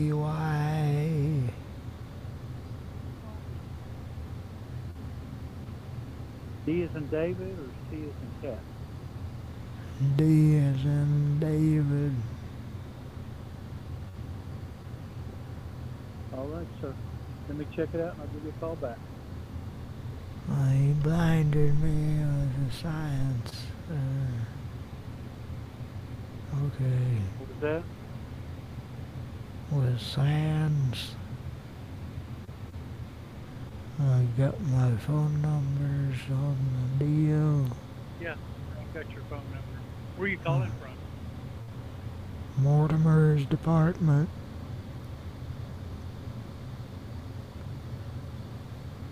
Cushion, cushion, cushion, cushion, cushion, cushion, cushion. Mortimer's cushion department. Is this that number for it? Yeah, what state are you in? The Timothy Buckfield department. Alrighty. He's got pickle relish on there. What? He's got pickle relish. God damn it.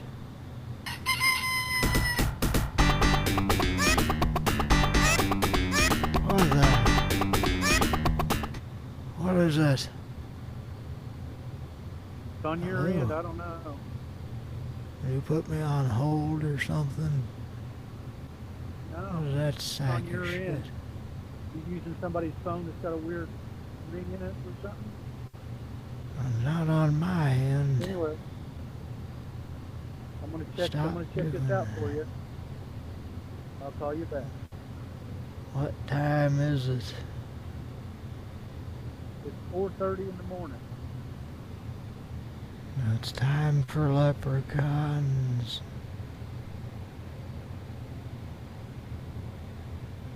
Hey.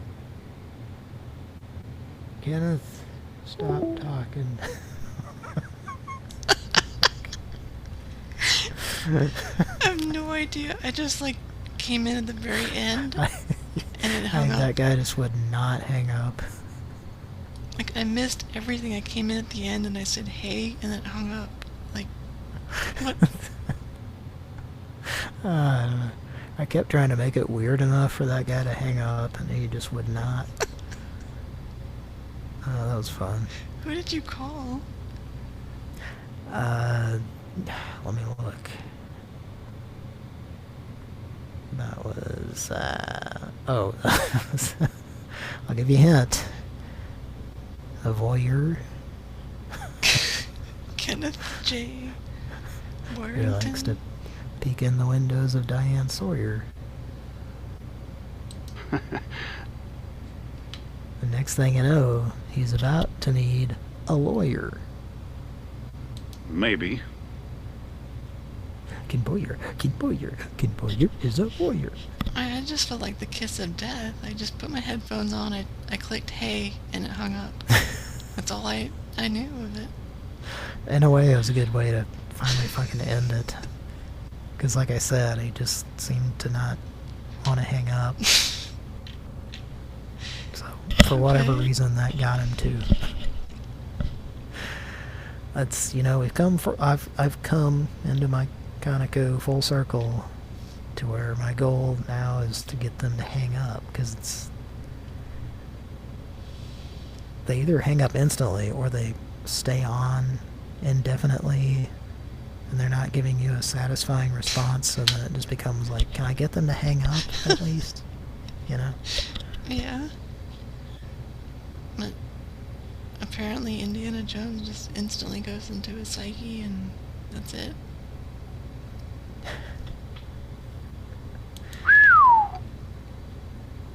I hope that gentleman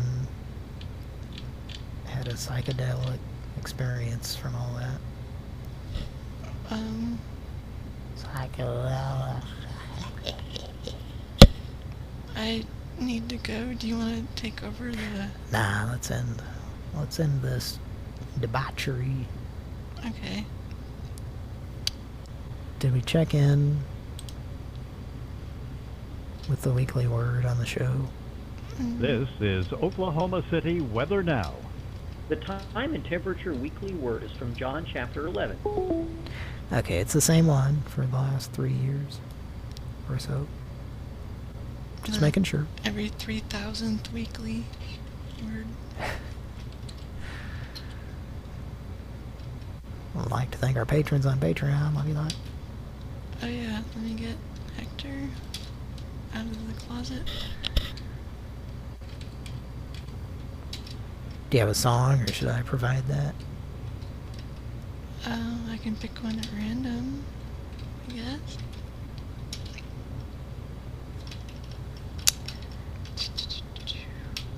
Let's see. Jim. Let's throw all this into Winamp. See what it comes up with, if it's appropriate or not. No. Okay, this is not picking the right music. So let's just go... That was from one of 2 Castlevania games. Yeah, it was, Rondo. Circle of the Moon. Which sampled that, I think, from Rondo of Blood.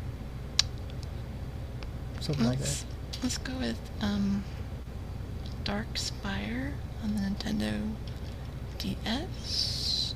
Gleaming Spires.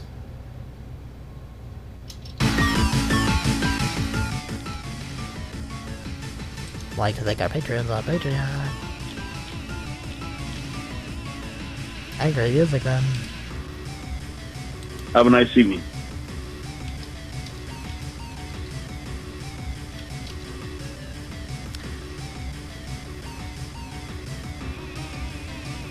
Colin. Thank you. Blue what? 1, 2, 3. Thank you. Redacted. Thank you. Jimmy Soma. Thank you. Mr. Jonathan Wangavan. Thank you. The aforementioned Chris Ington J. Wimberly. Thank you so much. Jessica Chambers. I love you. And last but not least,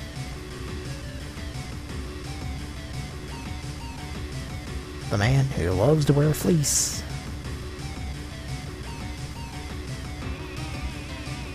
Hey, 7. God bless you, baby.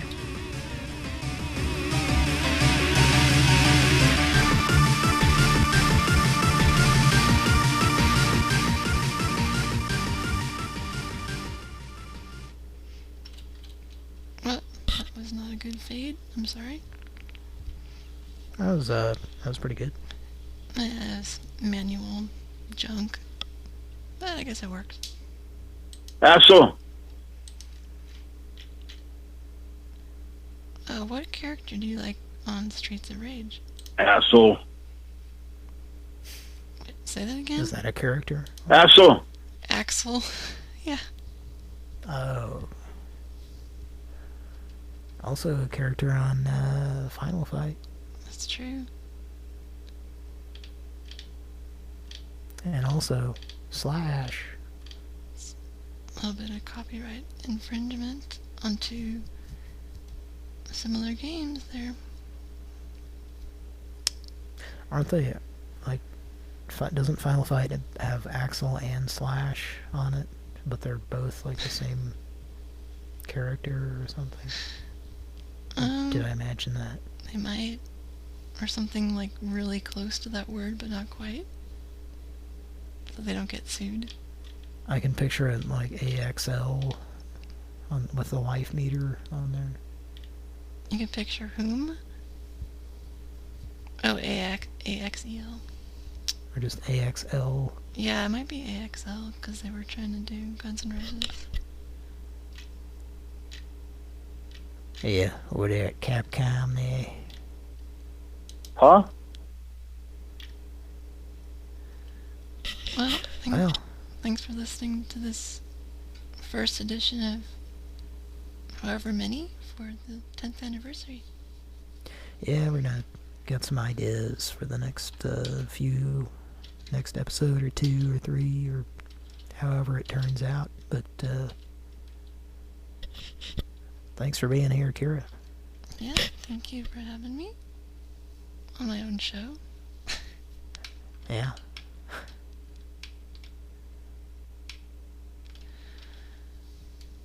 And I love you a lot. I'd like to fancy you. Love you a lot. You got an end theme? I do. Alright. See you, bye. See you, bye.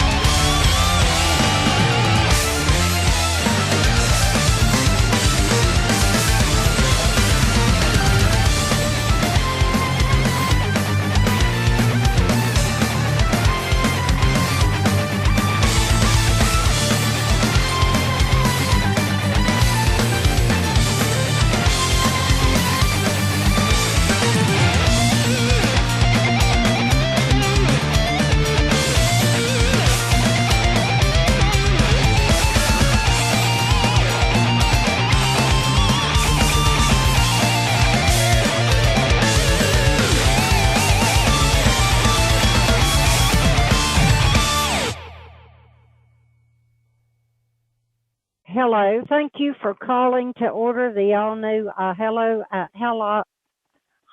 Air Broom. Hello. Thank you for calling to order the all-new Hilo